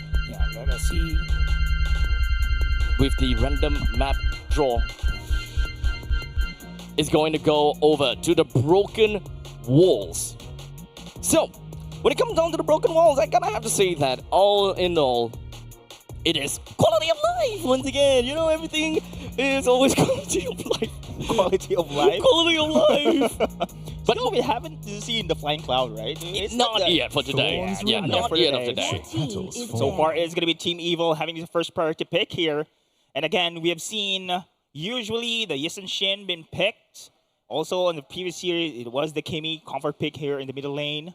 Mid lane priority. But now, I'm looking forward again for the Grok picks. The aggressive play. Oh, will we be able to see the Martis once again coming in from Diablo? That was a cheeky pick. I didn't expect the one out of the AXP showing up here on the playoffs. But it is possible here. We have seen how aggressive Team Stallions are when it comes to controlling the tempo. So this could be it still for the side of Team Stallions here. If they want to be very aggressive, the Grok as well as the Martis combo here against the side of Team Evo. Immortality? So far, the bans are very, I would say, very expected. Nothing too out of the ordinary for now. With the CC, the Alice, I'm pretty sure that the Angela is going to be will not be seeing light in this case.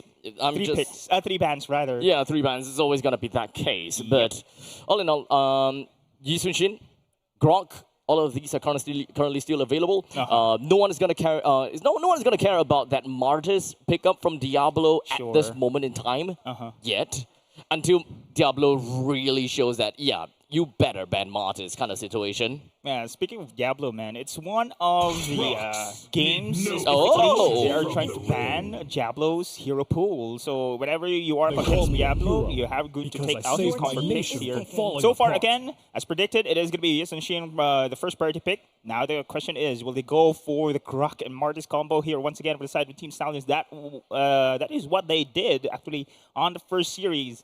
And now Angela is pretty much open. You mentioned, of course, usually is Angela, Alice, and the CC bans from the side of Team Stallions. It's pretty much open here. Will they be able to commit this, though? I don't think that we'll be expecting to see Angela first phase pick, at least for now.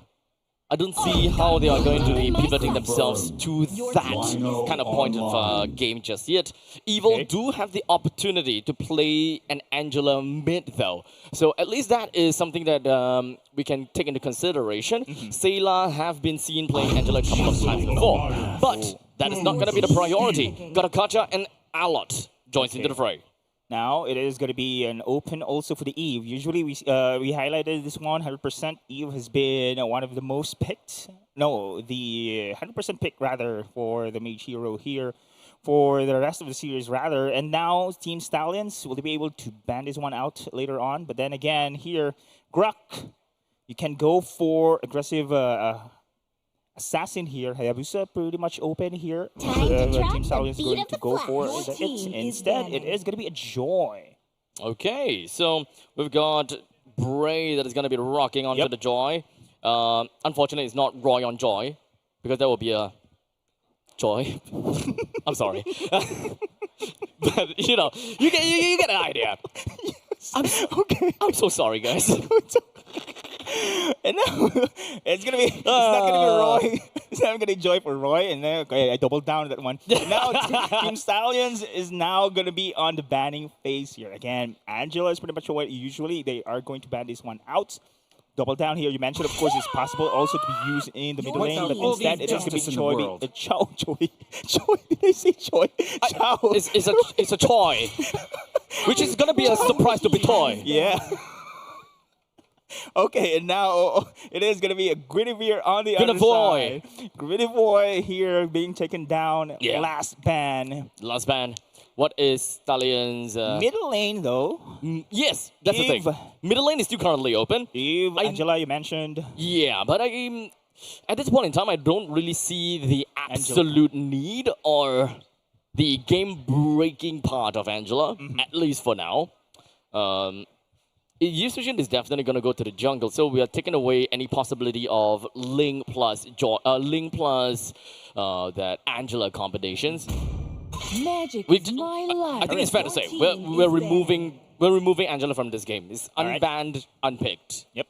Okay, it's not going to be considered here, but it is going to be Esmeralda will be taken down here. But then again, they have this already been banned here for the side of Team Stallions SG. Yeah. Now on their side lanes are actually lacking here for the side of Team Stallions.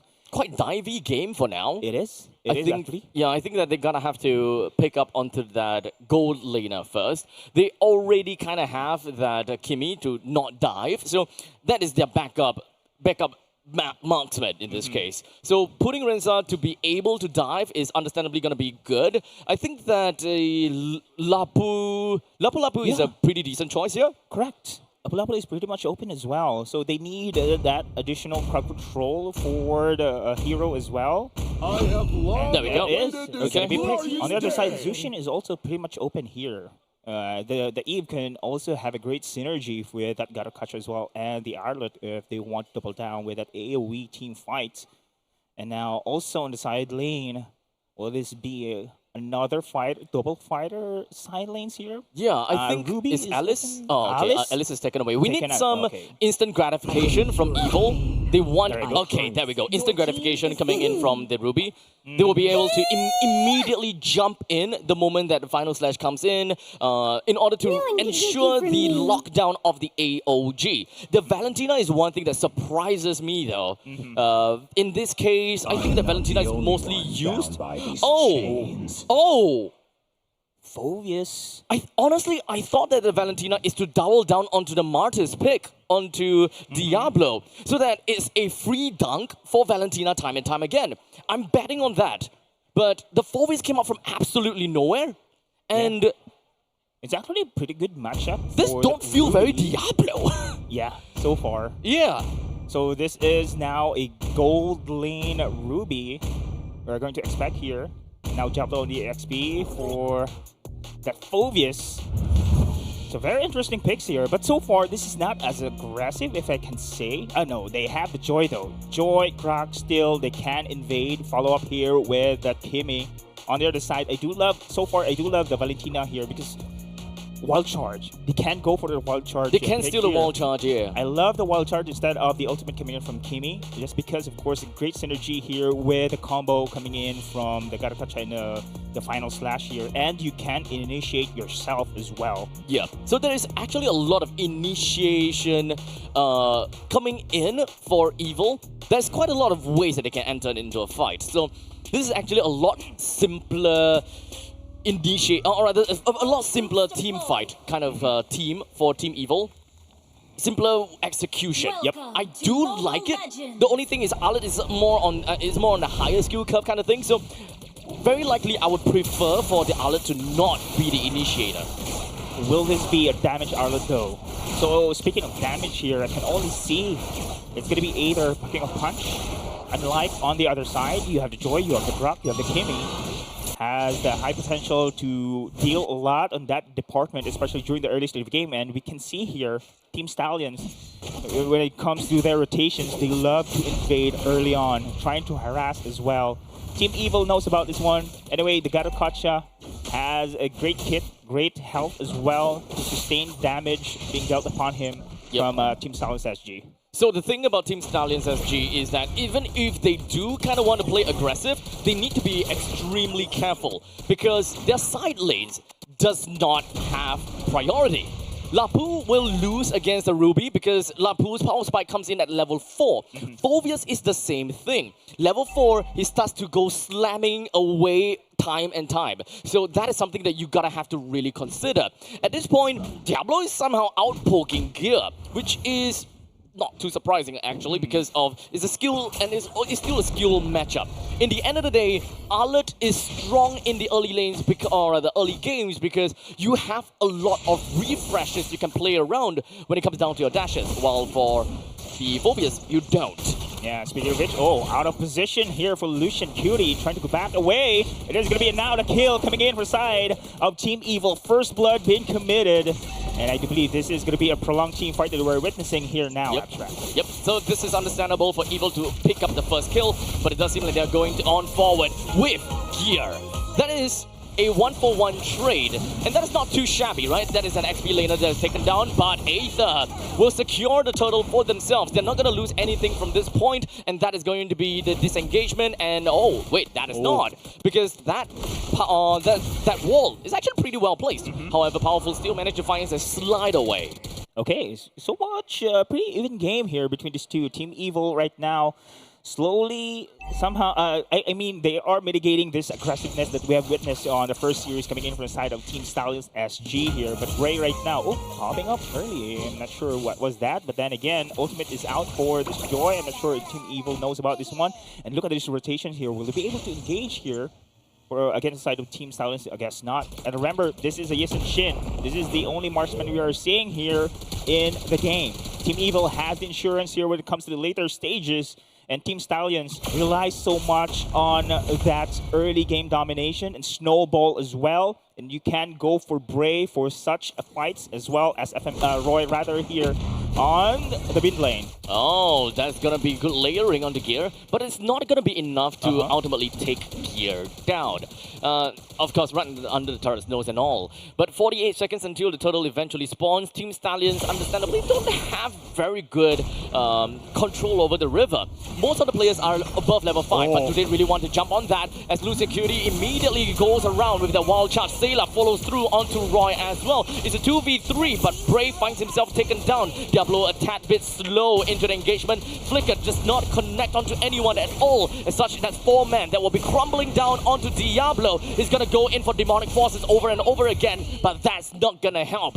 Aether picks up a killing spree. Wow, beautiful rotations here and follow-up coming in from the side of Team Evil. Team Stallions here, caught off guard.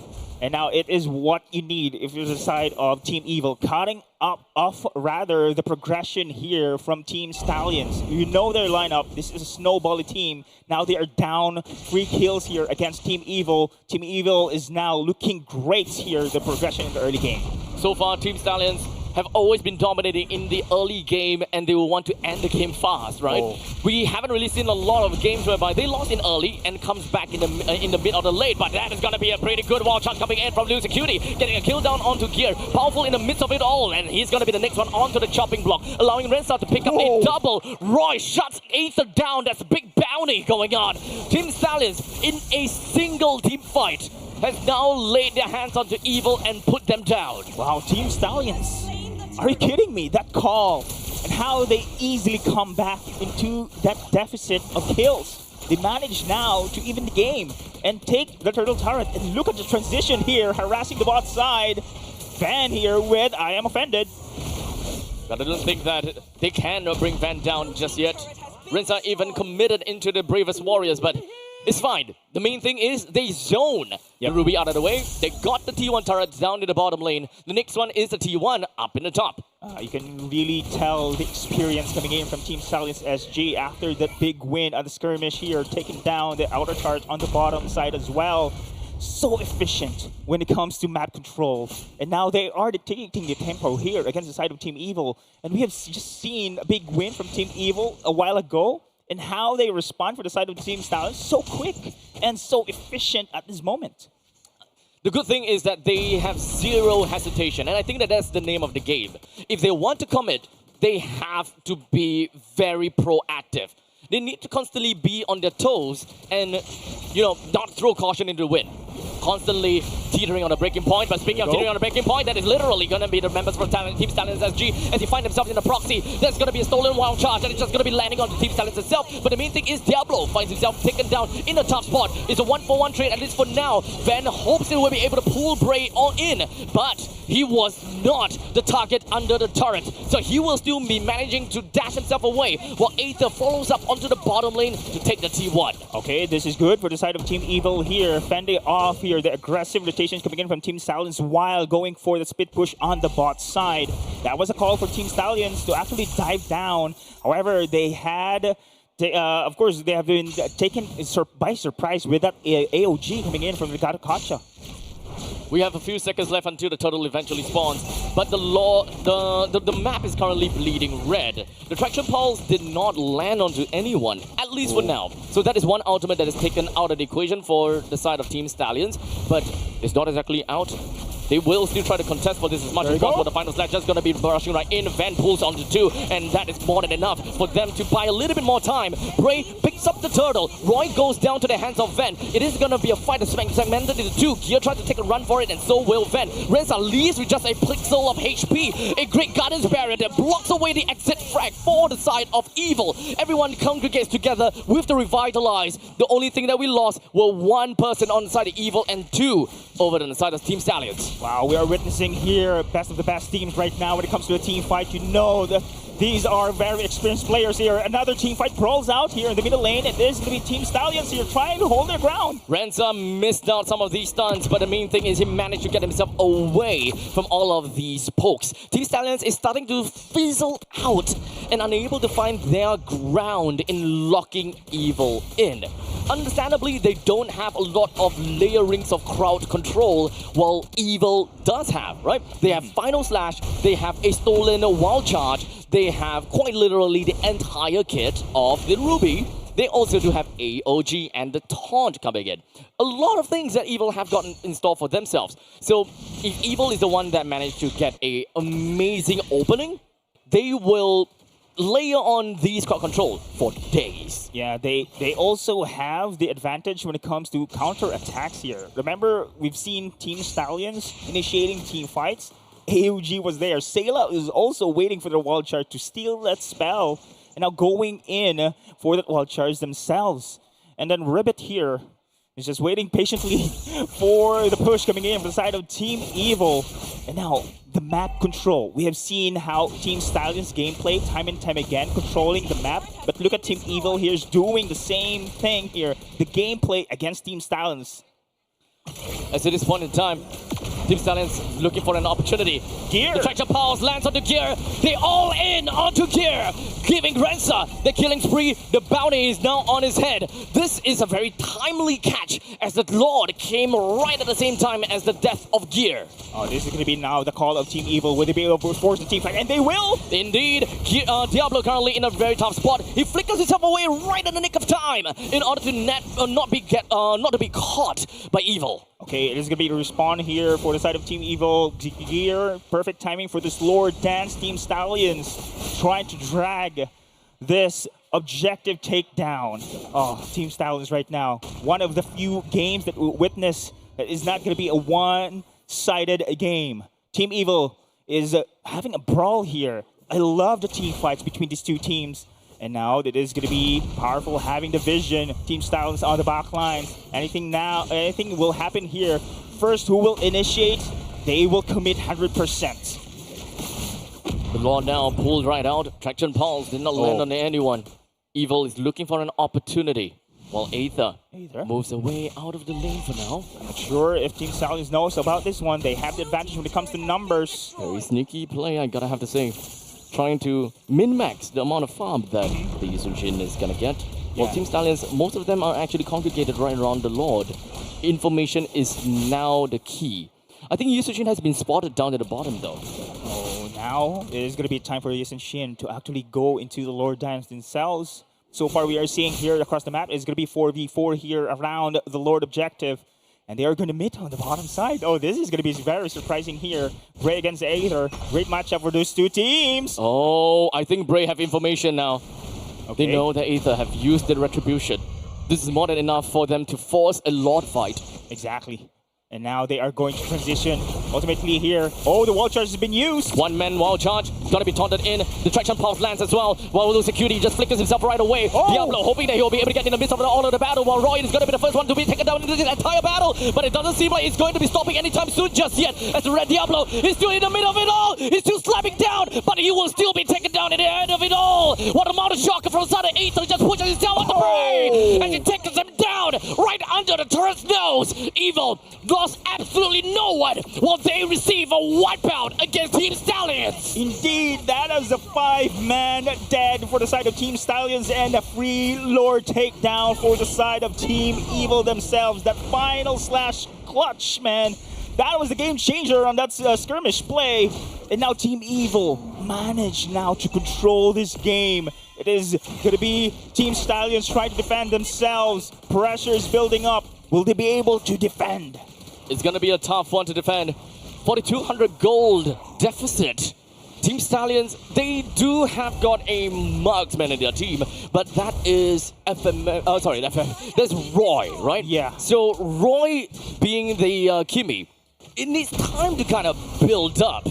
Yeah. If they don't give that Kimi any time at all, she's not going to be shredding anyone else down, but it's an exponential increase in damage as long as her passive stacks up. Yeah, I agree about that one, but compared to Aether and the Yes and Shin, this is much scarier here. And now they are going to push through. The Lord is now on the top side as well. Ultimates are up for the side of Team Stallions SG. Barrier also been committed. Oh, there you go! Immediately, Roy gets caught. That's the marksman of Team Stallions! As such, Ritza will try to go for a reach frag right onto Ven, while Brave moves on to the back, takes Aether down. One-man army from the side of Brave. Double kill collected from the side of Team Stallions. They are going on a comeback, and they want to bring down the entirety of Evil, and that is exactly what they will do. Oh, that is going to be a counter team wipe here. Team Stallions this time around, despite, of course, the inhibitor turret gone onto the top side, they have managed to defend bot time, and now it is going to be time for them to push themselves, taking down outer turrets here one by one against Team Evil. What a game you are witnessing here, Abstract. Now, this is indeed one of the top teams that we are brawling here with each other, rather, and Van here trying to hold their ground. Fortunately for them, inhibitor is still standing here. Still much time for Team Evil to recover on that loss. So, what is it gonna be like for now? It gonna have to come down to a situation where Evil needs to come back again, right? Bray had got free entry all the way to the backside and managing to take Aether down. I think the main thing is the bounty has been collected from Team Stallions, and they have now resetted themselves and reset their economy. They were 4,000 behind. Now, only 500. Oh man, economy is being equalized here between these two. Team Evil, they have to be very careful. You know how dangerous it is. Powerful is caught off guard. AOG being committed. Bray is here as well. Oh, Bray! He manages to find Aether. Well, that is a two-man. Well, Chance with security does what he could. Well, Van, he's doing what he can to buy as much time as possible. But in the end, and alas, the double kill collected from the side of Team Stallions. Well, Evil have only Sailor and Gear to speak for. Oh my goodness. Bottom lane destroyed. Sacrifice they are willing to take. Team Stallions here, inhibitor tarts gone, but then again, they have won that major skirmish play, now getting this Lord advantage into their side. This is not yet over, even though, of course, Team Stallions is behind when it comes to map pressure, minion waves as well. But with this Lord, they can ultimately win this game if they manage to, again, win another major team fight. At this point in time, with the Lord that's going to be marching in the middle, this is going to help Stallions pillage a little bit more from Evil. At this point, economy is not that big of a deal anymore. No. Guardian's Barrier used just so that it can buy a little bit more time, sync up the waves in order to go for a fight in tandem with all lanes combined. That is correct. Look at this equilibrium when it comes to lane pressure here. That is very important. Now there's going to be a siege in the middle. There's going to be a through man, of course, final slash, but unfortunately that's going to... Oh! Lucy! That's what we want to say from Team Stallions as they knock right on the doors of Evil. With two men already taken down, the rest of Team Stallions, they are not going to be showing any pity over to Evil. The Lord still stands tall. Diablo with the winner crown right in the base. They are hoping that they'll be able to wipe out every single one of these inhibitor turrets. Fan fights back after losing Cutie. The rest of the members from Team Stallions are starting to fizzle right out as Evil manages to defend and pushes the rest of Team Stallions away. Oh, just like that. Just like that, Abstract. Look at the comeback potential. Look at here. Team Stallions managed to take down inhibitor turrets again, the side of Team Evil. OMG, the power of the Lord and the power of Team Stallions as well when it comes to aggressive plays. Team Evil, give credit on how they be able to defend that one. That was really difficult without gear, without Aether. On that earlier skirmish play, they managed still to defend here. Team Stallions, I thought that was going to be the game ending. Respawn time is still there for the side of Team Stallions. And Inhibitor Tire is still standing in the middle lane. Still, it is going to be an even game between these two. It's tough when it comes down to the economy. Most of the members from the side of Team Stallions have already gotten their last item. In fact, Diablo has just picked up his final item.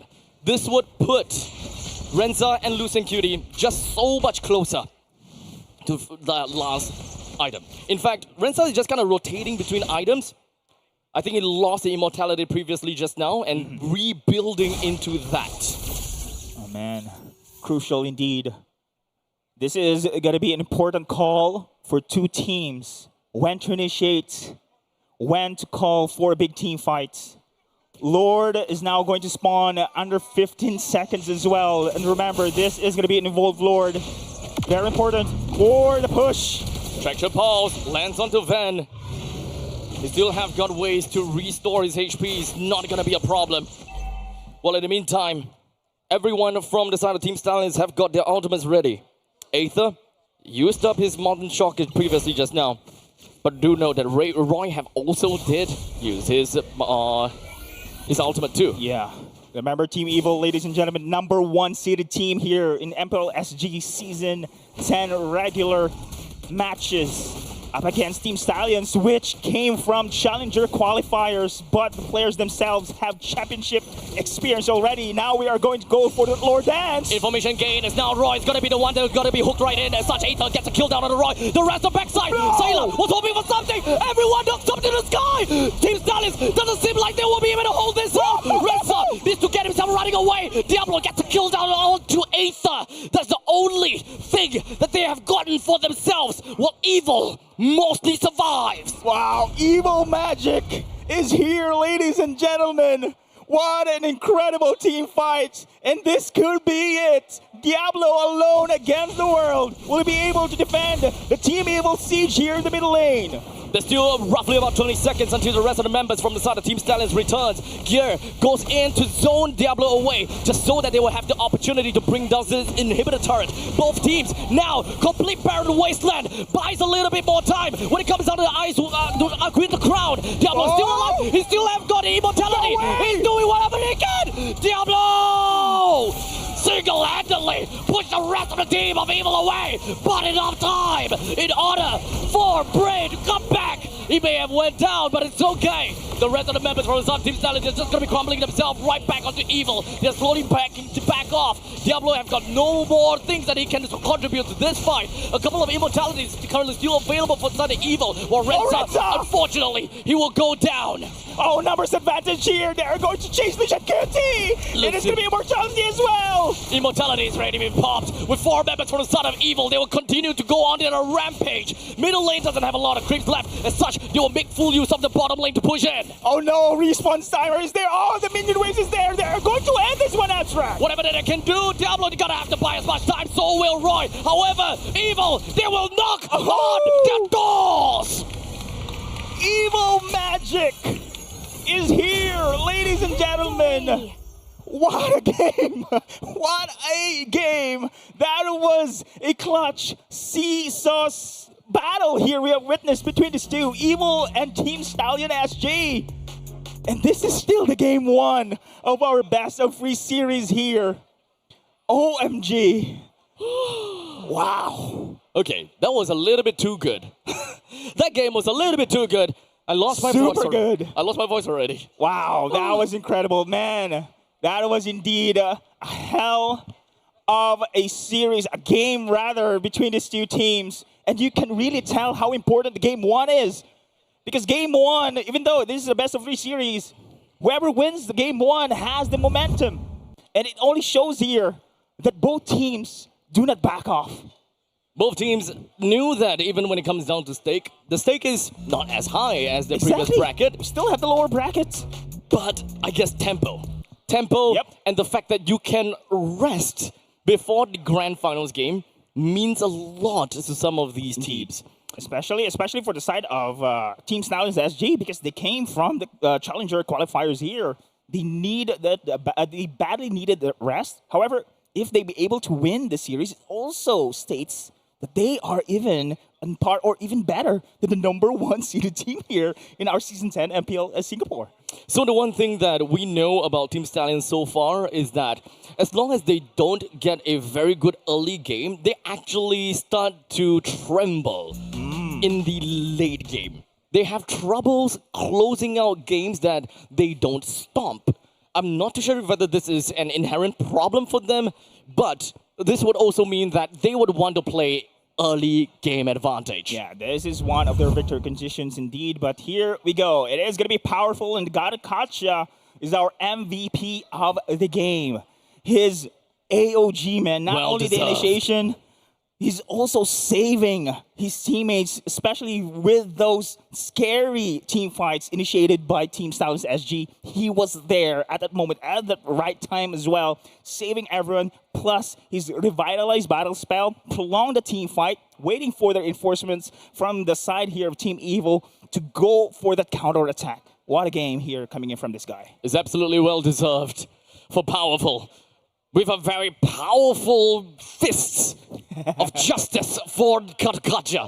They got themselves game number 1 in the bag. Wow, this is still the game 1 abstract here. We're looking for another game later on, but here we go with the game stats. As you can see, it's still pretty much even between these two here. And what's the difference rather from all the games coming in from Team Stallions SG?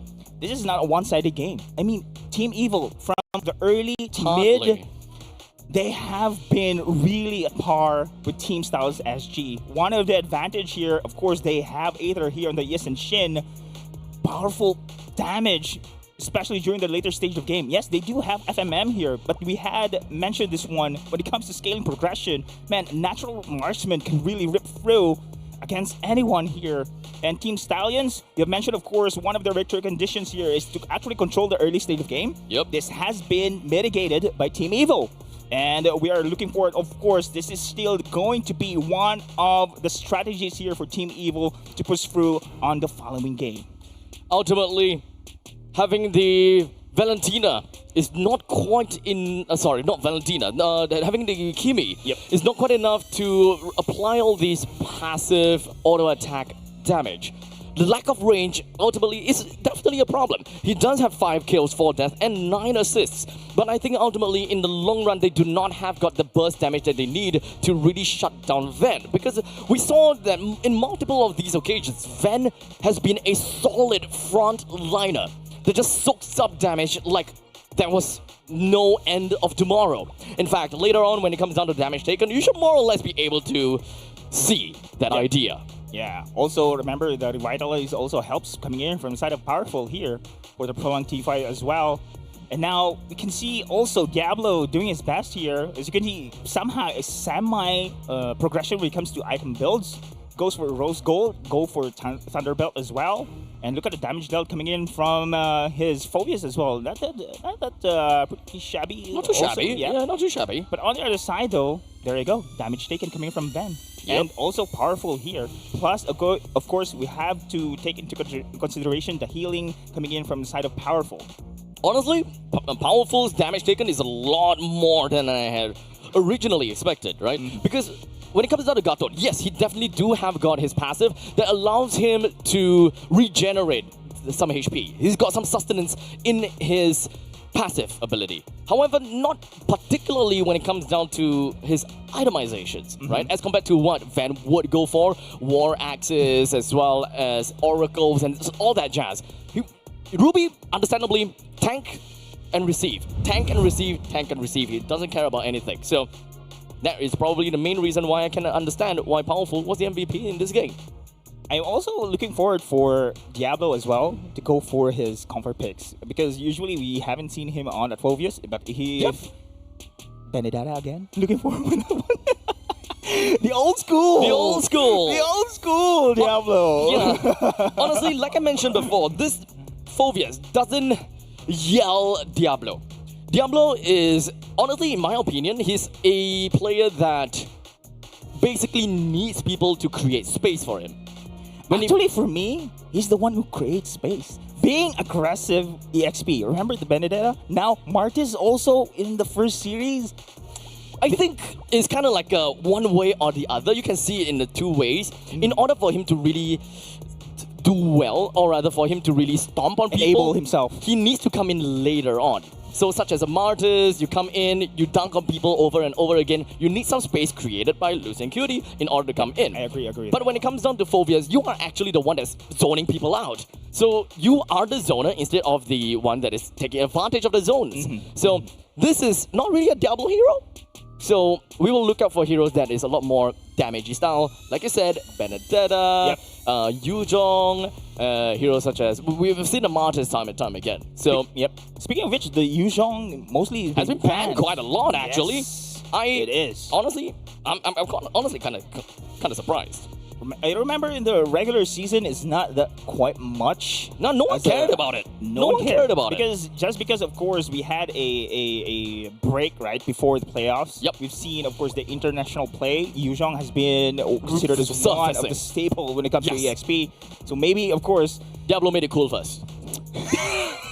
He's the meta maker, bro. Yeah. He always is. But in actuality, right, in fact, right... I think he started the Yuzhong before all the other region does it, right? I mean, correct me if I'm wrong there. I remember the Benedetta, always. Oh. The Benedetta Revitalize. Everyone's copying that one. It's kind of weird still. It's still kind of weird, not gonna lie. Yep, still very effective. That's our Diablo.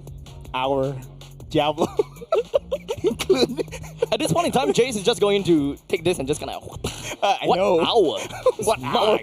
You're an imposter. But anyway, yeah. That's a match point game. That's match point game. Wow. Team Stallions, they climbed whatever that they could. And they did whatever that they could in order to go absolutely ham.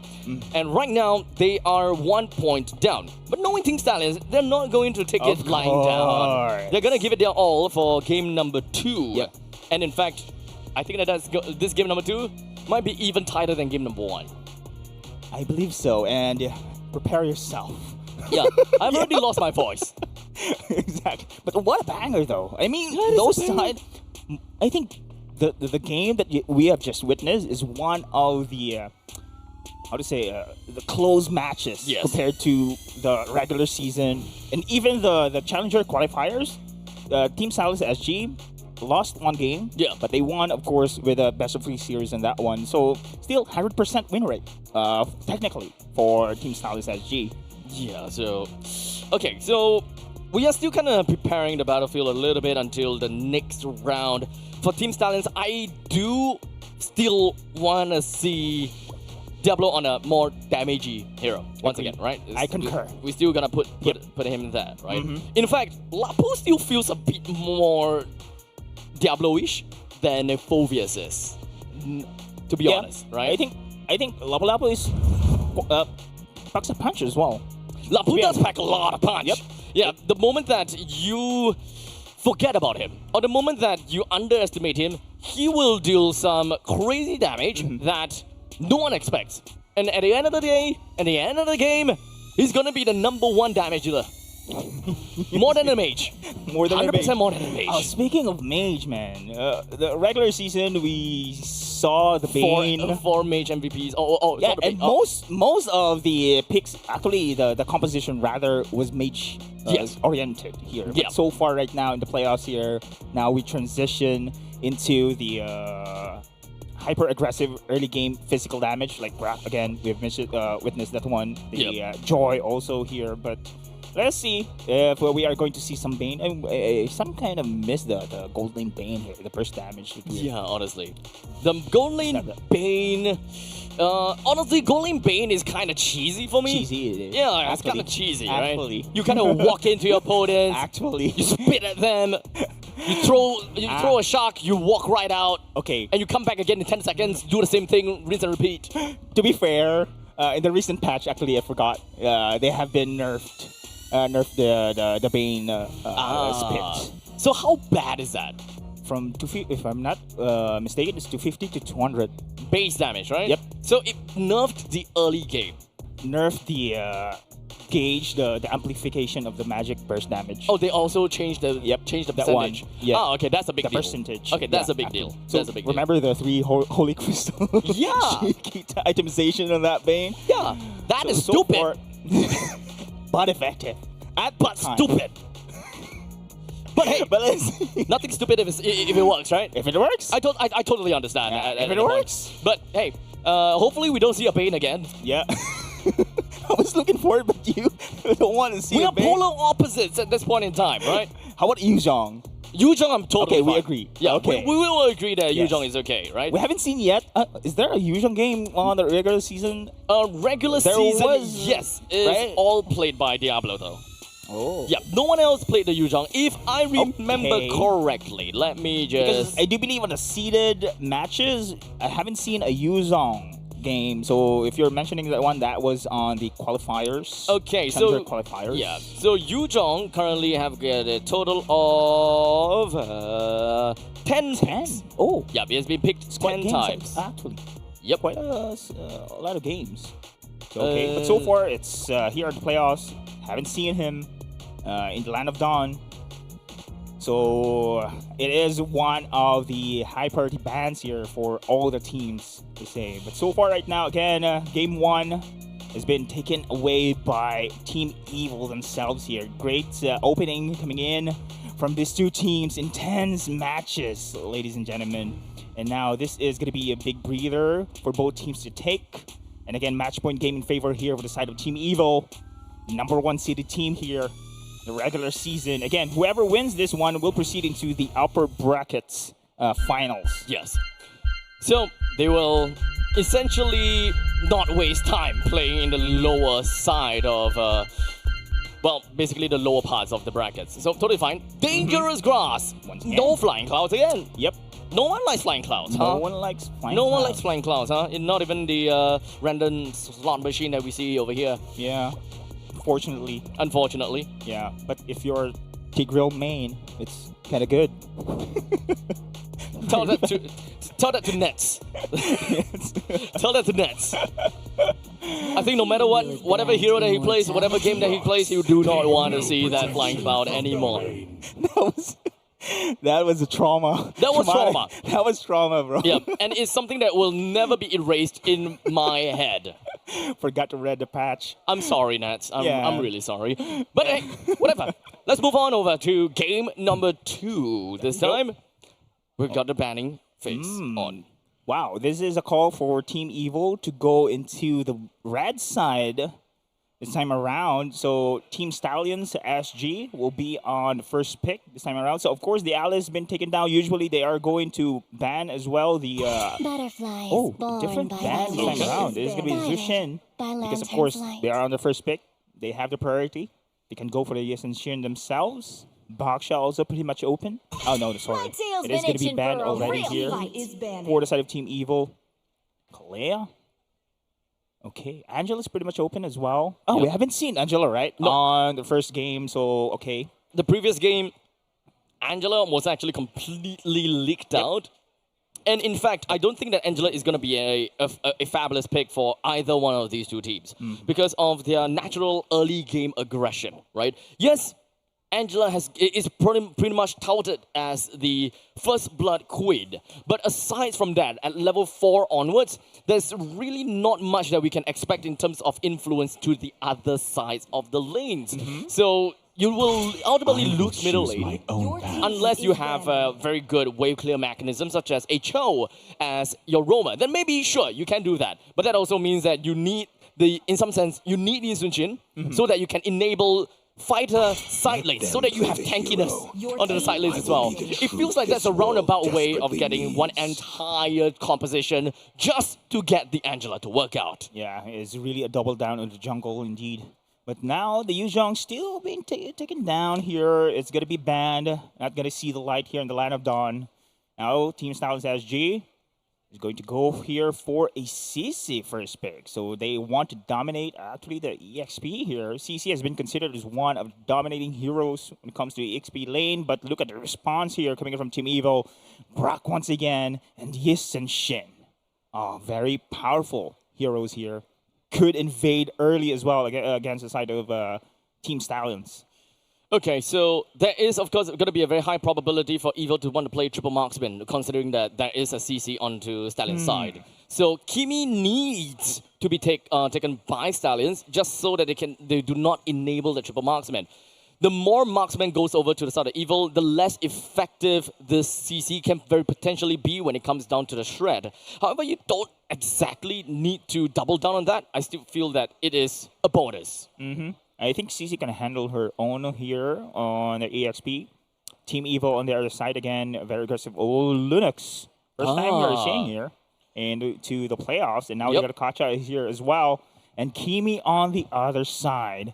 So when it comes, of course, to AoE damage and harassment in the early game, Shin, Kimi, Grab. Okay. This is very stable. So Stallions indeed is going to give the Kimi over to Evil. So the triple marksman is definitely gonna come into play here. Whichever marksman that is sustainable enough and can deal with a CC is gonna be important. I would generally say that most marksmen will have a problem with a CC, so... Do you think this is a gold lane Linux or... This is a gold lane CC, CC? And a mid lane Linux. Okay. But it can still change. Not towards my favor, though. I definitely do not want to see Diablo playing a CC in the XP. But we'll see how that goes. Yep. So they can here on the other side, though. So Team Stallions so flexible as well so far when it comes to their drafts. But I could not see bursty hero so far, but Reap is there. DPS damage is there. Wipe out all the Got to catch up with the follow-up, but hard initiator itself, I think this still needs for the side of Team Styles SG. Tankiness indeed here will be taken in for the side of Team Evil. Uranus. Actually, you know what? Having an Esmeralda picked by Stallions is good, and their X Factor. Their X Factor. I want to see Bray going with Ling. I think that is going to be the X factor for them. Since they gave the Kimi away, they gave the Yushin away, they need an access to the back lines. I did not suggest Fanny solely because of the fact that there is a Grok. A Ling is a very greedy pick. However, the only pause one of Stallion. They're going to go for Hayabusa here instead. It is more consistent, I'll say. Oh, there you go. Gold lane CC indeed. Yeah. And now EXP here. Oh, Xborg also. Okay. Pretty good matchup. Okay. Okay, Xbox Gold. So they are actually not going to triple marksman this. Nope, not this time around. Yeah. But then again, having a Yes and Shin as well as the Kimi is good enough here. They have progression in the later stage of the game, harassment in the early game as well. I expect Van, especially when it comes to invasion, can go for rotations here against the side of Team Stallions SG. Now on the other side, of course, having Khalid coming from Diablo. This is what we want here, Abstract. We have definitely seen Khalid being played by Diablo a couple of times. And this is not the traditional Khalid tank. It's very highly likely that he still uses Concussive Blast. However, his first item will be the Blade of the Heptases in order to be more of an assassin style kind of thing. This way they can be very aggressive in the early stages with a Fury Hammer that works for him. I do believe he has the advantage also compared to the Uranus when it comes to clearing the waves, mobility-wise as well. So with the passive coming in from the side of Diablo, but then again, Van right now, this is also surprisingly being picked here by the side of Team Evil themselves. And here we go, ladies and gentlemen. Oh, how aggressive it is for Diablo to do that one. Yep. And this is the kind of Diablo we want to see here, especially for the match point game against Team Evil. This is understandable in the early phases of XP lane. The good thing about Stallions, or rather the good thing about having a Diablo that plays very aggressively, is that they actually don't need to put a lot of manpower to help Diablo, because The heroes that he picks are generally very strong in lanes and generally will always get himself that lane priority. So clearing out the waves or poking out the XP lane and then providing the backup in the middle lane if very so needed. Yeah, I am expecting that one as well, Abstract. And usually Diablo, he can rely from this player here to hold his ground after he clears the waves. Look at him, his rotations. It's always like that. After he clears the waves, he's going to go for the mid, but this time around, of course, waiting for the opportunity here. But Team Stallions, for all the series, especially compared to the first series, they are actually being mitigated when it comes to their aggressiveness. It's not as fast as we have witnessed against the side of Absolute Zero. So at this point, we're still going to be looking at a slightly more...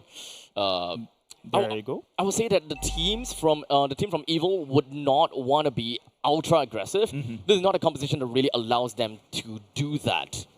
While Team Stallions, they themselves want to be aggressive. So small little information, Lucian at least finds powerful, and this actually flushes out the rest of Team Stallions out of their hidey hole. Now it is going to be a neutral objective right now, spawning in here in the game. 2-minute mark. Powerful is here, Sayla as well. Level 4 for the Kimi available. Team Evil trying to control this. Van here having an advantage really against the TC with fire missiles as well. Position is the key. Level 4s are up. Who will initiate first? That is going to be the big question. Gear doesn't have a lot of HP to work with, but that is a 2-man lockdown coming in for the side of Evil. They managed to do quite a number over to Roy, but he does have got brilliance to get himself right out of there. And of course, the Desert Sandstorm for Diablo, he's gonna be fine. The Quicksand Guard and all. But now the Turtle goes over to the hands of Bray. But the rest of members from the side of Team Stallion just focusing down onto Evil, taking him down with no problems whatsoever. As now the spinning retribution coming in from Van will want to blast the rest of Stallions out. But they're not Team Rocket. Team Stallions will still stay on the ground. But this is, for me, a big win here for the side of Team Stallions here. Oh, powerful flicker's been used. That is going to be the curtain call. And tons of yo-yos right in the face of Powerful. Now action, he is here. And I thought this is going to be a slow-paced game. Lucian QT will still survive on that one. But Team Stallions managed to take down the Turtle, managed to take down Aether as well. Even though, of course, they lost Diablo in that sequence, it's still their upper hand in that result of the skirmish play. So with the items all out, we are looking at massive amount of Fury Hammers coming in from even the Khalid and the Hayabusa and such. But Bray, oh, damn! Didn't expect that one. Yeah, just smacked him right out of the lane. But now Aether will apply the pressure back onto Diablo. A little bit of a one-for-one trade. Didn't really quite go to anyone, but slightly more over the Stallions because they touched the whole... they managed to touch a little bit of the energy shield. Okay, that is going to be 2 deaths in a row here for Diablo. But I was expecting as well the power coming in from Aether in that one with a Quicksand Guard. And I thought it was being held with that damage reduction. But no, the critic damage is just so much here over the side of Aether here in the ES and Shin. But so far right now, Team Stallions and Team Evil going for their pace. Diablo and the rest of Team Stallions always going to prioritize here the EXP. This is, I think, 2 skirmish plays already. They prioritize here in the bottom lane. And now we're seeing this the same thing here in Gear trying to hold his ground. 3 seconds until the next turtle. In reality, we don't really need to see so much engagements down in the bottom lane because it's not easy to kill Gear, right? And in fact, Gear can actually match up to Diablo in terms of rotation speeds. So you can see, right? Even though Diablo is actually on the sand and naturally can run fast, but Uranus is also a fast runner despite how big size he is. And now is going to be the turtle dance we're seeing here. Who will take this one? Oh! Turtle goes over to the side of Van. The rest of the members from Evil will now look for an opportunity when an AOG lands. Diablo, unfortunately, did not land on anyone when it comes down to the Raging Sandstorm. He flickers himself right out of the arch, and Evil literally crumbles himself right over to Team Stallions. No one is going down just yet, but Lucian QT taking quite a beating. But no one died from that encounter. Now, this time around, it is going to be Team Evil having that advantage. Getting the turtle. There we go. They're going to push. The player that have to see is just bought by Diablo. Ouch. We can start to see a little bit of that early game power spike from Team Stallions. Evil did manage to take quite a bit of kills away from Team Stallions, But I'm mostly just looking out for what kind of menace Diablo would be. Oh man, it is going to be outer turrets being taken down here on the bottom side. Oh! Okay. It's fine. It's safe. Fine. Safe for now. But then again, the middle turret is not. It's been taken down here by Team Evil. And now they're controlling the game. Oh, wow, the carries everywhere here. And now it is going to be a push on the top side as well. Team Evil is on track when it comes to their objectives. Team Stallions currently, they have lost one in the middle lane, and that's their T1. Of course, the most important turret. They've just lost the top T1 as well. Well, in the meantime, Evil have only lost the bottom lane T1. There must be a bit of priority placed onto the top lane T1 as well. But they have to go for it a little bit slowly. Team Stallions, I think that they need to find some priority into who they want to kill first. Would it be the Yi Sun-shin? Would it be Sailor? Yeah, they must prioritize also the damage dealer here, but it's not going to be easy because, of course, there is powerful with the wild charge. Then again, there's going to be a team fight brawling here. Powerful with the wild charge that lands on the 2, the pressure power that lands on the 2 as well. Oh my. Reza, unfortunately, will be sliced to dice by the glaive of Aether, where the Ogi Shadow Kill is going to be hitting the entirety of Aether. But the power play from Aether allows him to pick up a double before Lucian Cutie shuts him down. Diablo flickers himself away, while the last insanity from Van melts Diablo into smithereens. Oh, so much resources here just to pick out Aether, and now Gear and Van will back away. Team Stallions SG here. Oh man, can feel the pressure already. Team Evil is on track, and now they are going to go for the third turtle, while Gear seeking attention here against the side of Team Stallions SG, providing the space here. And look at this one, another burst damage. The last insanity came in clutch, getting one free kill off of Gato Gotcha. Lucian Cutie had no time to respond to that at all. Aether picks up a free turtle. The mountain shock lands on the Renza. Renza flickers away. Doesn't seem like he has got the brilliance, but he still got away. Oh man, the damage stacks up already here. Team Evil controlling the game here. Another turret being taken down as well. Oh, Team Stallions SG. A taste of your own medicine here, Abstract. It is now Team Evil actually doing the same thing that we have witnessed in the first series from Team Stallions SG. They are controlling everywhere, the lane pressure, the objective takedowns in the turret as well. And the pick of place is just very good here for the side of Team Evil.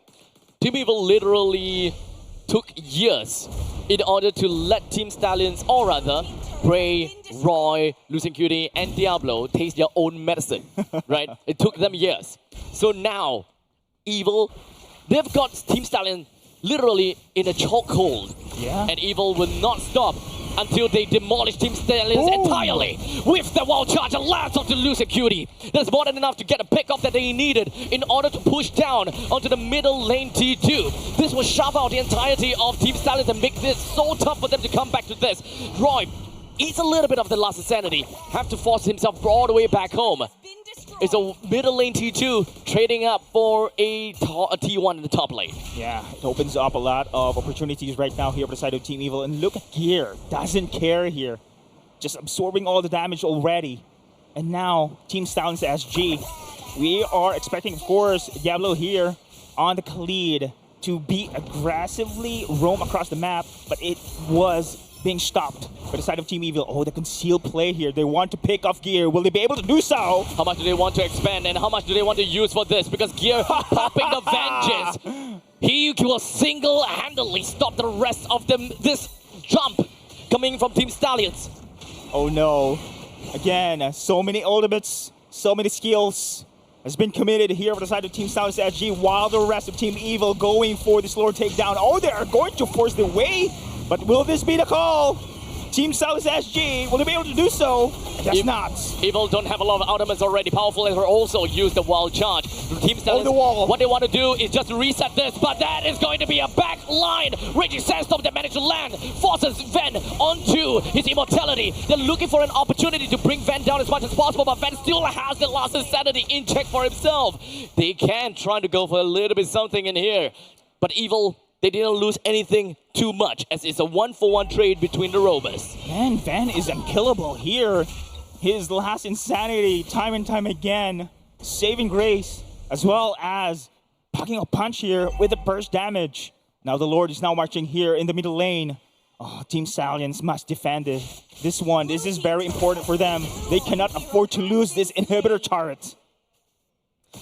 Bray currently does not have... Okay, never mind. He does have now. However, AOG is currently unavailable. The Lord is going to be puncturing down over to the mid lane T3. Looking for a barren wasteland. Evil strives and take a very proud stride in over to their base. Took down maybe about 60% of the T3 in the middle. Not quite enough. However, the next wave is going to crash it. Oh, they are going to force their way through. This is going to be upcoming siege here. Team Evil. That is going to be a two-man wild charge from Powerful. That is more than enough to actually lock down onto Roy before he even have time to go in for Brilliance. This is Evil, and this is their march down, and this is Evil making a name for themselves as they now will push in over to the core. Oh, they still have the minion waves here on the bottom side of the map. Respawn timers are still for the side of Team Stallions SG. They want to end this one here. And this is the over for Team Stallions. Oh wait, maybe not! They are trying to come back for a little bit. Bray hoping that he will be going for the Ogi Shadow kill, but Evil will drop Stallions down! Gear is hyped, ladies and gentlemen, and that is a sweep against Stallion SG. Evil Magic once again showcasing here against former champions on the other side. Team Evil looking good, now moves forward into the upper bracket semifinals here in our playoffs. This is not a result that we were originally expecting. We know that Evil is strong, and we know that they are going to be one of the top finalists of MPL SG Season 10. But we did not expect that Evil will get a 2-0 sweep against Stallions. Exactly. I'm actually expecting a best-of-3 game. Yeah, honestly, that is something that we all wanted, actually. Exactly. And now I have seen Team Evil can actually do the same thing, the aggressive play that we have witnessed here in this first series. Team Evil is just hype up. They're ready to face anyone here. And as a Team Evil fan, this is it. I'm looking forward here. And I thought last season was the best. No, Season 8 actually was the best lineup that they had. But now this is a great opportunity for them once again to take that title. But I know this is MPL SG. You cannot discount Flash SG. 4-peat champions. And also Stallions SG here as well. Former champions here. It's a great challenge here. But now, one step ahead here for the side of Team Evil. One match away for the grand finals. There is a lot of uncertainties right now. We have the first team that will be going up to the finals of the upper bracket. Yep. Which means that is the semifinals of the tournament. That is correct. We are almost there. And Team Evil, they are waiting. They're waiting for that one team to come forth. But before we jump on and talk about that, Aether, the MVP. Yeah, so far here, his Yasin Shin is a hero to be reckoned with, to be respected. He has incredible damage here as well. The threats, especially how they rotate here, Team Evil, specifically in this game too, against the side of Team Stallions SG, is just very immaculate here. I think Yasin Shin is still one of the most contested heroes here. First pick priority, nevertheless. Yep. I think the difference in these games thus far is that we are looking at a micro versus micro game. And Team Stallions wasn't exactly the same as back then, because back then there is a lot more macro game involved. Right now for Team Stallions, I think that they're focusing a lot more on the team fights. They're focusing a lot more onto ganks and to all these skirmishes. They want to engage in fights and really get advantage and trades off of that. And unfortunately, that means that they are playing in the territory of Evil, where they have been practicing this for years. And only shows as well. This is the result, ladies and gentlemen. A sweep here against Team Stallions SG. And look at this one. When it comes to objective as well, it's all Team Evil. all around. After big team fights, they are going to transition with those split pushes. And it really shuts down here Team Stallions SG. Remember what you said on the first series, right? One of the victory conditions, if you're up against Team Stallions, is to cut off their progressions in the early stage of the game, which Team Evil did and made it a snowball game into their favor as well. Heptases was the first item we have witnessed coming in from Diablo. However, of course, they prioritizes his lane, and I thought he will be the one roaming across the map. That's right. But it was Team Stallions actually focusing on the EXP. That's the thing, right?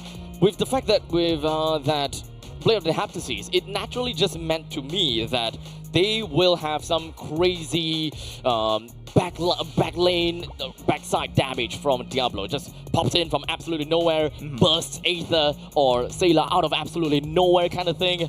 But we didn't see the Bladed Heptases coming into paying dividends in this case. They were putting a lot of effort down over to deal with gear, but alas, it didn't mean anything at all. Yeah, even though look at the itemizations from all the teams here coming in from Team Stallions, it's all going offensive items here. But then again, it's not enough, especially if you're against Team Evil, which packs a punch. Especially Ven here is unkillable here on that X board.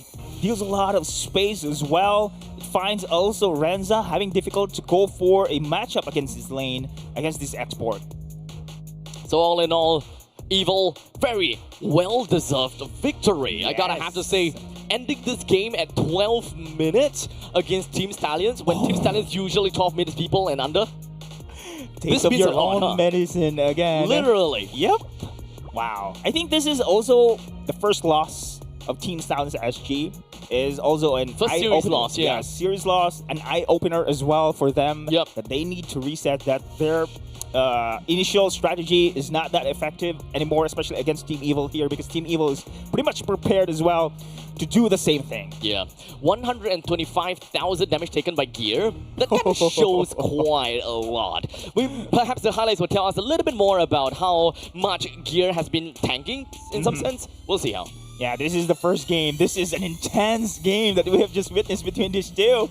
And now, Team Evil, Team Stallions dictating, actually setting the bar of how top-tier teams here at MPL SG brawl here to secure the early game. And we have seen so much incredible team fights here. Man, that was an impressive wild charge play coming in from the side of Team Stallions, and the Grok has been a staple initiator roam all throughout this series here in the day one of our playoffs. Grok really seems like he has a lot of reasons to be in these series, right? Yeah. So far, game number one, Grok plays a very important role, even to the point that Valentina's like, hey, let me steal some of that, right? But ultimately, this fight was a little bit too late, right? This is 10 minutes in. We have got Diablo that went in for the backlines, which is absolutely fabulous. However, his target ended up being the X-Borg, which just the only thing that he lost was immortality. Oh man, again, the initiations coming in from that Grok is just insane. Can really turn the tide of the battle. This was the dagger indeed against the side of Team Stallions SG. Unfortunately here, Team Stallions SG, they will fall into the lower bracket, still have a chance to climb the ladder. But then again, Team Evil! Evil magic is there. Evil magic is still there. It's not over. It's not over for Team Stallions just yet. Yeah, of course. As mentioned, there is still a last chance bracket down at the bottom. However, you know, we will talk about that tomorrow because we will only start to see the lower brackets tomorrow. We still got one more game that we gotta watch though. But you know, we'll talk about that in a bit because that is gonna be Kingdom Esports going up against Team Flash Singapore. Yeah. Exciting to see that one. That is another game that is hard to swallow because one team will go down to meet Stallions, another team will go up to meet Evil. All of which seems like these four teams are powerhouses. Exactly. And looking forward for that one. And Team Stallions, Team Flash SG in the lower bracket? Hopefully not. I want to see actually them on the grand finals. I don't know how that, just imagine. We don't have to imagine because that is something that we will have an answer to after the short break. But before we even jump onto the short break, we do have got Suki, our host, that is waiting right at the front of the stage. So for now, Suki, passing over to you. All right, thank you, Abstract and Did I. That was a very crazy game. I don't know whether they still have saliva or voice after that game. But right now we have Gear from Evil here. He's the EXP laner. Hello. So, just a few questions for you, right? So in the game one, that fight in the Lord Pit, that was like super crazy, where Ven got like 4 people in. Like when you are in the game, like is it something that you've planned for? Like is it something that you think, oh, this is going to happen, or is it just mechanical brilliance from your players? Realistically, we did plan the conceal, but ultimately we didn't plan the 5-man set. I think this is thanks to both Sela and Powerful. They are both really talented, and I'm grateful for them to be in my team. Yeah. All right, so now that we talk about Powerful and Sela, we also have to talk about your coach, right? So Evil, I think historically, quite famous or infamous for not having a coach. How do you think that changes the dynamic now for the way Evil plays? Since back then we are very team fight oriented and we really want to like force out fights. Now we still have that essence in our game, but with the help of our coach, he more of like strategize the perfect timing to do it, or like the best way we can brawl, since that's our strength, the strength of our team too. Yeah. Yeah, I think we all saw like how good you guys were at team fighting, and I think that really showcased, especially with the feeling now that you have actually overcome Stallions. And I think we always talk about like the rivalry between Evil and Stallions now. I mean, previously the team members and whatnot. Is there anything you want to say about how you feel about after the match? I feel as usual, Diablo is a force to be reckoned with his pocket picks, with like the Khalid, all this. I really didn't expect. I did expect the Khalid to come out, but not to the mastery that he can do it with. But I didn't really like expect Bray to play higher, because usually he's more good on like those like single target heroes like Matisse. Those like he's like very good at the Matisse. Like I don't know how many matches he wins with it, so he should keep up with using more Matisse. Or then since can flex with Diablo also. All right, and finally, any last words for your fans coming into the playoffs, going into the upper bracket? Thank you all for supporting us. We'll try our best, and we are not going to look down on anyone. All right, thank you so much, Gear. And that was that game. Next up, after the break, is going to be Flash going up against Kingdom Esports, which is going to be another crazy matchup. So be right back.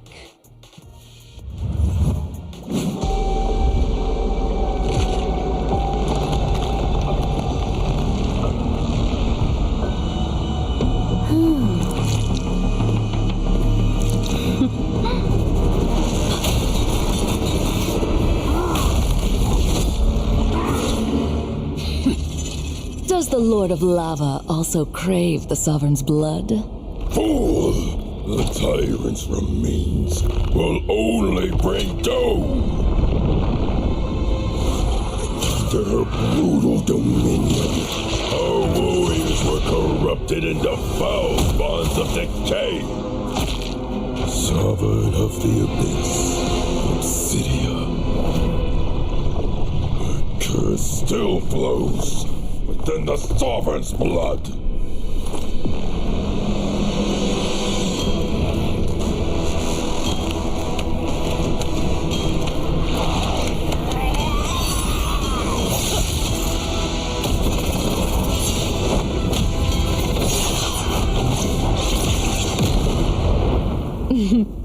Such loyal little puppets, aren't you?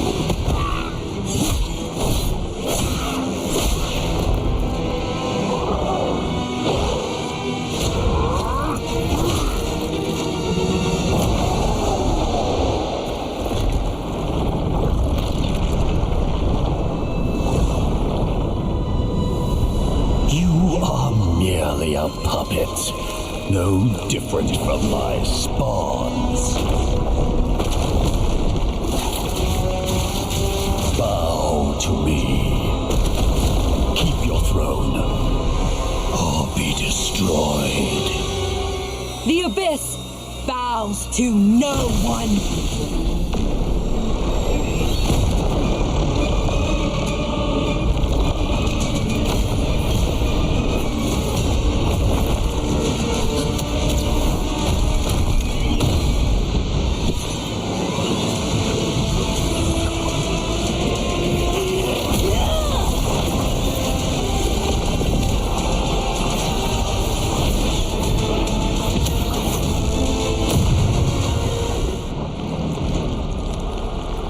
For the abyss!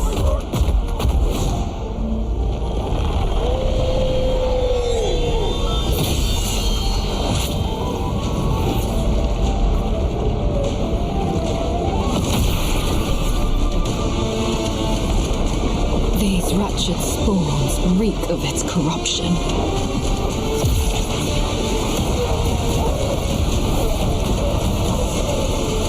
Your sovereign has a god to kill.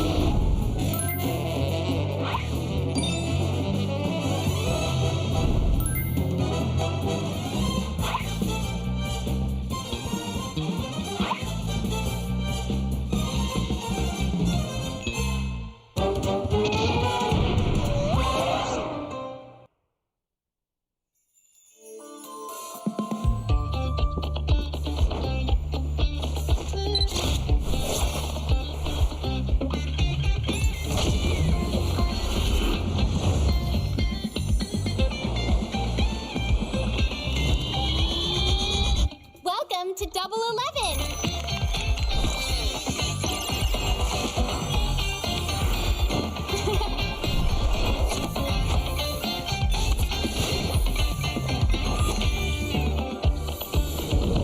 Amazing prices, amazing styles.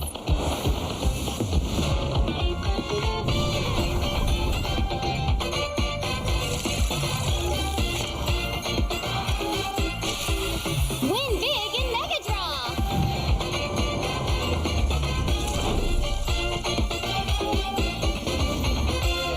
Lowest prices, incredible benefits.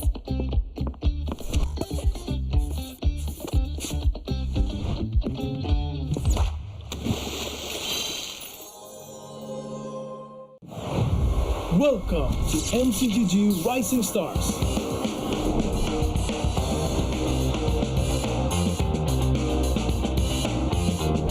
From September 12th to October 19th, take part in the regional contest, open to all players. Step up and prove your strength.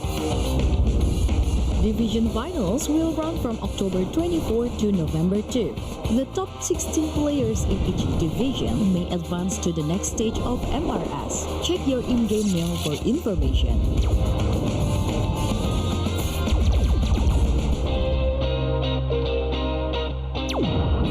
The S3 Finals group stage kicks off from November 8 to November 9. The top 6 players from each group will qualify for the S3 Finals semifinals. The semi-finals will be held on November 15. The highly anticipated grand final arrives on November 16. The champion will earn a direct qualifications for the first MCBG World Championship. The battle is on and the world is watching.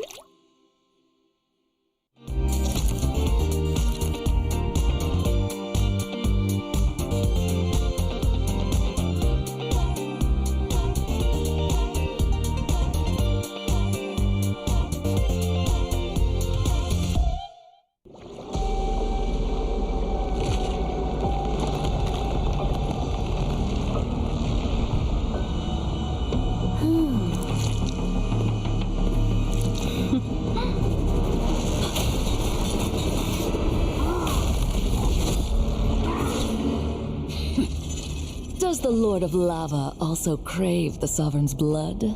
Fool! The tyrant's remains will only bring doom! Their brutal dominion, our warriors were corrupted into foul bonds of decay. Sovereign of the Abyss, Obsidia.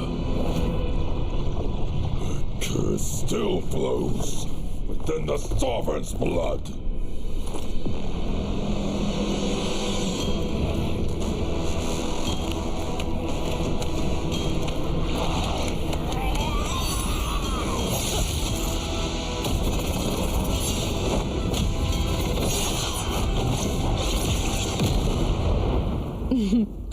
Such loyal little puppets, aren't you?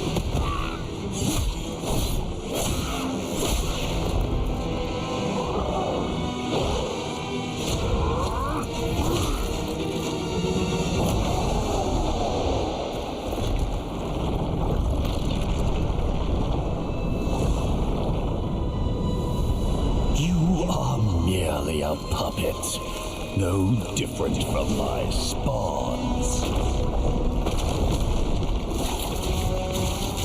Bow to me. Keep your throne, or be destroyed. The Abyss bows to no one.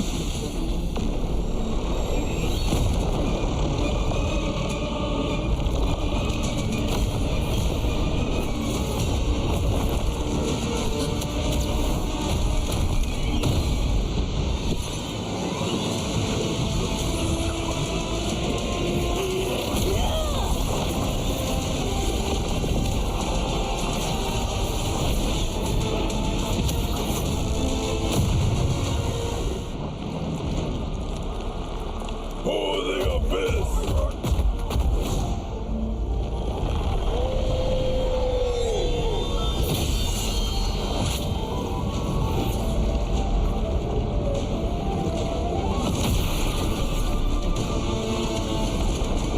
These wretched spawns reek of its corruption.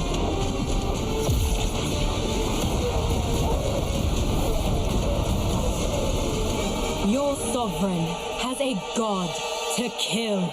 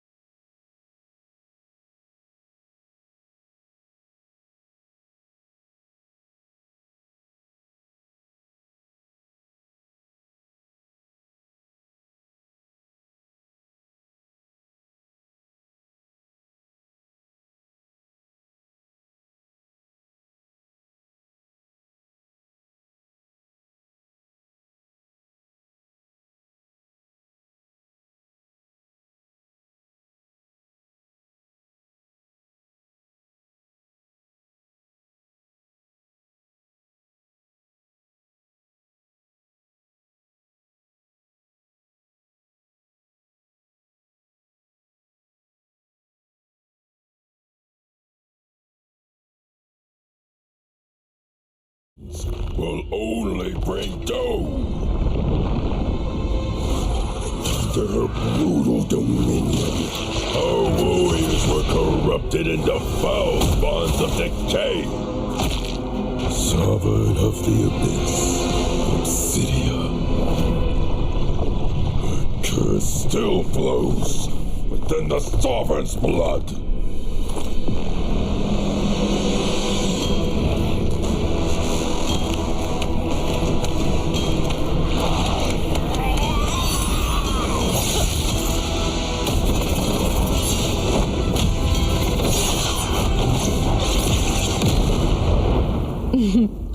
Such loyal little puppets. Aren't you?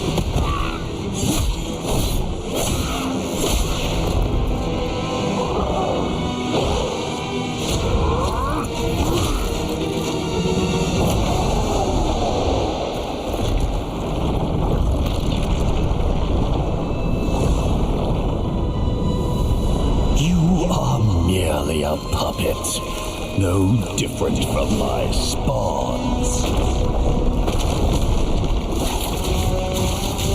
Bow to me. Keep your throne, or be destroyed.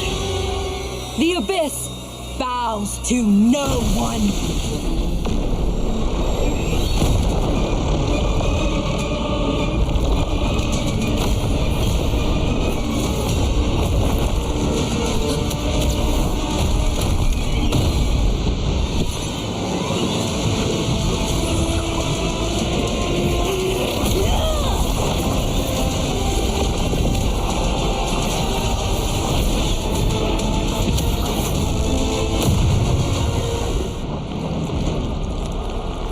For the Abyss!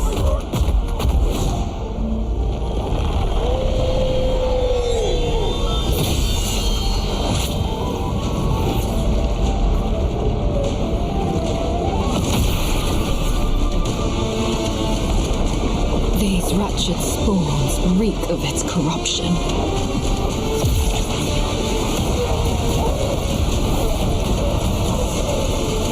Your sovereign has a god to kill.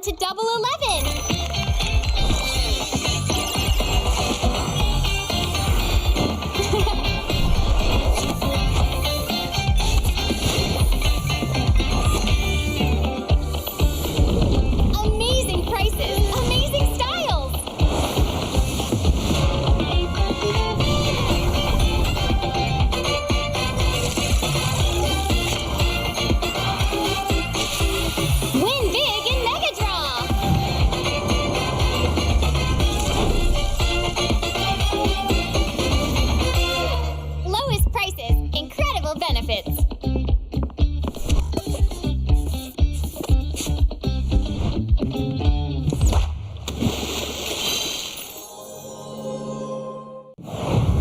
Welcome to MCGG Rising Stars.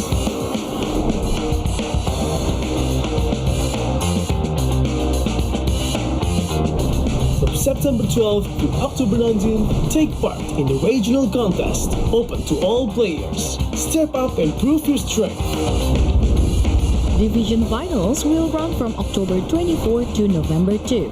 The top 16 players in each division may advance to the next stage of MRS. Check your in-game mail for information.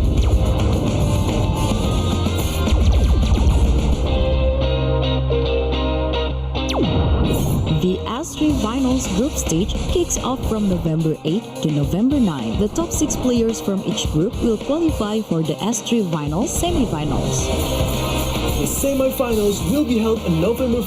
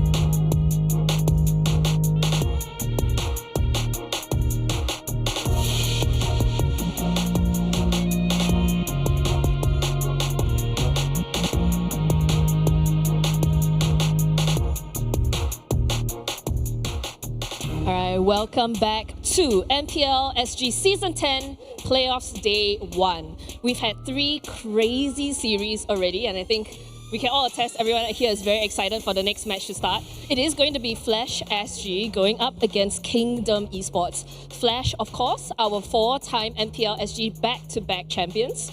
And Kingdom Esports, who have actually gone through the most challenging, going through the challengers bracket just to get here today. And you know what? You guys don't want to listen to me talk. You want to talk to the casters, and that's where we're going to go. So here, take it away, Abstract and Deadeye. All right, ladies and gentlemen, welcome in. Let me try that again. All right, ladies and gentlemen, welcome back once again to the final series of the day. I completely forgot that this is yet another game of technically low-tension games. So, is it though? You mentioned that one on the previous series. So do I kind of pull that out so that we can kind of bring down the tension or something? I don't know. You tell me. You were the hype guy a while ago. It was intense, all the matches.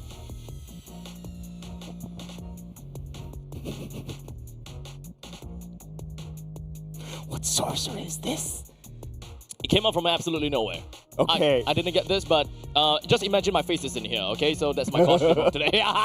Tomorrow? Okay. Oh, no. No, You tomorrow. dare No, tomorrow is not the day for it anymore. Today is Halloween. So should be today. That's the only time where you're kind of excused from doing all of that. But regardless, just gonna toss that away. Okay, so we are looking at the final series of today. Yes. As much as we want to make it, less tension kind of thing because no one is getting out. Stakes are low. We chill for a little bit, but ultimately this is still a Team Flash versus Kingdom game. That is true. Yeah, they're not gonna make things simple. They're gonna run it all the way down to the wire. I agree. Probably the only 3 series game actually. 3s? Probably 3 game series. Probably. Hopefully. But we have seen, of course, previous series. It's an all brawl, action-packed series there. Even though you mentioned it is actually a low-stakes game because of the lower bracket there. Second life for the losing team. Yep. Our upper bracket semi-final slot is still very favorably being coveted by our teams here. So it is one step away to the grand finals. But still, for me, it's pretty good. It is still pretty darn good. The main thing is no one is getting out today anymore. We already said goodbye to 2 teams, and as much as that is a very sad thing, we are not gonna see anyone getting destroyed or moving out yet. But we can talk about that next time. Let's take a look at the roster of Flash SG.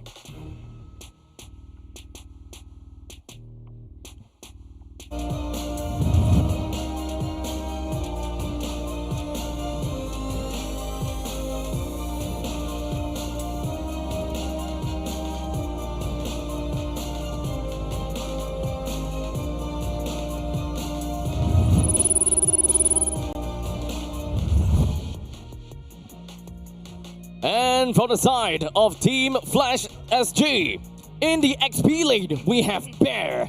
In the jungle, Hades. Katizi in the mid. Vanix as the gold lane marksman. And Jay onto the roam. Together, all 5 of them, they will be, well, quite literally blitzing their way through the entire MPL SG Season 10 as, of course, one of the champions for seasons after seasons. The question is whether they will be usurped by anyone else in MPL SG Season 10, or will they have a smooth victory? For now, we're gonna see whether they will still make their way over to the upper bracket finals. Yeah, that is a big question indeed, Abstract. And remember, of course, the trio is there. Vanix, Cartesi, and Hades as well. Very staple with this roster when it comes to Flash SG performance. International experience as well, not only local scene here, MPL SG. But so far right now, they're looking for more and proving themselves. Even though we have a roster changes here, especially in the EXP lane, they can still be a force to be reckoned with. Remember, 4 peak champions here in MPL SG Singapore. We are, of course, looking to see if whether we could rewrite history. In fact, the top 4 teams coming into MPL SG at this point in time, they are all very much applicable to be the champions. they are very much applicable for the throne. They are all competitors and giants of their own. Speaking of which, now this is their opponent later on. It's going to be Kingdom Esports. They have jumped their way here into our 4th series match in the day 1 of the playoffs.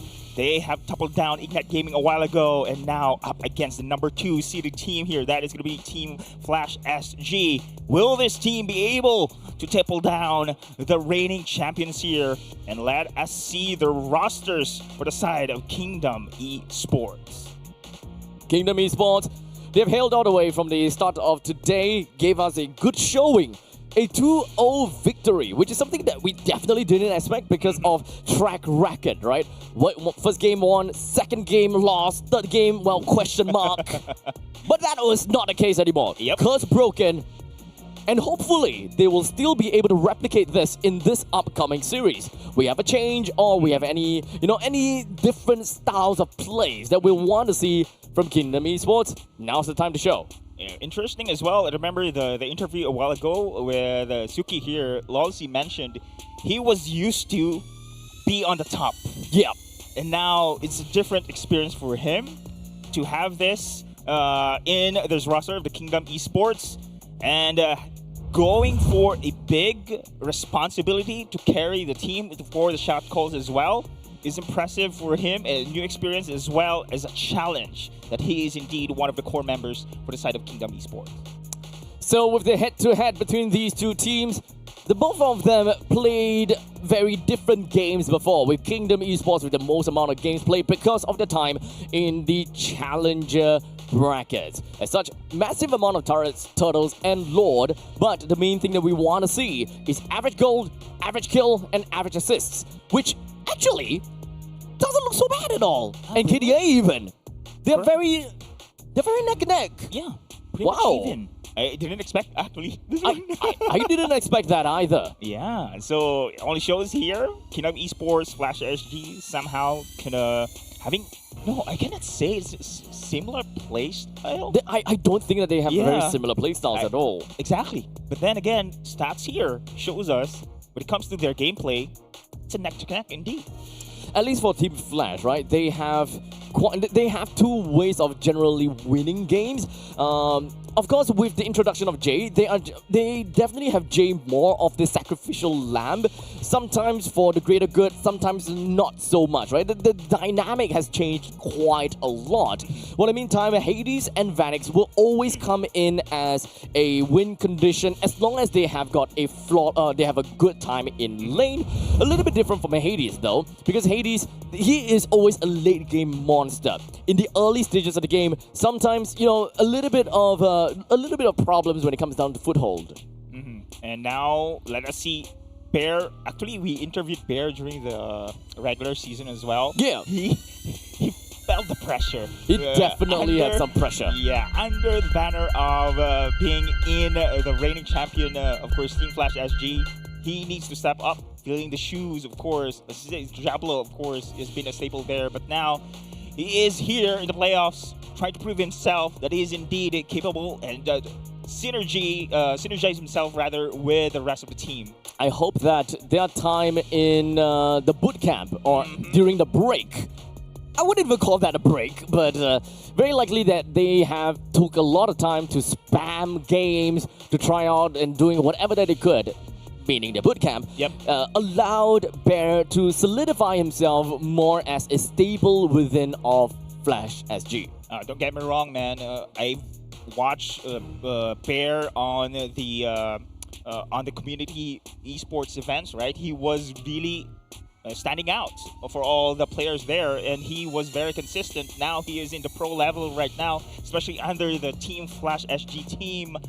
With the bootcamp that you have mentioned, this is the opportunity for him to really showcase that he is indeed capable to be under the banner of the champion. Indeed. But this also means that we will not be able to see closer play today. Who knows? Maybe we'll see something a little bit different. Maybe they will swap him up in between of the series. Well, we will never know. Yeah, and now Lolzy also has approved to show us, because he is a former, of course, Team Flash SG member, and now he is in the front line on the roaming of course, role right now, and it is going to be the first pick coming in from the side of Kingdom said there are no Esports this time shortcuts in around. life? They're going to literally take down invented this one. time the Baksha. From the forge of creation, The opening is am I was the surprised. bastion Yushin of Shin order. hasn't been prioritized here.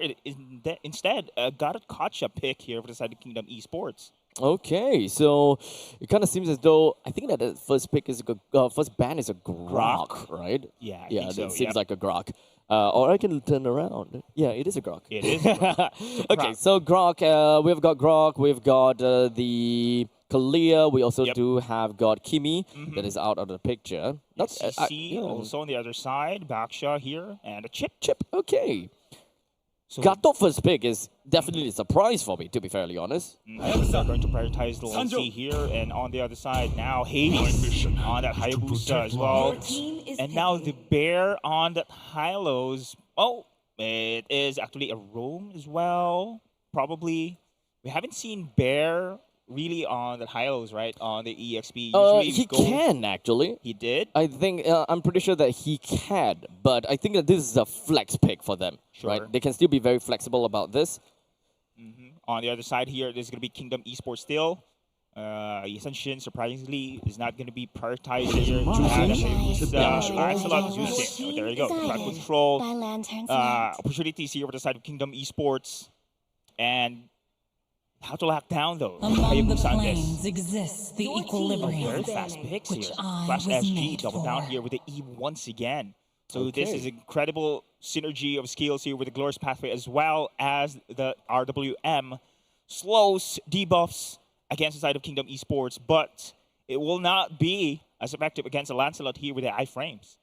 So we'll see how the ban is gonna be like right now. I do have a there is a combo that I'm looking out for. I wouldn't call that a combo, but a sequence, right? If Kingdom Esports do ban out Esmeralda for their last ban, it would entirely suggest that they are looking for an Angela pick because Angela is currently still unavailable. They would want to go for they can actually go for an Angela roam and putting a Gato over to the XP. It is actually kind of unlikely, to be fairly honest, but this is a team and this is something that, this is a game that can be very different. They can give us a little bit of surprise.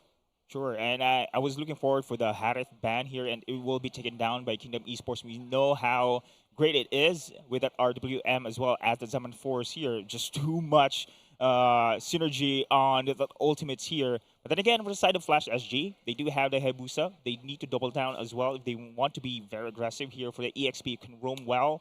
Maybe Khalid Yu Zhong is pretty much open. Hey, Yu Zhong not bad. Oh yeah, all right. The night sky tells all team is the Esmeralda is banned from Team Flash themselves. Okay. I didn't think that Angela could be a possibility for them. I still don't think so, right? This is these bans are all about zones, right? Both Uranus as well as Esmeralda, they're great at zoning. This also means that there is a possibility that even when it comes down to the Heart Guard, it's not going to be sapped away by the Esmeralda being one of the caveats. Well, but is it forcing? That's the question. Are they forcing anything here? Because you mentioned, of course, the Angela, right? Angela plus the Yu Zhong is pretty scary, man. I've seen that capability. The sustain is insane. Do you know that Angela duck skin? You know the swimsuit skin? Angela? Yeah, Angela has like this this summer skin. This summer skin. Yeah. And when she possesses people with the Heart Guard, there's a small little duck that appears all around the body. So if Angela were to use a Heart Guard on a flying Yu Zhong, you essentially have a mega gigantic duck flying through the sky. That's Halloween for you. That's Halloween. That's pretty darn scary if you ask me. Nice. Let's see. Yeah, it's actually possible here for the side of Flash SG if they want to have a mid. No. Nah, I don't think Rome. so. I mean, they could put that as a roam, since they already have a very tanky front line coming in from the Hylos, and this plays around a lot of regenerative properties because with the Hylos, you have Revitalized, you do have the Glorious Pathway as well. Okay, there you go. Ruby is out here on the side of Kingdom Esports. match badly needed here, especially against a Hayabusa. They need crowd controls here. And additional, of course, follow-up coming in from the Gatakacha when it comes to a team fight. Wow, so many AoE capabilities as well coming in from the side of Kingdom Esports. However, when it comes to the early stage of the game here, I can say having a Hayabusa, Eve, as well as the Hylos, they can have the advantage here to harass or invade, rather, against Kingdom Esports. I think I was slightly a little bit biased on the fact that I want to see a giant duck in the sky. Angela.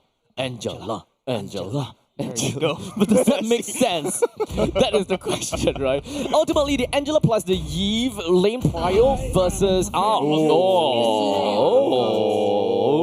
Okay. Obsidian. Damn. We've seen Obsidian, right, on the regular season already. We have seen that before. But I'm not sure if it was effective, though. It pops off pretty decently, as much as we thought that it might pop off very late, but that's actually not the case. Obsidian can actually get all the bone essences, or rather bone shards, pretty early, like somewhere around 15 minutes. Oof. Could be earlier, actually. Could be a lot earlier. Let us see. Let us see here. That is going to be a purified Obsidian there coming in from the side of Vanix. And me, personally, the first time I'm seeing Vanix using this hero. Usually we see Moskov coming in as a staple pick, Claude there, the traditional marksman, even the Harith. Now, Obsidian under his hands. Let's see if this is really effective here against the side of Kingdom Esports. But on the other side, again, crowd control is just too much here for Kingdom Esports. They need a burst damage. They have to rely here for Yawn. So FMM can transition as well to a DPS damage dealer mage here in the mid lane. And with that all said and done, ladies and gentlemen, into the land of dawn we go! With Kingdom Esports onto the blue side and Flash SG onto the red side. And we start things off with both of the junglers starting at the northern part of the jungle. So they are all going to be ending off at the southeastern part of the map. So that is going to be the gold laners. Speaking of which, gold laners, I'm looking forward to how Vanix will progress this hero. Again, this is against a Ruby. Remember, when it comes to the range, you can expect, of course, the marksman having this advantage, but hold the thought. This is going to be low, very low. Oh, Hades finds himself taken down. Almost immediately. This is not going to be great for Team Flash SG's, well, momentum and tempo. But the next one that will go down is going to be Jade. Wow, 2 kills in a row. Under a minute here, and now Kingdom Esports is in a roll. Flash SG underestimating, of course, the early prowess when it comes to damage comparison here coming in from inside of Kingdom Esports. Then again, you know Flash SG is a well-experienced team. It's not going to be choke them on that losses. However, Kingdom Esports, this is pretty good, especially during the early game. They need to roll their way in. Especially you have a natural marksman here on the bot side against the side of Flash SG. With that all said, we already have got Yonda is currently at level 4, and when it comes down to Hades, it will definitely take a little bit more time before they will go neck and neck. Bear just hit Oh, wait, he's not level 4 yet. Not yet. Not yet. But this is going to be a timing, indeed, especially for Pearl Spawn later on. There you go. This is going to be the fight. On to Insanity, but he's not going to have too much of a problem as he got himself teleporting right out of there. Losey joins in the fray with a taunt down onto Jay. Jay is going to be flying up into the sky, and speaking of the skies, this bear will take himself up into the skies and will be putting himself right in the face of Yon, hoping that he will be able to flood him out. And indeed, he will. The Crimson Beacon pops, puts Bear in a really tough spot. Flash SG has lost 4 members throughout this entire 2 minutes and 30 seconds. That is why they prioritize here. The Garakacha Lolsi knows his stuff, trying to initiate the team fight and now providing space as well for this first turtle takedown. It's not done yet. They are going very aggressive. It is going to be Jay and Hades currently trying to repel against Kingdom Esports.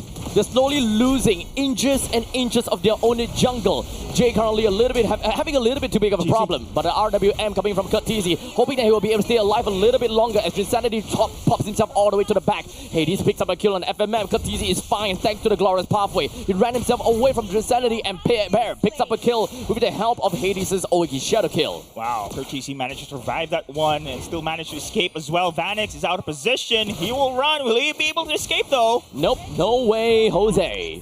Vanix finds himself taken down once again. Kingdom Esports will now put Flash SG on a chokehold. Kingdom Esports, they have the starting advantage. Yeah, they do have, and this is a gold freely been taken here by Bear as well on the top side. They need to respond.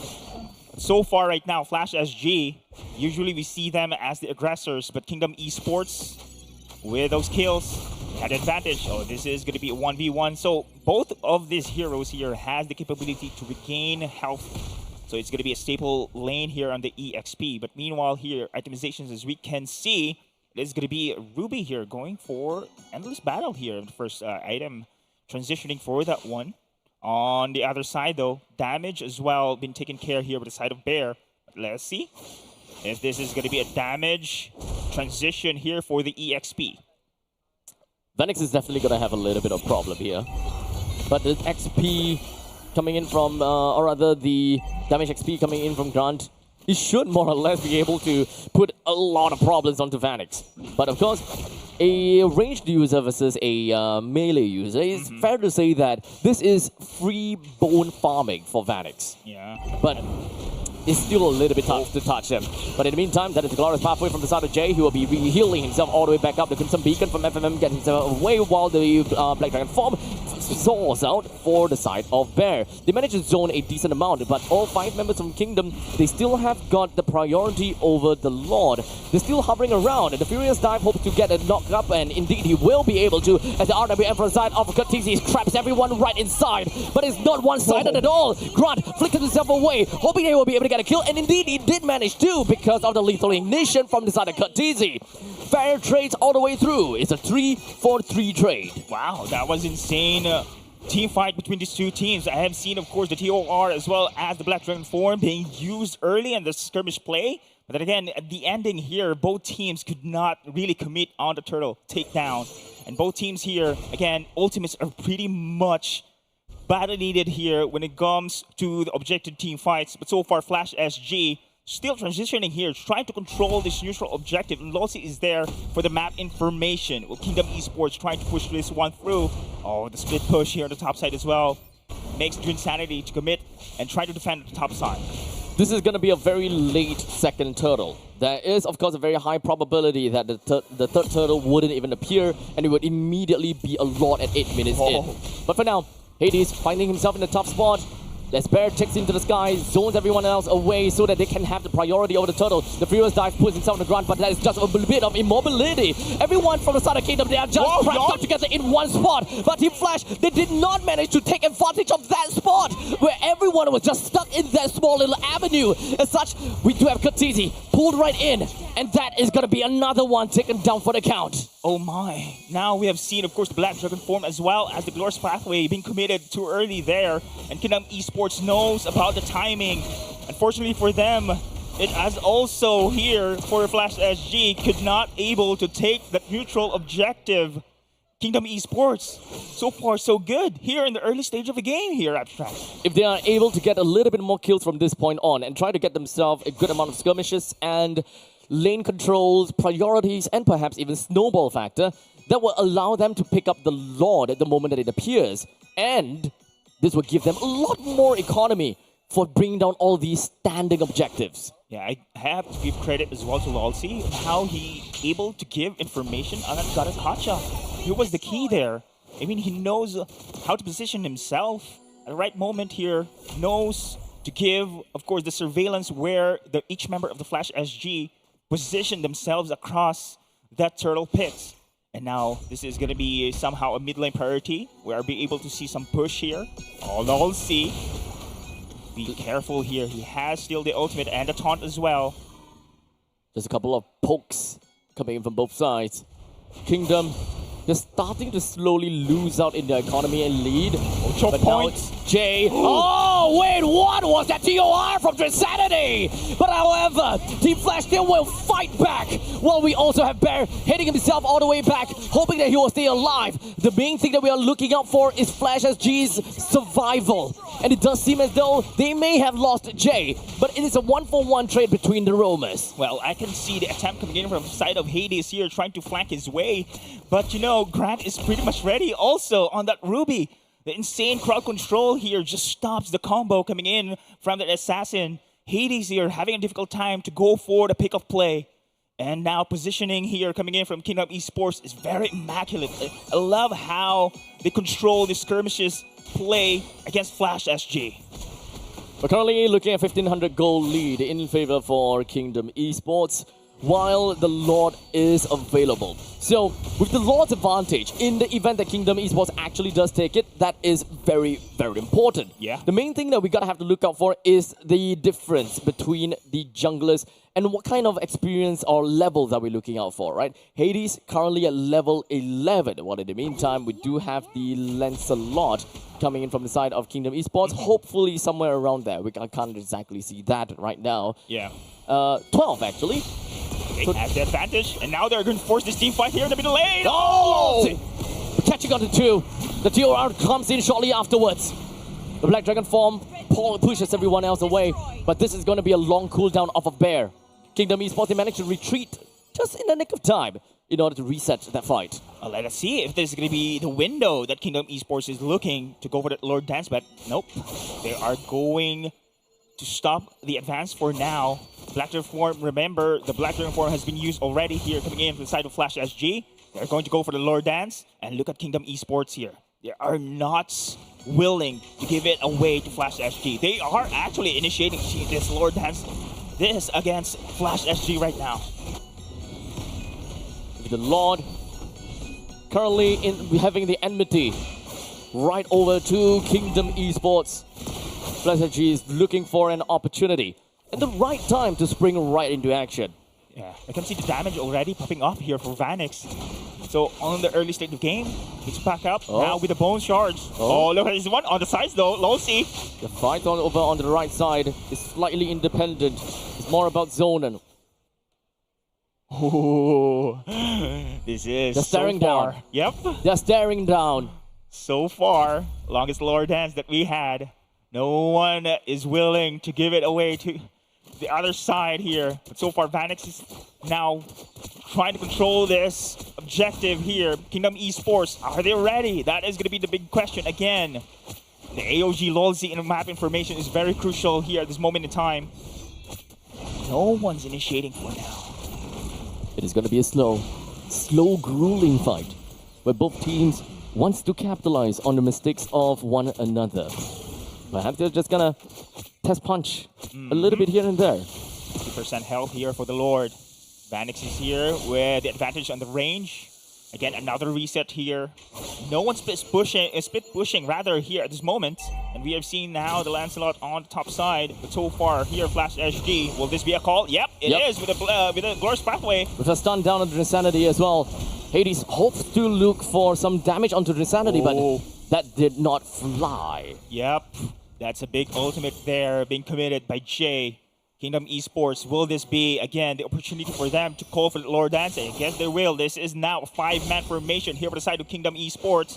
Zone coming in from FMM. Insanity on the side as well. And now Yon is there. There it comes, the team fight. That's a catch. That's a catch we're looking for, but it wasn't following through. Jay's HP all the way down to half. Insanity, FMM, and LOLZ did suffer a bit over there. Hades and Yon, both of them have disparity in their XP. Yon is max level. So when it comes down to the Lord fight, there you go. The 50-50 would eventually go to Yon. While the rest of the members for the side of Kingdom Esports, they are going to be breaking right through over to Flash. And FMM takes up the kill over to Vanix. One of the most important players from for the side of Team Flash. They have lost that.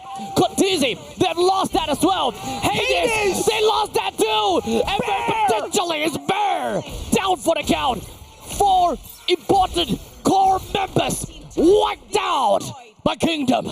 Plus the Lord as a bonus, plus this outer tarts in the mid as well. Will they be able to seal the deal here, Abstract? This could be the going forward. This could be the fall of Flash for game 1, as they are now putting everything that they could over to Jay. There's still a single ballista, but that will be wiped out almost instantaneously. Oh man, that's the longest Lord Dance that we had, and this is the effects of having a big win on the skirmish play. Inhibitor tart's gone in the middle. Now the Lord is pushing through as well on the bot side. Another siege upcoming. Flash SG will be able to hold Kingdom Esports here, having a great time at this moment. Flash now have to play possum right within of their homes. They're waiting for the perfect opportunity as well, but they gotta have to go for a perfect defense. Do they have got a wave clear in order to do this? Oh my. That's the main question. The Glorious Pathway ultimately did not pay much dividends, so that is going to be some big healing factor from Jay that will no longer appear. The TOR coming in from Trinsanity just going to be popping right onto Team Flash. The rest of the members from Kingdom Esports now slowly backs themselves backwards as they start to see the Black Dragon form from the side of Bear, zones them all the way out with no chance of any creeps coming in from the bottom lane. Katizi finds an opportunity to box everyone else with the RWM. Yon goes over to the back, deals with Vanix, more than enough, but he will go down for the count as Katizi takes him out with the Void Blast. Hades is still around though. If he wants to go for a little bit of assassination play, he could, but they will let Kingdom Esports go. Oh man, and look at the health here of the inhibitor chart on top side as well. This is a big win coming in from the side of Kingdom Esports. Man, one of the rarest games I've seen so far when it comes to Flash SG. They have been punished so hard with that single Lord Dance. Just one Lord Dance that lasted for a long time. Oh my. The power of the Lord. That was the first Lord. Yeah. That was just the first Lord. Wait. That was the first one. Do you believe so? Crap, you're right. That was just how the baby Lord, man. That was okay. To put it into perspective, right? All of those turtle fights, right, or rather, all of these turtle dances, it also lasted long. So when they took down the second turtle, the third turtle immediately disappears because the timing for the first Lord is there. So the first Lord came in at around 8 minutes. So they have been dancing for a good 5-6 minutes. And now this is going to be a blitz here coming in on the side of Kingdom Esports. Oh, now Flash SG wants to commit. There's Bear taking up into the skies while Lolzy puts himself right into the face of Team Flash. He's taking a big gamble, very bold, but TOR lands on the 4! Insanity does what he needed already. He's taking quite a bit of a beating while all the way in the back, Grant 1v1 against Hades. That's more than enough. The rest of the Kingdom, they will floor it. They'll move on. They'll step on an accelerator. They managed to take the next kill over to Jay. Double kill credited with Katizi, the last member remaining. And that is more than enough as the I'm offended lands on the Katizi. Kingdom takes game 1. GG. Still 100% when it comes to game 1's matches here, Abstract. Still. This magic coming in from Kingdom Esports. All first game wins. Always it is going to be Kingdom Esports for the take. And against Flash SG this time around. What an impressive display here. Kingdom Esports is hype up against the reigning champions. So I think it's relatively fair to say that when it comes down to statistics never lie. Game 1 usually goes over to Kingdom, right? Game 2, question mark. I'm not going to say anything else from this point onwards, okay? I'm not going to cast this curse at anyone. I'm not going to say anything at this point because right now we do have someone here that might actually stare at me at any point in time. You know, gonna leave it as that. Okay. Yeah. But you're just stating the facts. I'm just stating statistics. In terms of statistics. In terms of statistics. But so far on the playoffs, in terms game of 2, they won. God damn it! Wait, hold on a second. Wow, Kingdom Esports. Wait. I can't open my tablet. The backup. There you go. In terms of statistics, yeah, Kingdom Esports. Kingdom Game Esports. 1's 100% win rate. Game 2. Jace, where do I find first game wins? Curse game wins. MLBB though, there's gonna be FMM still. This time around on the Zushin. Yes, 4:1:14. That is the that is the statistics, or rather, that is the KDA of FMM. And this guy, man, he's not stopping. He's just collecting these MVP trophies game after game after game. Exactly, he's very consistent here. Now his Zushin, incredibly good. Again, we have to highlight his skill participation here. He's always there at the right moment, especially in big, crucial team fights. But don't get me wrong, this game one against the side of Flash SG, we haven't seen so many skirmishes play. It's more on these objective team fights. And now it's very crucial also here for FMM to pull such incredible Zushin plays, and have to give credit also to Lolzy on his map-giving information on his Garakacha, and also Grant on the Rubies. This Ruby is also having this great advantage against Hades here. He knows where Hades really going to move or flank. He's pretty much ready for his crowd controls as well. I think one of the main solid plays is the fact that both teams have been dancing around the Lord, and both teams refuses to show their junglers, because both junglers are somewhere in their own jungle, farming away lanes to lanes. They need to get an advantage on levels in order to win in some of these 50-50s. And in the end, Kingdom Esports lands a lot, which is Yawn. He's the one that managed to farm the fastest, and he's the one that managed to get that level 15 before Hades. When they come in and congregate together for that final, not final, but that one big dance, Yawn eventually takes the cake. Wow, that was very surprising with the Lordan's win. Didn't expect that 2 inhibitor that's gone. Not at all. That single big team fight.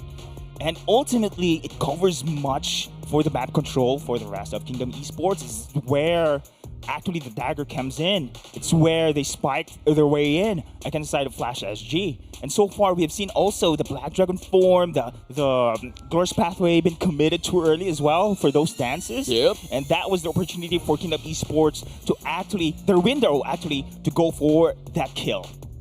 So with that all said, of course, super good game coming in from Kingdom. They did what they could, and they managed to, let's just be fairly honest. Yep. Bear, he's been pretty annoying. He is. 90% kill participation, constantly flying into the sky, and well, I gotta have to say, Kingdom, they weren't exactly very excited to poke him. Because why? They don't have a marksman. Let's remember that. They don't have a marksman. And somehow they still managed to find themselves a very successful run in this game. Actually, I saw the timings as well coming in from Kingdom Esports. They knew that they cannot really go for a brawl once that Black Dragon form has been committed. They actually burning the duration here, the buffs against the side of Bear, and also Jay's commitment on the Glorious Pathway. They know how to disengage themselves, prepare for the moment to jump in. The position, again, is immaculate here for the side of Kingdom Esports. I've seen also, again, Lolzy here on how to position himself. He knows how to track those missing team members coming in from the side of Flash SG. This is very important here. Remember, that was the first pick Garakacha, and he knows his stuff here. Yeah. Garakacha is really the key here coming in from the side of Lolzy. There's a reason why they first picked up the Garakacha, right? Well, there were so many other heroes that is available at that point in time. Exactly. So it paid dividends for sure, right? In the early stages, simple taunts, simple jumps allows them to pick up kills after kills after kills. I think that it is definitely very unfortunate that Team Flash lost 4 members without any form of trades. Yeah. I think that is where they started to spiral and go downwards, and it's become very difficult for them to find a way to come back. I gotta give credit as well on how Kingdom Esports draft their way in. I can say the Ruby was very good, especially against Hades there. We have seen so far so many attempts coming in from Hades, trying to go for a flanking maneuver here, but he was stopped time and time again with those Ruby crowd controls. And so far right now, this is the match point game that we have just witnessed, Abstract, and taking down one game from the reigning champions, Flash SG, is really important here, especially for the momentum coming in from the side of Kingdom Esports.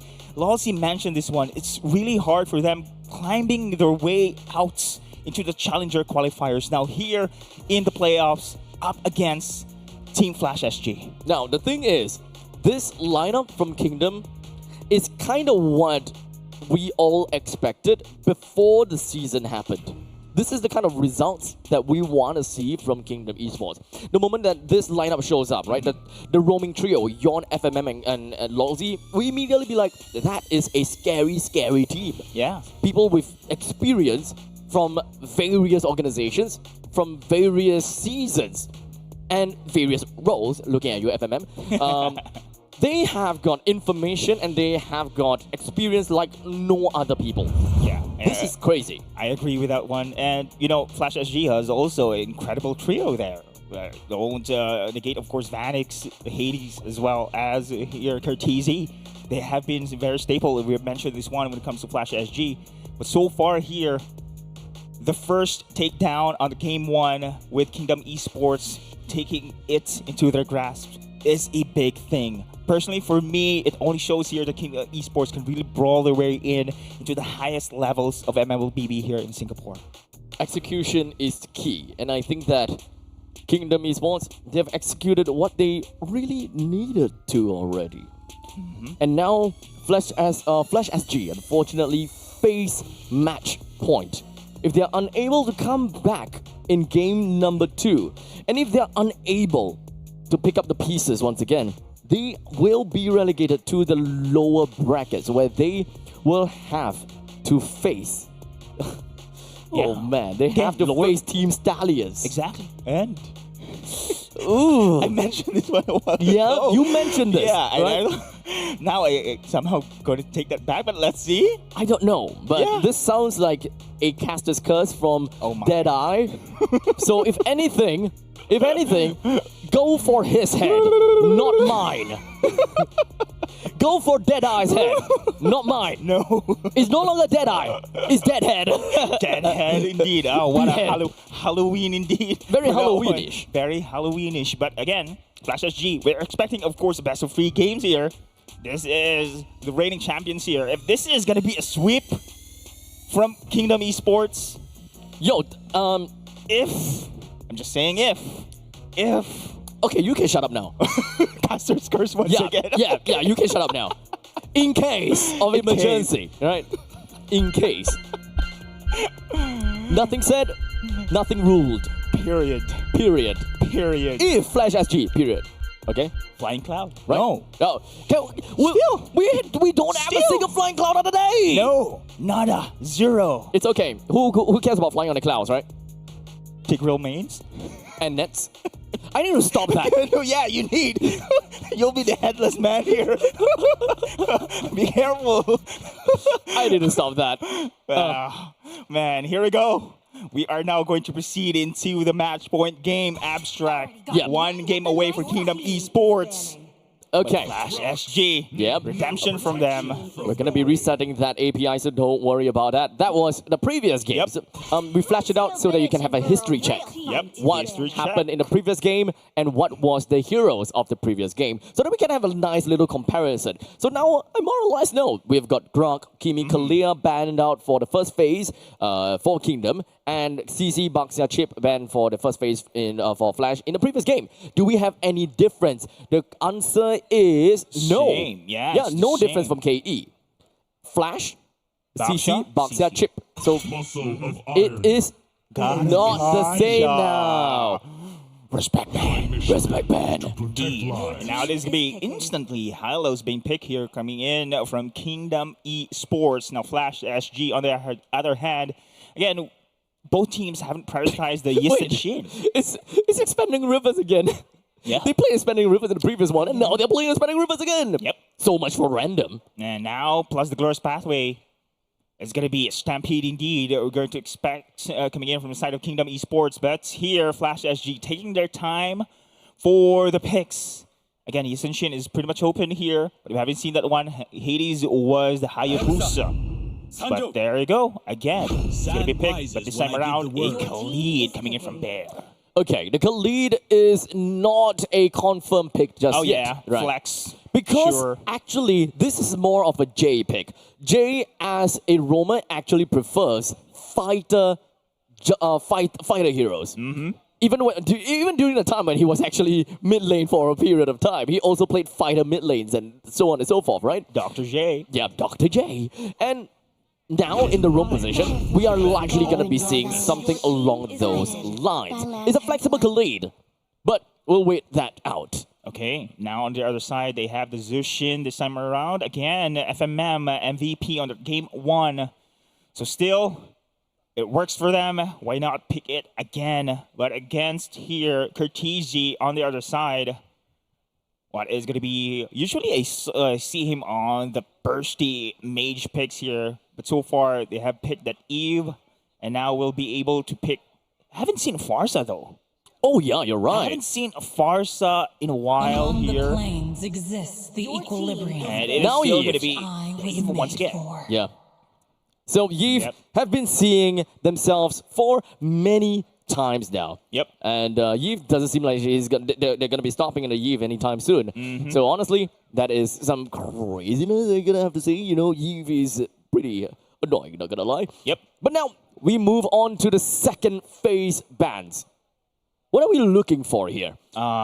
Ruby ban. Ruby ban, okay. Yeah, I mean, Grant did a pretty good job holding Hades rotations there and pick of plays as well. Did pretty good on that aspect. So I think a Ruby probably going to be taken down here. The hunt begins. There you go. There we go. And now Kingdom Esports on the other side. So they have a chance to go for a natural marksman on...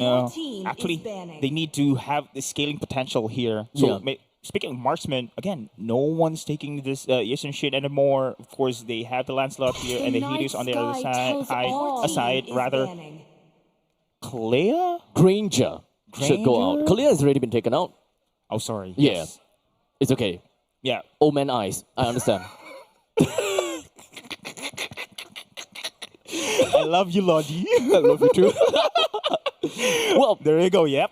I would believe that the Granger should be one of the heroes that should be taken out ultimately because Hayabusa is very late game centric. Maybe they will want to look at something that allows them to snowball in the earlier stages, right?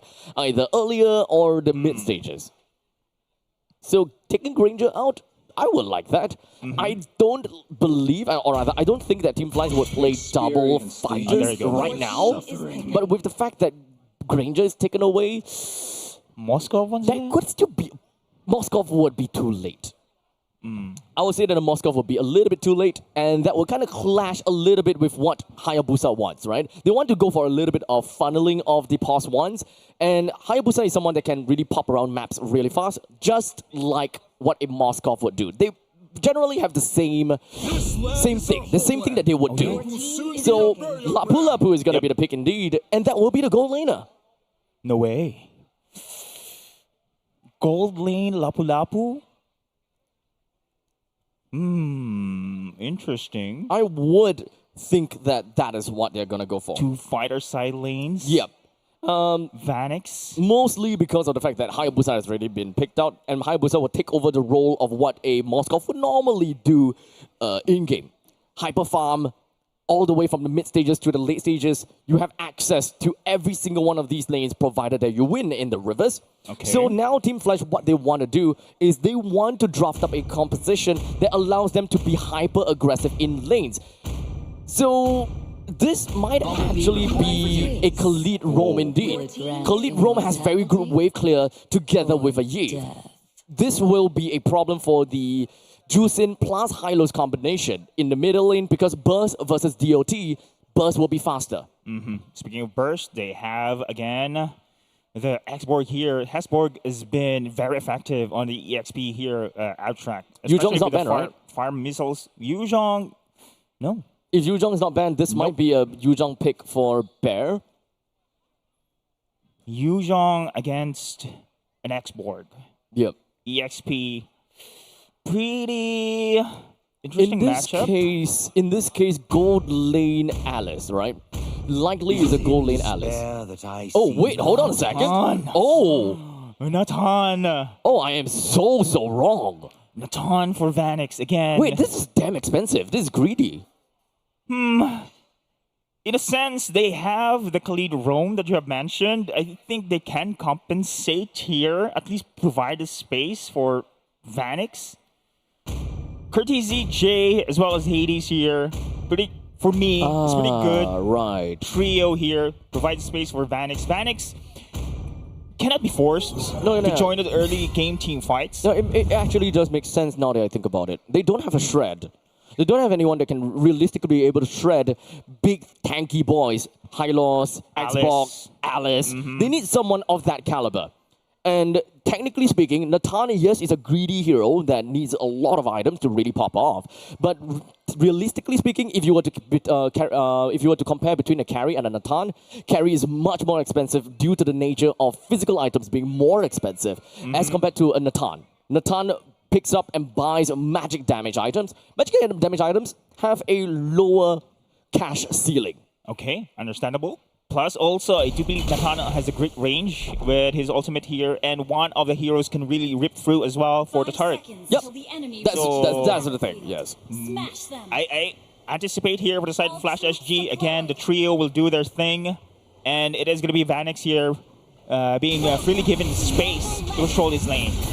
Lolsey and Jay here, early game brawl between these two. And remember, ladies and gentlemen, this is the last series here. Match point game in favor here on the side of Kingdom Esports. Whoever wins this series will proceed into the upper bracket semifinals here in our tournament. Flash SG, this is their chance here to redeem themselves and force this series into a game 3. Seems like we have a bit of an issue for Team Flash when it comes down to wave clear. Jay takes up a little bit too much damage and not wanting to overextend himself. In most cases, for an early phase of middle lane, you kind of throw your HP a little bit more just so that you can clear wave fast for the Eve. And because you are on sand most of the time, you actually go back home, you TP back home and comes back to the fight really fast. Yeah. So even if you take a couple of HP damage and you are forced to go back home, it does not matter for the roamer. Yeah, as long as, of course, you clear the waves easily here. And remember, of course, you have the support as well coming in from Jay with concussive blasts, plus the Desert Tornado. And you have it easily going to control this minion waves all throughout here across the game. So far, again, you mentioned it here, the mid lane priority. This is very important here for all the teams to control the map across. Yon's positioning here is pretty good. So far here, both teams just trying to test the waters for now. Now, of course, information is key. They have no information on any of the junglers at this point in time. Oh. Cheeky. Very cheeky. Now they have information that Yon is down in the bottom. Vanix going for a little bit of fight as such. Now they will be jumping themselves onto Lolsey. We do have got the Quicksand Guard that pops and slows Lolsey down, but not quite enough to take this inch of HP away from the side of Kingdom. Okay, both roamers here just evading the early first blood death for both teams. But of course, the battle spells has been used already in the early stage of the game. No Revitalize here, no Flicker on the other side coming in from Jay as well. Turtle is up, and Vanix here managed to escape, forcing his ultimate as well to go back away. Level 4 Lolsey has the Glorious Pathway available, one level ahead against Jay. Shouldn't be too big of a deal. I would like to believe that Kingdom Esports will take this free turtle, and Flash SG might want to concede this. Oh wait, maybe not. Seems like they're looking for something. He goes for the stun, right down to the bear. Bear currently in a tough spot, but it's okay. He's CC immune as he goes straight for it. FMM gets the turtle for some reason. But anyways, we're just going to be jumping right back in. We got a single kill as Yon picks up first blood down over to Bear. It is a 1-for-1 trade at this point, but this is going to be stalemate. Yeah, but still a little advantage there coming in from the side of Kingdom Esports with the turtle security there against Flash SG. But so far, when it comes to the later stage of the game, I'm looking forward here for Vanix, actually Abstract, to carry this game. We have seen the damage, especially, rather, only on the early game. He can contribute on that department. Even though, Nathan, you mentioned, of course, the magical items is much more cheaper compared to physical items here. And he can wrap up for this one. And let's see if they'll be able to carry this game here on the bot side against the X-Borg. However, I think that there's a very big difference in the way that previous fight played out and how it worked out for them, right? Because Jay is the one that got the kill while they lost Bear. Kingdom, they lost Lolsey, but Yon picks up the kill. In most situations, Kingdom Esports is the one that won in that fight. But maybe Team Flash have got something to say about that. As Katizi finally takes one kill down onto Lolsey. Drisanity responds in kind by getting a kill down to Jay. Is a roam showdown and a roam trade. Yeah, roam trade indeed. 1-for-1 Both teams here, rotations is the key as well. And now Flash SG. Hades, so far, we haven't seen him early game kills for his Hayabusa. So far, when it comes to Hades, he's really taking tempo on those aggressive rotations. But so far here, under 5 minutes, no kills under his banner. He's still trying to play things a little bit slow, I assume.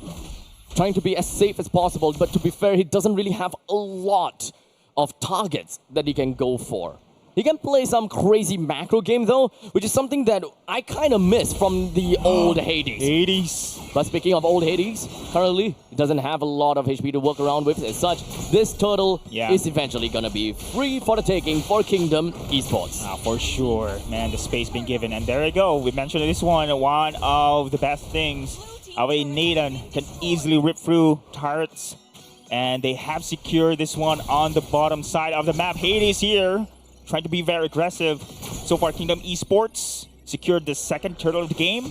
Will they go for the siege right now? But so far, LOLC having this information. Oh, early game commitment. The RWM pops in, trying to get FMM, but that is just a small little wave clear tool, I would say. And the hitting of FMM is just a bonus. Okay. Jay, on the other side, it is going to be now map information given for the side of Flash SG. We have seen now the turret being taken down on the bot side. Flash SG. So far, I haven't seen actually here Vanix rotating on the top side. And I thought this is going to be a switch already here for Bear. And he will continue to defend the bottom side of the map here. Grant holding his ground against Vanix. This is dive. They're going to be proxying right onto the back, trying to get a kill down to Vanix. As such, he will be taken down, as this is a collapse of Kingdom Esports right in the face of Flash, earning the double kill for Grant. Beautiful rotations here for the side of Kingdom Esports. That was a great call, trying to dive here. And now they will take two heroes as well, compensate their loss on the turret takedown on the bottom side. They themselves will take here as well. Hades! Oh! Solo kill! I think this is not really a game that we are looking out for Team Flash. Not exactly about the fact that their tournament life is in some sense at stake, but this is more of a game of mental strength. Team Flash currently finds himself 3 kills behind, losing between the junglers. And that will take a toll onto Hades' mental warfare for sure. Exactly, man. I feel bad for Hades here. Game 1, he hasn't been really popping off there. Was being countered by Grant on the Ruby. This time around, Yon just solo killed him, and it is a big thing here for the side of Kingdom Esports. Now Vanix will be the target once again. They know this one. Flash SG trying to protect the gold laner. Jane currently intercepts the rest of Kingdom, but that is going to be the Raging Sandstorm that lands up. But LOLC, he don't care about anything, as he does have got a lot of healing involved. Popping himself right in between of Vanix takes a lot of HP. In fact, he will go down. Kingdom Esports don't have any more follow-ups that can help or to deal to Vanix. Again, the sacrifice here coming in from LOLC. In the end, the outer towers has been secured for the side of Kingdom Esports. Jay has the information, but this time around, it's really difficult for him to invade. Flash SG again being pushed against the wall. Kingdom Esports momentum build-up against the reigning champions here. France is in the middle. There's going to be numbers advantage here for the side of Flash SG. But we're talking about an Xbox after all.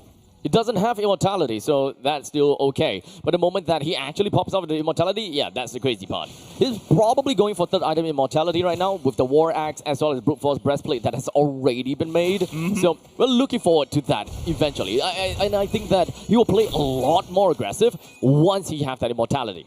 Well, Brute Force Breastplate has been considered here for Grant. Additional, of course, defense. Every hit coming in from his X board. Flash SG, somehow the aggressive play that we used to see has been caught off here. Kingdom Esports dictating the tempo. Curtisi almost been bursted down there. 50% health here.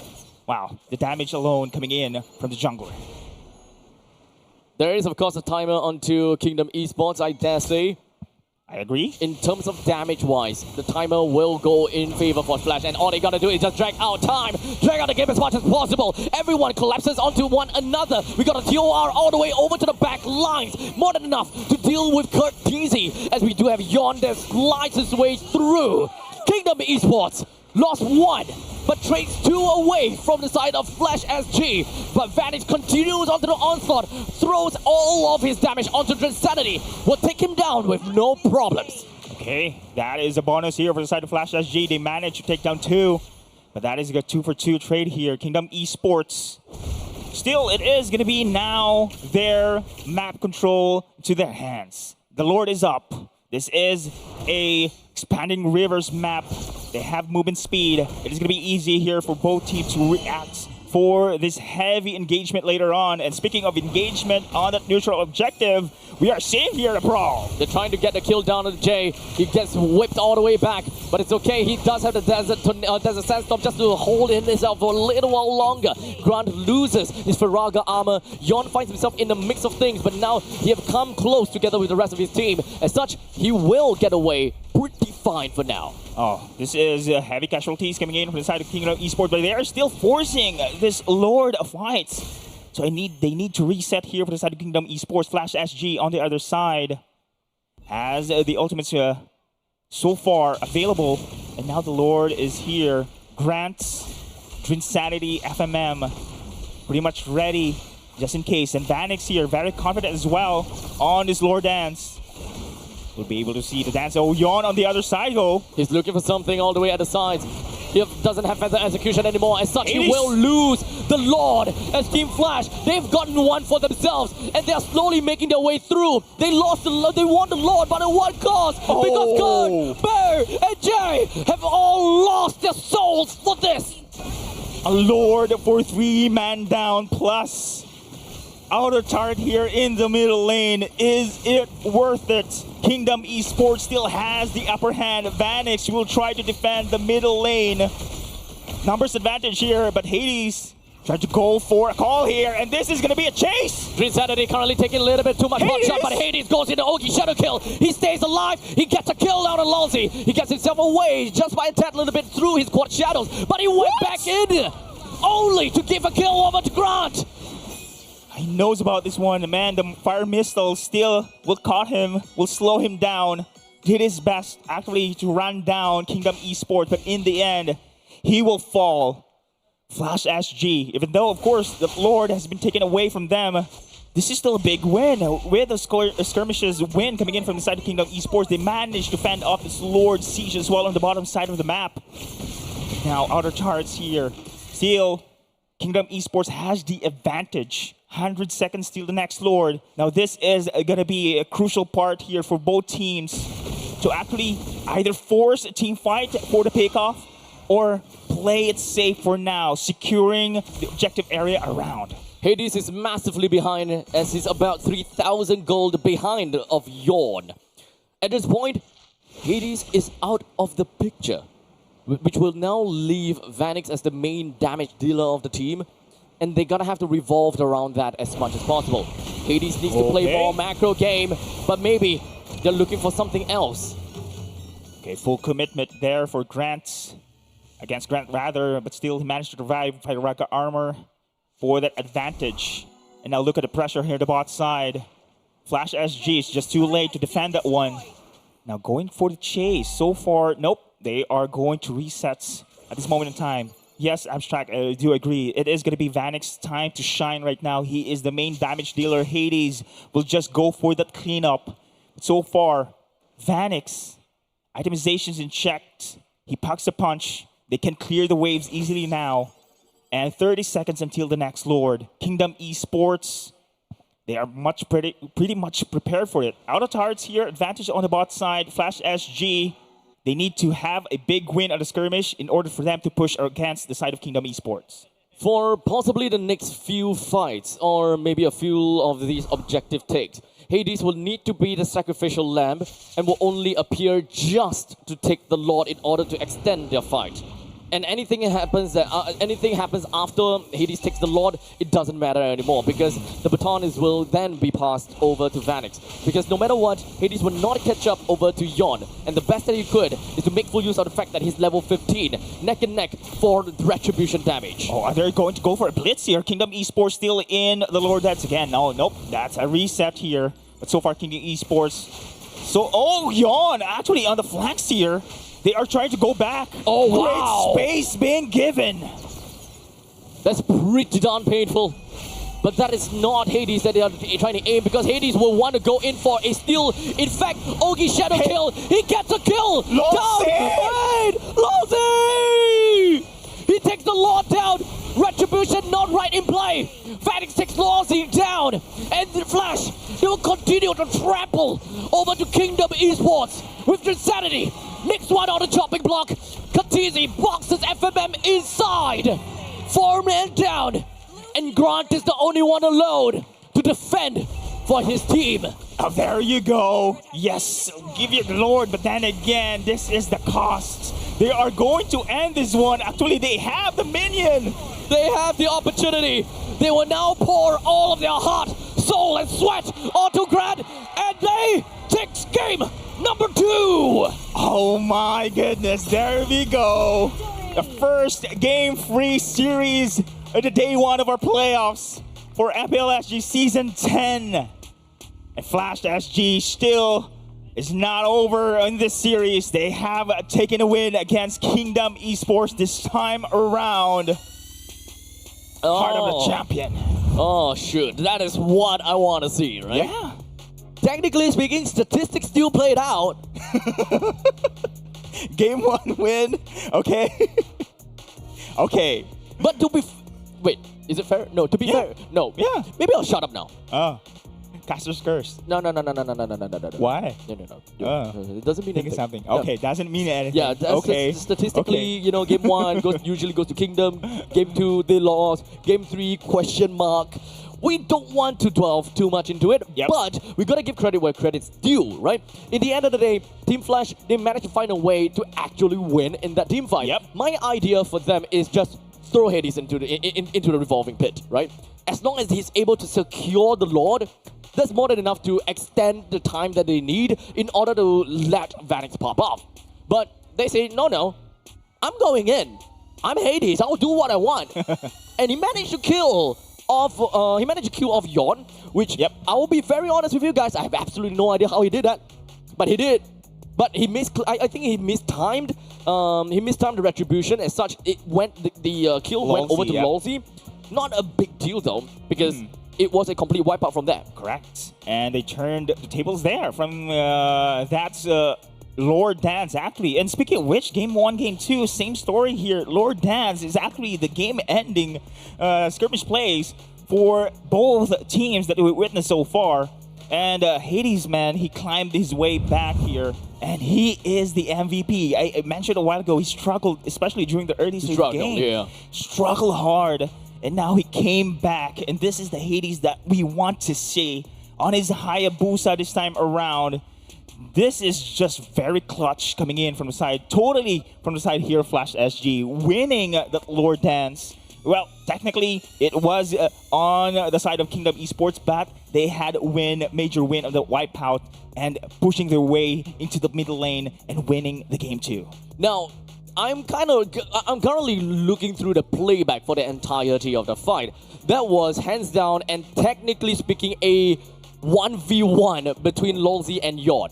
That was technically a 1v1 between, not Lolsey, sorry, Yon and Hades. Hades' Ogi Shadow Kill somehow manages to tag onto Yon for most of those periods. And remember, Yon went in to poke out Jay, so he doesn't have the Phantom Execution. So when he went in for the puncture on over to the Lord, he doesn't have invisibility, he doesn't have got untouchable, anything of that sort. So he received almost a lot of those Ogi Shadow Kill shots, and that led to Yon's death. Actually, that was a risk coming in from Yon as well. They want to take that Lord. And that's why he really committed on that ultimate. Coming in from the side of the Lancelot. But so far right now, what I love to see here, because we are going into a game free and Flash SG, okay, to be fair, they struggle in the early stage of the game here, especially for the side of Hades. But how they be able to come back, I think the big factor as well is Vanix on his Nathan. He packs a punch, man. The way he, of course, putting pressure on the damage department against the side of Kingdom Esports, big deal against here for KE. Lolsey on the other side, he sacrificed himself so much, giving map information here, but it wasn't enough, especially here on how Vanix be able to go for a full down attack. Look at the damage dealt here. He's the highest so far, 75k here for all here at the game 2, rather, for all the players that we've witnessed so far. Ultimately, I gotta have to say that this is, of course, a nail-biting game. Went all the way down to the wire, but however, it's not a game that I would say allowed Vanix to pop off entirely, right? He still had to play very safe throughout the entire Lord's fight. He actually was behind almost most of the time. He had to be extra careful, right? Because anyone that comes in and pounces onto Vanix, then they realize, okay, yeah, crap. Especially for Grant. Yeah, I mean, that's why the early game coming in from Flash SG, they struggled so hard. You know, the dives against Vanix there, they was the target, and the turtle takedowns as well. It's all completely on the side of Kingdom Esports. So now we are into the match point game. The first game free here in the day 1 between these two. Can you believe it? Yeah. 4 series and only one best of 3, one series that went through all 3 games. Yep. Well, we gotta have to wait a little while longer until we actually get the conclusion of this final series on the final day, though. What a way to potentially end the day, don't you think so? Of course. Especially, of course, we are witnessing here the reigning champions, Flash SG. And of course, Kingdom Esports, we anticipated this team, of course, to be one of the top tier teams in the current Season 10. And Lolsey also against his former team. So this is a great storyline between these two. Yep. So, ladies and gentlemen, make sure for those people that are at home, don't go anywhere too far, and everyone else that is on site, stay on your seats. We will be right back with you guys for the 3rd game and the conclusion of this match between Kingdom Esports and Flash SG.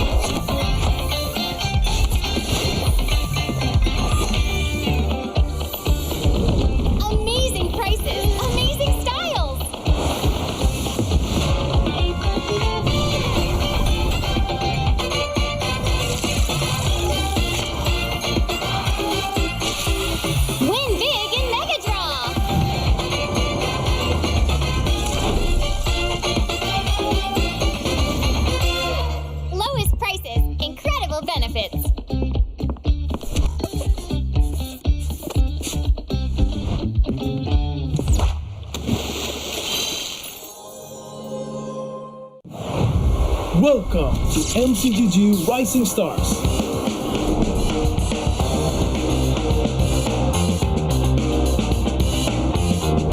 From September 12th to October 19th, take part in the regional contest, open to all players. Step up and prove your strength. Division finals will run from October 24 to November 2. The top 16 players in each division may advance to the next stage of MRS. Check your in-game mail for information.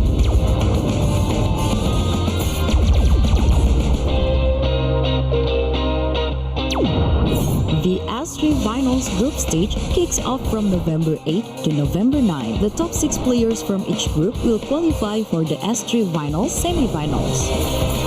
The semi-finals will be held on November 15. The highly anticipated grand final arrives on November 16. The champion will earn a direct qualifications for the first MCBG World Championship. The battle is on and the world is watching.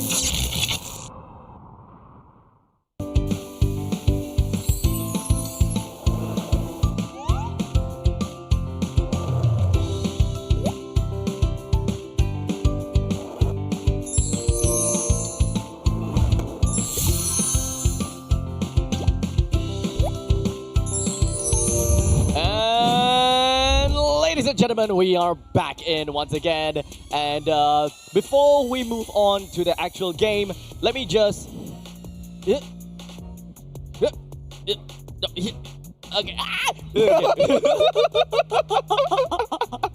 Okay, we're nice and centered, and we are ready to actually talk.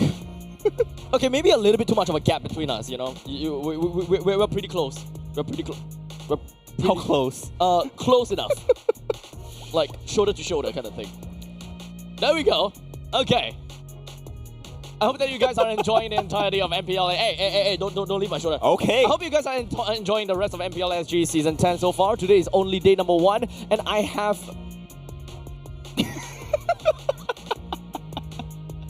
I wasn't expecting that, not gonna lie. But so, Lodi. Day 1 is already so entertaining. It's so fun. It is. Right? And in the spirit of Halloween, we even have got, like, you know, good amount of costumes and all. It's all fun. The Mona Lisa was actually more for him. But he couldn't fit in with his very broad shoulders. You know? Stay fat. You're muscular. Wow. Yeah. Okay. You're good fit, good size. Right? That's why you're my Lodi. Exactly. But you know who else is my Lodi? Who else? Everyone else in Kingdom and Flash, because they are the ones that we gotta have to look out for them, right? Yep. They played great game thus far. Game number 1, let's give you guys a quick little recap, right? So far, expanding rivers for both games with varying results. Kingdom Esports won in the very first game between Team Flash, and of course, when it comes down to game number 2, Kingdom Esports, they were very close, right? They were very close, but it just so happened that the one final fight and a single flick of a single snap, they disappeared. Yeah, and that's the common for those two matches rather is the Lord Dance. First series that was long, man. Very long. But that was the longest Lord Dance we have seen so far. Second one, still it is Lord Fights. Yep. That ended the game. For the uninitiated, I can actually give you like exact numbers, just so that we know, you know, how long that Lord Dance actually was, okay? Wow. You gotta... Okay. I'm pulling all the way up. I guess. Okay, you guess. 6 minutes. Okay. The first Lord spawned at 8 minutes and 13 seconds. The first Lord will then be destroyed and killed at... 8 minus...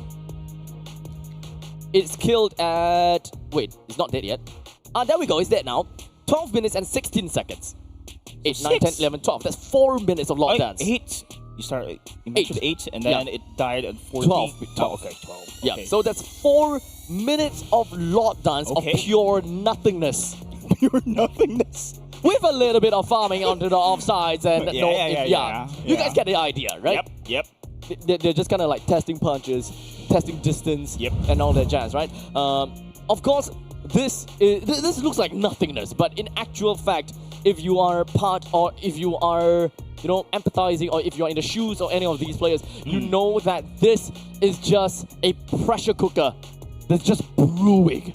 Yeah. The pressure is insane inside of this, and the moment you let off a single part of the steam and you vent out the steam, it's probably gonna explode, which exactly is what happened at 12 minutes and 16 seconds. And I agree, and it only shows here how both team prioritizes, of course, this major objective, which is the Lord. And having the Lord actually gives you really advantage when it comes to map control, and even pierce through into the inhibitor hearts of your opposing opponent.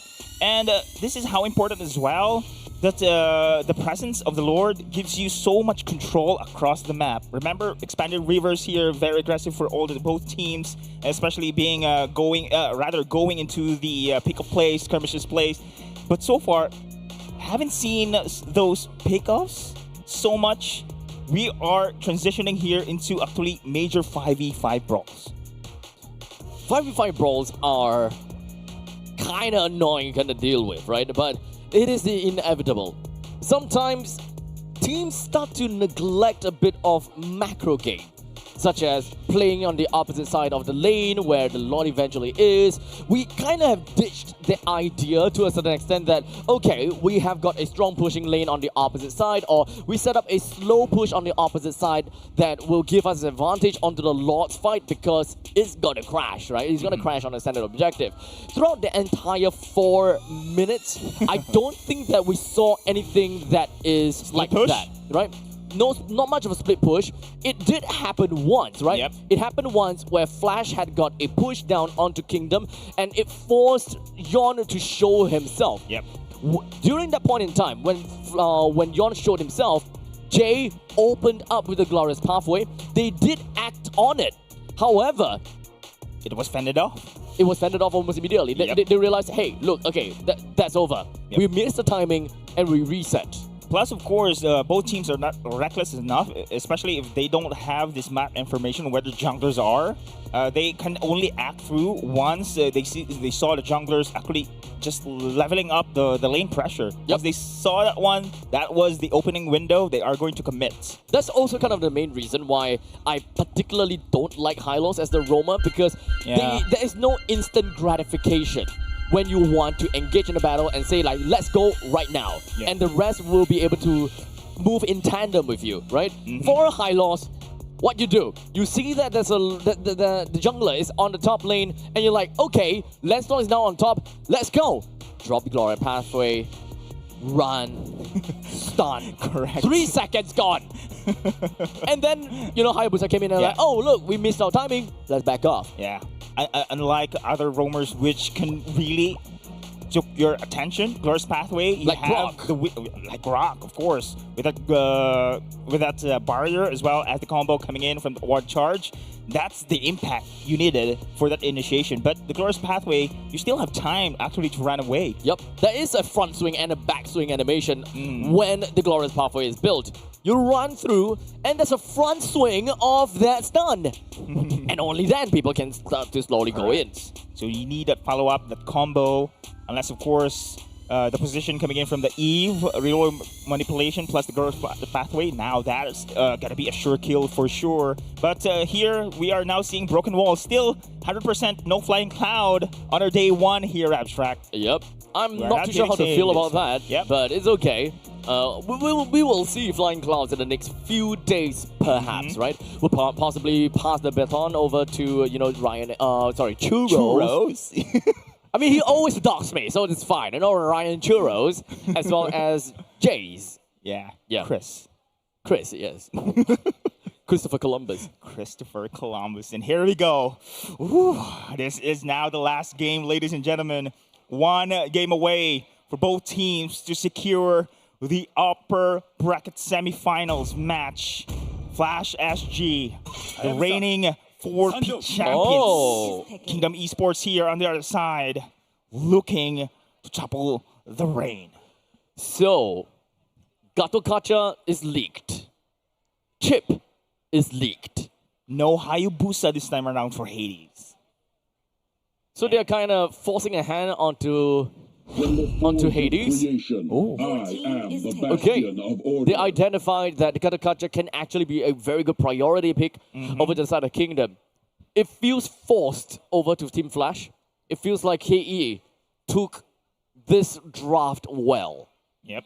I think they are going to take it away against Lolzy as well here. But, Lolzy managed to take that Hylos pick a while ago. But let's see. Yuzhong rather is open Yuzhong again. But they are not going to go for it. We haven't seen, once the Grok has been taken down, both teams doesn't double down with the Yuzhong. Not really, yeah.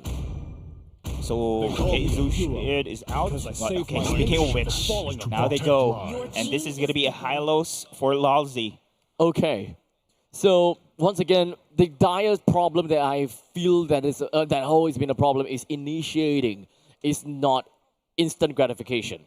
So we need to supplement that with someone with instant gratification. You already have got Mountain Shocker to give you information. So you need someone that can act on it.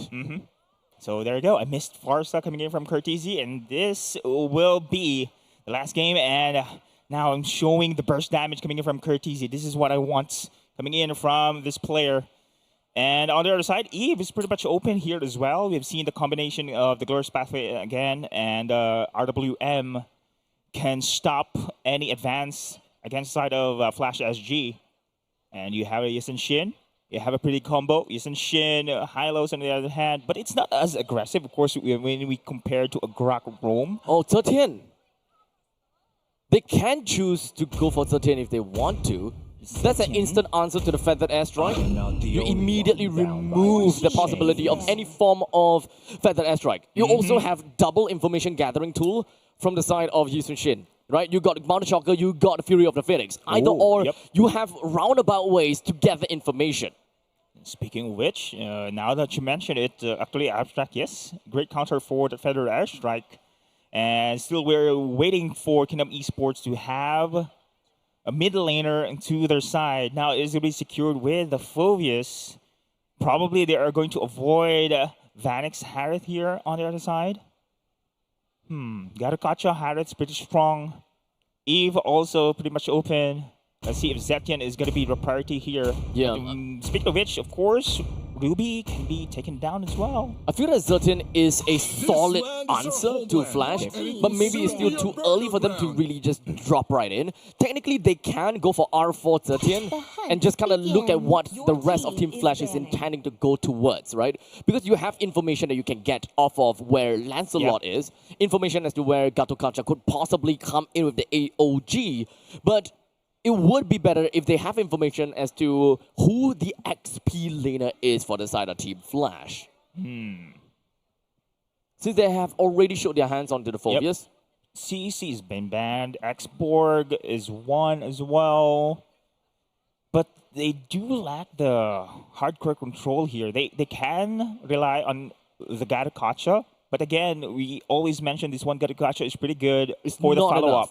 Yeah, it's good for follow-up, but not good enough for an initiation. Yes. My kiss. Your There you go. There we go. That is instant gratification and good initiation. Correct. Kingdom has effectively removed that out of the picture with the fact that Ruby is gone as well. Yeah, Ruby is gone. EXP, we are now seeing here Phobius. Are we expecting also a gold laner marksman here on the side of Kingdom Esports? Usually Vanix is going for traditional marksman, so without Harith is actually open. I really want to see a 13 here, but I think that it might be a bit unorthodox for Kingdom. But FMM though, I feel that FMM can pull off the 13. Have we seen him play that one? But, okay, technical-wise, the combo they have mentioned is pretty good, especially countering here the Farsa as well. FMM have not played a single 13. Yeah, there you go. This is area denial. This is Kingdom wants to play for area.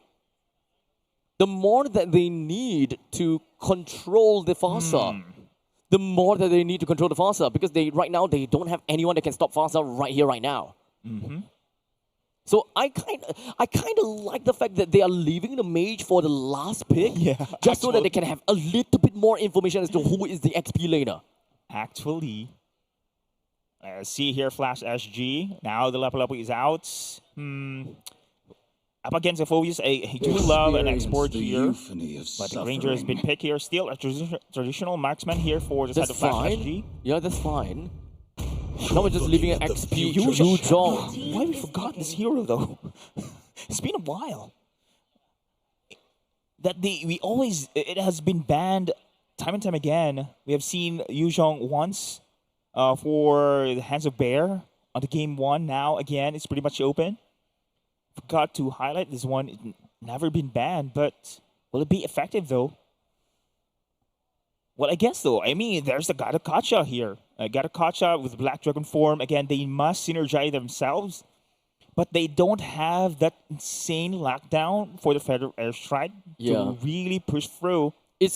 They need to either go for Zetian that can immediately deal with the Feathered Airstrike, or they need a burst hero, such as a Kagura, for example. Or Kadita. Okay, Kadita, that's fine. yeah, Okay, burst. that's fine. That's fine. That's good. Still the burst is there. That's good. Yes. So there's going to be Petrify, right? Because you don't have the insane lockdown needed. So there's going to be FMM on it. Kadita expecting a Petrify here on the battle spell. Lol C for the follow-up. So this is going to be an initiator. Kadita. Yes. So a little bit of a bushwhack kind of play from the side of Kingdom. The main thing is that they need to look for an opportunity for these kind of bursts. The reason why I say burst from either Kagura or literally anyone with a burst is due to the nature that they have a very squishy back and front lines, right? They can reach in for the anchor piece. Mostly is going to be the Gattakacha. Namely that Gattakacha, you don't really, if you don't give Gattakacha an opportunity to punch you in the face, then he's not going to be regenerating back. Once you manage to get the Petrify combination, Breath of the Ocean into the Ocean Oddity, then I think that you more or less have the opportunity to be able to land and crash down together with the Mounted Shocker and let Grant do whatever that he wants from that point. Yeah, I agree. I mean, the combo coming in from Kadita, he needs that follow-up as well to go for the full burst.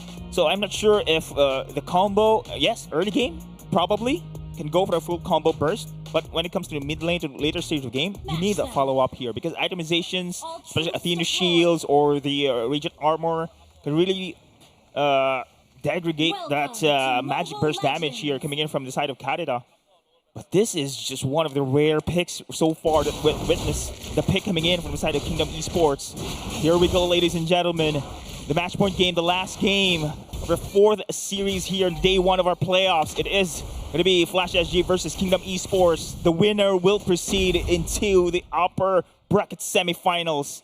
A crucial way to finish the series. This game, at least in the early stages, puts a lot of hopes and dreams onto Kingdom Esports FMM. This Kadita will play a very vital and important role due to the fact that the answer for the Farsa is not exactly met. This Kadita needs to apply the similar amount of pressure that this Farsa could do in a team fight. It's an either-or situation. You deal with the Farsa or you match the impact of the Farsa. Oh my. Let us see though. I'm still concerned on how they be able to have a great Feather Airstrike lockdown. But it is surely going to be Bear. He has the Petrify this time around. The combo coming in from Black Dragon form plus the Feather Airstrike. It's pretty much effective though in paper. But how they be able to execute here against Kingdom Esports, remember they have so much utility as well, especially the Glorious Pathway coming in from Lolzy. He has the Revitalized Battle Spell as well. Now expecting, of course, the Turtle buff will respawn here under 5 seconds on the bottom side. Is it? Oh, top side round. Set top. Yep. So the good thing about Kingdom Esports is the fact that they do have a priority in the XP lane once it reaches post level 4. The Phobius is gonna be a pain for Bear, but there we go. We've got the Black Dragon form coming right out. We even have Fukut that pops off when it comes down to Feathered Airstrike. Fukut picks up a kill. First blood over to Lolzy. Picks up double onto Transanity. This is what I'm talking about. They don't really have an answer, but they need to match the Farsa. And with this progression coming in from Curtizi, a double early here, plus the turtle buff coming in from Flash SG. All momentum is on their side here. And I do love the rotation coming in from Curtizi. He's non-stop here from top to bottom to the mid as well. He's everywhere. Oh. The great thing about Wings by Wings, you have great amount of mobility. And if you pair it together with a Gattakacha, you actually have got very crazy way clear speed in the middle lane that you don't have to care too much about. The problem about Kadita is, yes, you do have got pretty decent wave clear when it comes down to your Ocean Oddity to a certain extent, right? But it doesn't win against a Katakata plus Fasa. Now transition here in the middle lane. Oh, another takedown here, Lolsey. Feathered airstrike. It would actually bruise up Lolsey fair enough. Gets a kill down over to the side of Hades. We haven't really quite seen a proper rough waves from FMM at this point in time because this is not really the pick-off timing of a Kadita just yet. It's good utility from the Breath of the Ocean, but not quite much just yet as Jay comes in. AOG puts Grant down and Vanix picks up the kill. Oh, look at the rotations here. Flash SG looking for blood, and now 4 kills in a row. Plus, you watch that rotations here time and time again coming in from Flash SG. Once they clear the waves instantly here in the mid, they're looking for a dive. And perfect timing as well for the second turtle here in the game. Kingdom Esports still no kills under their banner. And they need this progression, especially they have the Yisen Shin on that jungle role. Still having not enough contribution rather in this game. It's gonna be difficult for them to go for this turtle. Are they going to force this one? The tempo is definitely towards the favor of Flash, right? With 2,000 gold lead. Hades is currently at level 7 as compared to the Yisun Shin, which is currently at level... Oh, Lolsey. 7 as well, so that's fine. But here we have Lolsey opens up with the Glorious Pathway. Hades takes up the turtle down. Bear flies into the Oblivion, but it's just a little bit of a zoning tool. The members of Kingdom Esports, they are actually very close together, so this is going to be quite a bit of a problem. Drusanity eats 3 shots of the Feathered Airstrike, and that's half HP. Wow, Flash SG is just fending them off here. It's really difficult for Kingdom Esports to go for the contest. And now, look at his rotations once again. The same picture, same target. Grant is in trouble. This guy, he's not gonna have an easy time at all. To make matters worse, Vanix has picked up a second kill for himself. This is actually what we would expect coming in from Flash. Yes. Very aggressive plays, and of course, they shove out the gold laners early. Oh man, they know that the Harith really shines in the early stage of the game with his 2 deaths in a row. Going to stop his progression indeed. Not again. All the way down bottom. Hades barely escaped from death. Almost picking up a kill on FMM, but that Feathered Airstrike clips onto FMM just by tad bit, but not enough damage from the lethal ignition. Oh man, that was a missed opportunity indeed for the first damage coming in from FMM. But look at this one, Invasion once again coming in from Flash SG. They have so much information. Yon this time around on that Yisen Shin didn't contribute so much. They have been punished here on the side lanes. 2 turtles in a row for Flash SG. And look at these rotations coming in from this team. They are now going to prioritize the top side this time around. At this point, it's a surely but slowly kind of situation. Hades is at level 10, and so is Yon. No, they're fine. But up in the top lane, we're starting to lose some of the sustenance of the standing objective. With the Blood Dragon form coming from Flash, gets a good amount of information. The AOG unfortunately wasted. But they are definitely shoving Kingdom Esports right underneath of their turret. Indeed, and now Jay is still here, Curtizi as well. Yon very low. Oh, they know how to dive right now. They are gonna do exactly that. Jay picks up a kill. Hades looking for an opportunity. That is gonna be a couple of those shots that will bring FMM down, but Hades picks up that kill. Flash SG, perfect game, especially here in the early stages. Kingdom Esports here, become very reactive. Grant here having a hard time. He switched his lane on the top side, but then again, it's still going to be Flash SG recognizing this one. And a perfect turtle takedown. Non-stop rotation from Flash SG. Kingdom Esports here being pushed against the wall. How will they be able to recover this one? They still have only 1 kill here, and that's Lolsey. It's not their core. It's not a gold laner. It's going to be difficult for them to climb back here.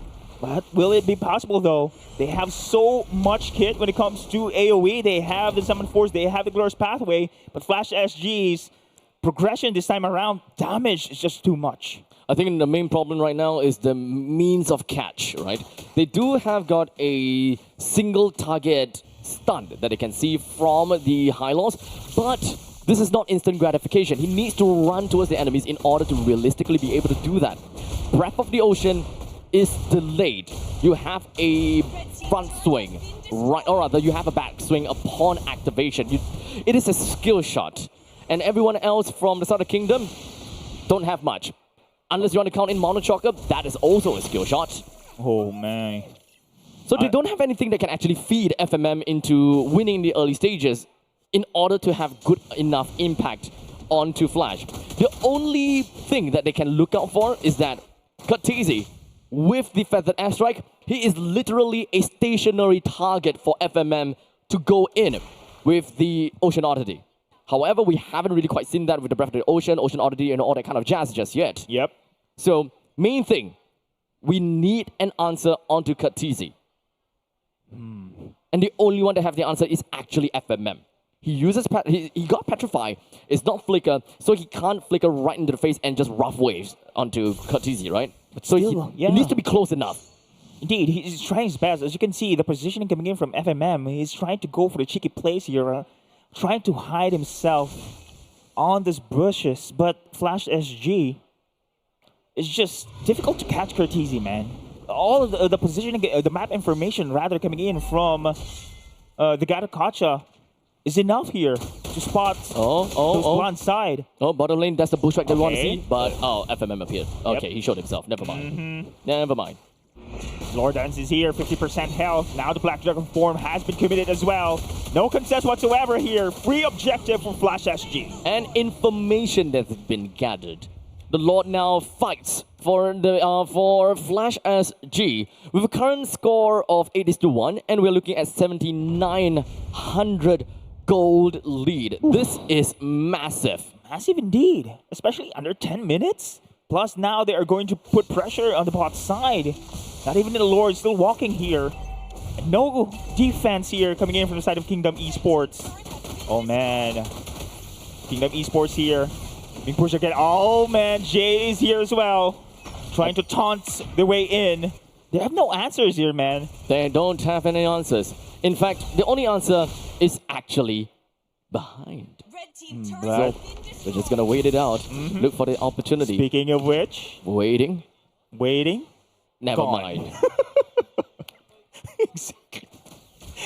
Unfortunately here, now he's been spotted. Now this is going to be a push on the top side. Feathered Airstrike, but unfortunately Kadita is a little bit too far away. This is more of a zoning 2 to kind of wave clear everything up to the top lane. They now have lost their inhibitor turret up to the top lane. While in the meantime, that rough wave did not do anything to Bear. Nada.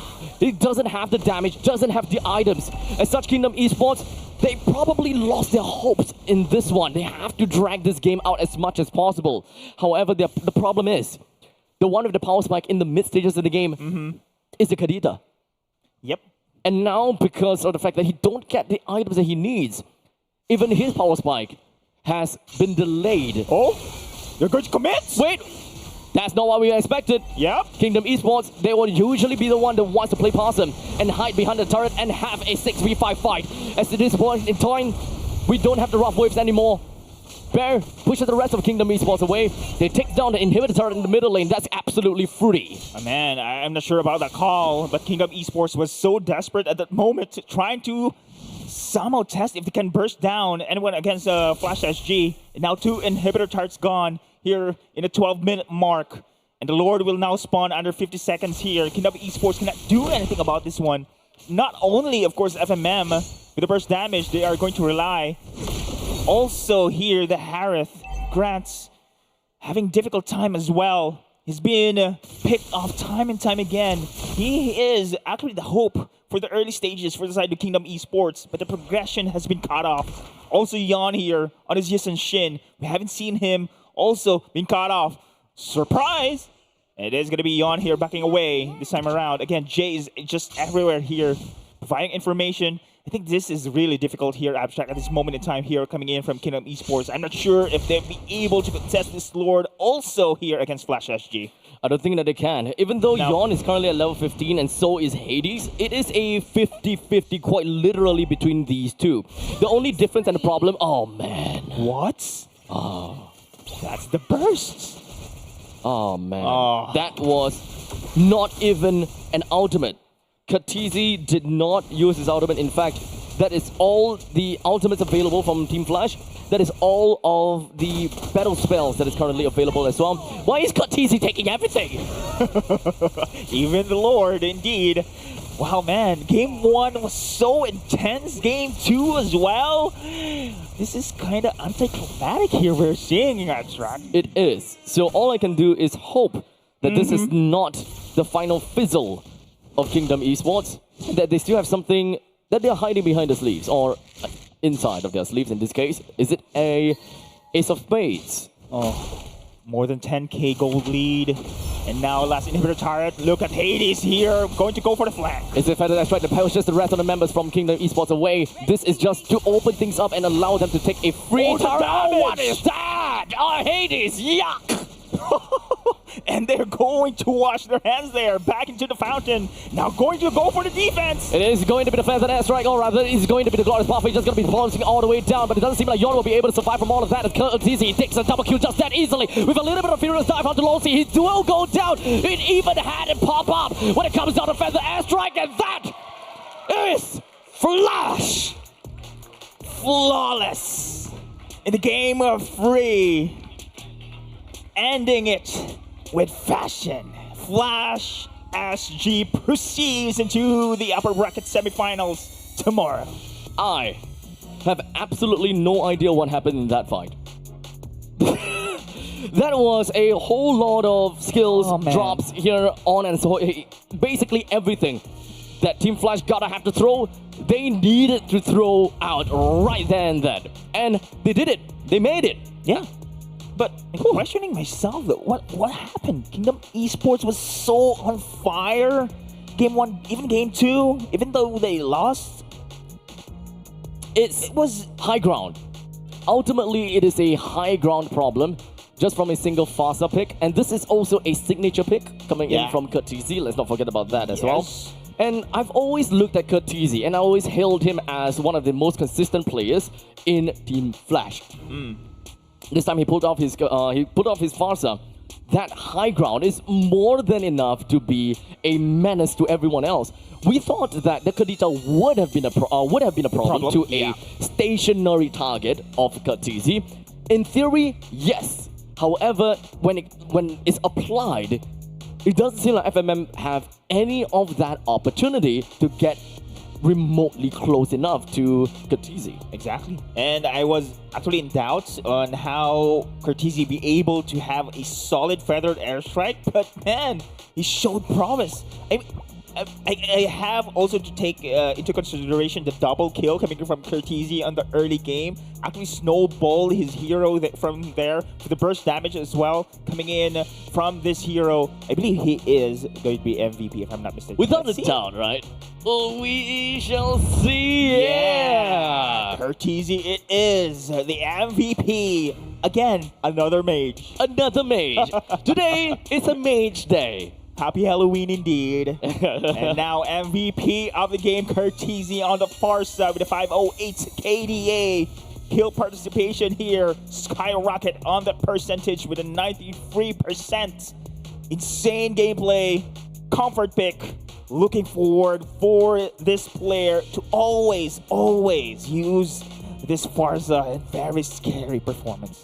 Where you have kind of leaked out Farsa for the longest time. Everyone have been looking out for the utility of what Yves is able to bring out, especially since and Juice It, right? Mostly comes down to utility. Yes. Especially since Glowing One actually creates a good amount of damage for all of these utility mages. Yep. But sometimes we gotta remember, when it comes down to these damage mages, they have their own win condition that they can apply, and they can pop off as early as level 2.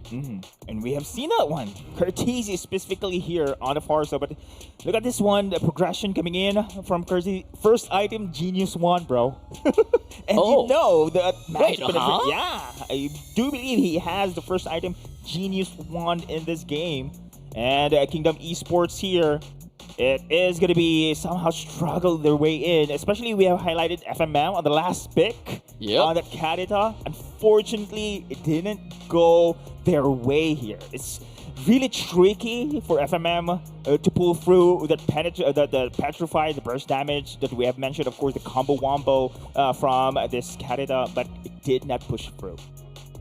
Ultimately, I do like the pick of Kadita. It answers for one thing, but doesn't answer for another, right? If you're unable to really just deal with the Farsa all the time, at least you need to match the pacing and match the impact of as an airstrike with your own rough waves or perhaps Breath of the Ocean. In this case, we haven't really seen that kind of matching situation. Yep.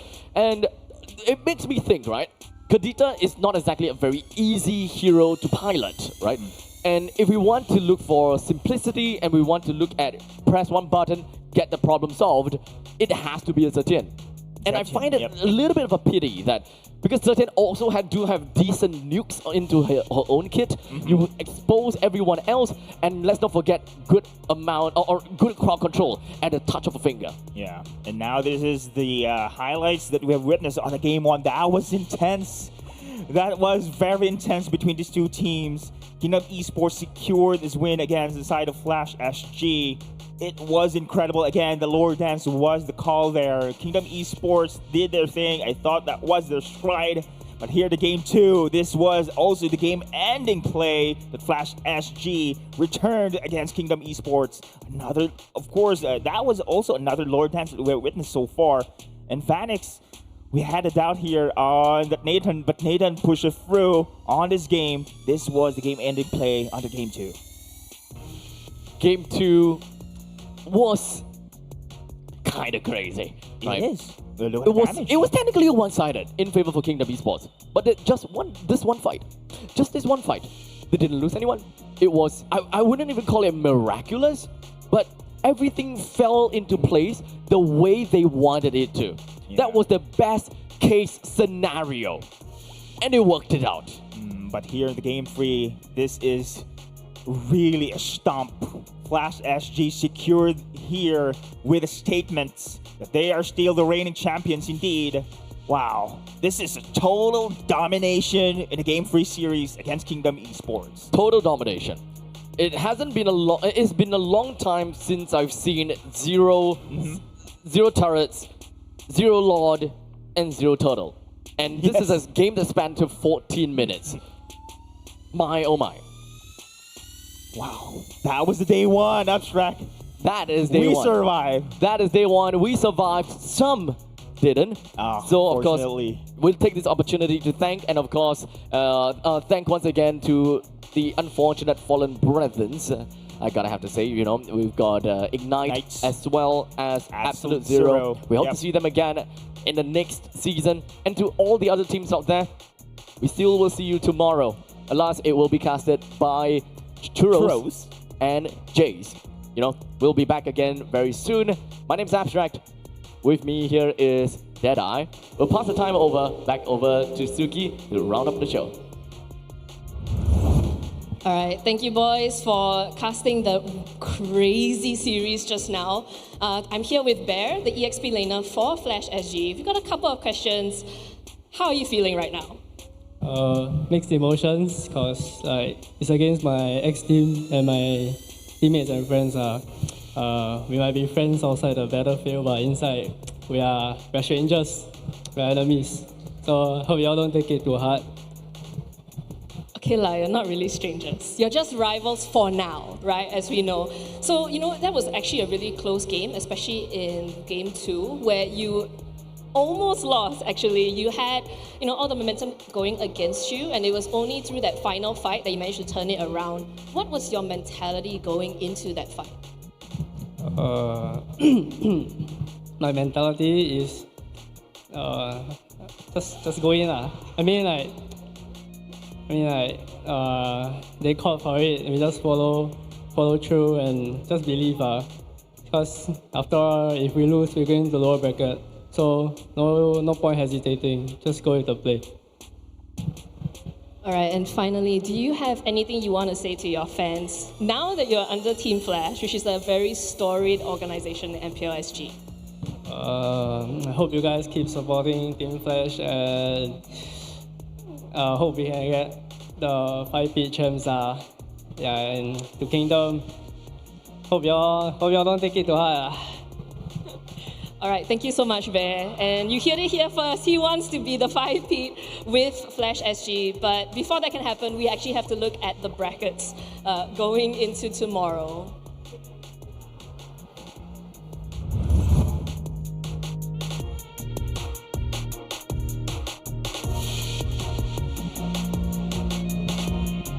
Okay, so looking at that, we can see Absolute Zero and Ignite have been eliminated already from today. So tomorrow we are going to see the lower bracket semis as well as the upper bracket finals, both of which are going to be best of 5s. And given that, this is going to be done here at Centrepoint in Singapore live, we can pop over to the schedule and see what time these matches are going to take place.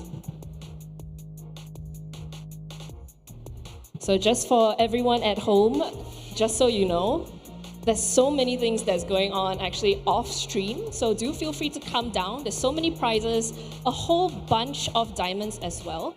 And, like tons of prizes. We've got IET, we've got a lot of other things happening. So yeah, do hop over to Centrepoint tomorrow.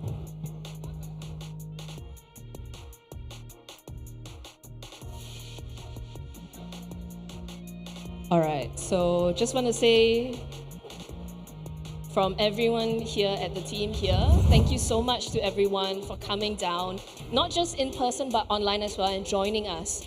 Tomorrow, we've got a banger 2 best of 5s, which we're going to see one top dog get to the grand finals, and we're going to see one team, well, not having a great day because they will be leaving the competition tomorrow as well.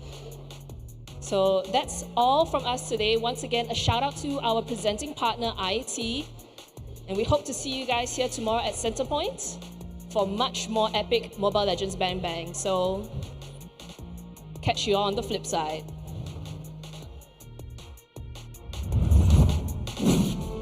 MPL Singapore Season 10 is powered by Moonton and Pulse Nova Entertainment. Presented by IET, your homegrown bubble tea brand since 2011. Official gaming chair partner DX Racer, the pioneer of the world's first gaming chair. Our partner in esports, Future Living and Singapore Esports Association. Our official playoffs venue partner, the Centrepoint. And our official broadband partner, My Republic.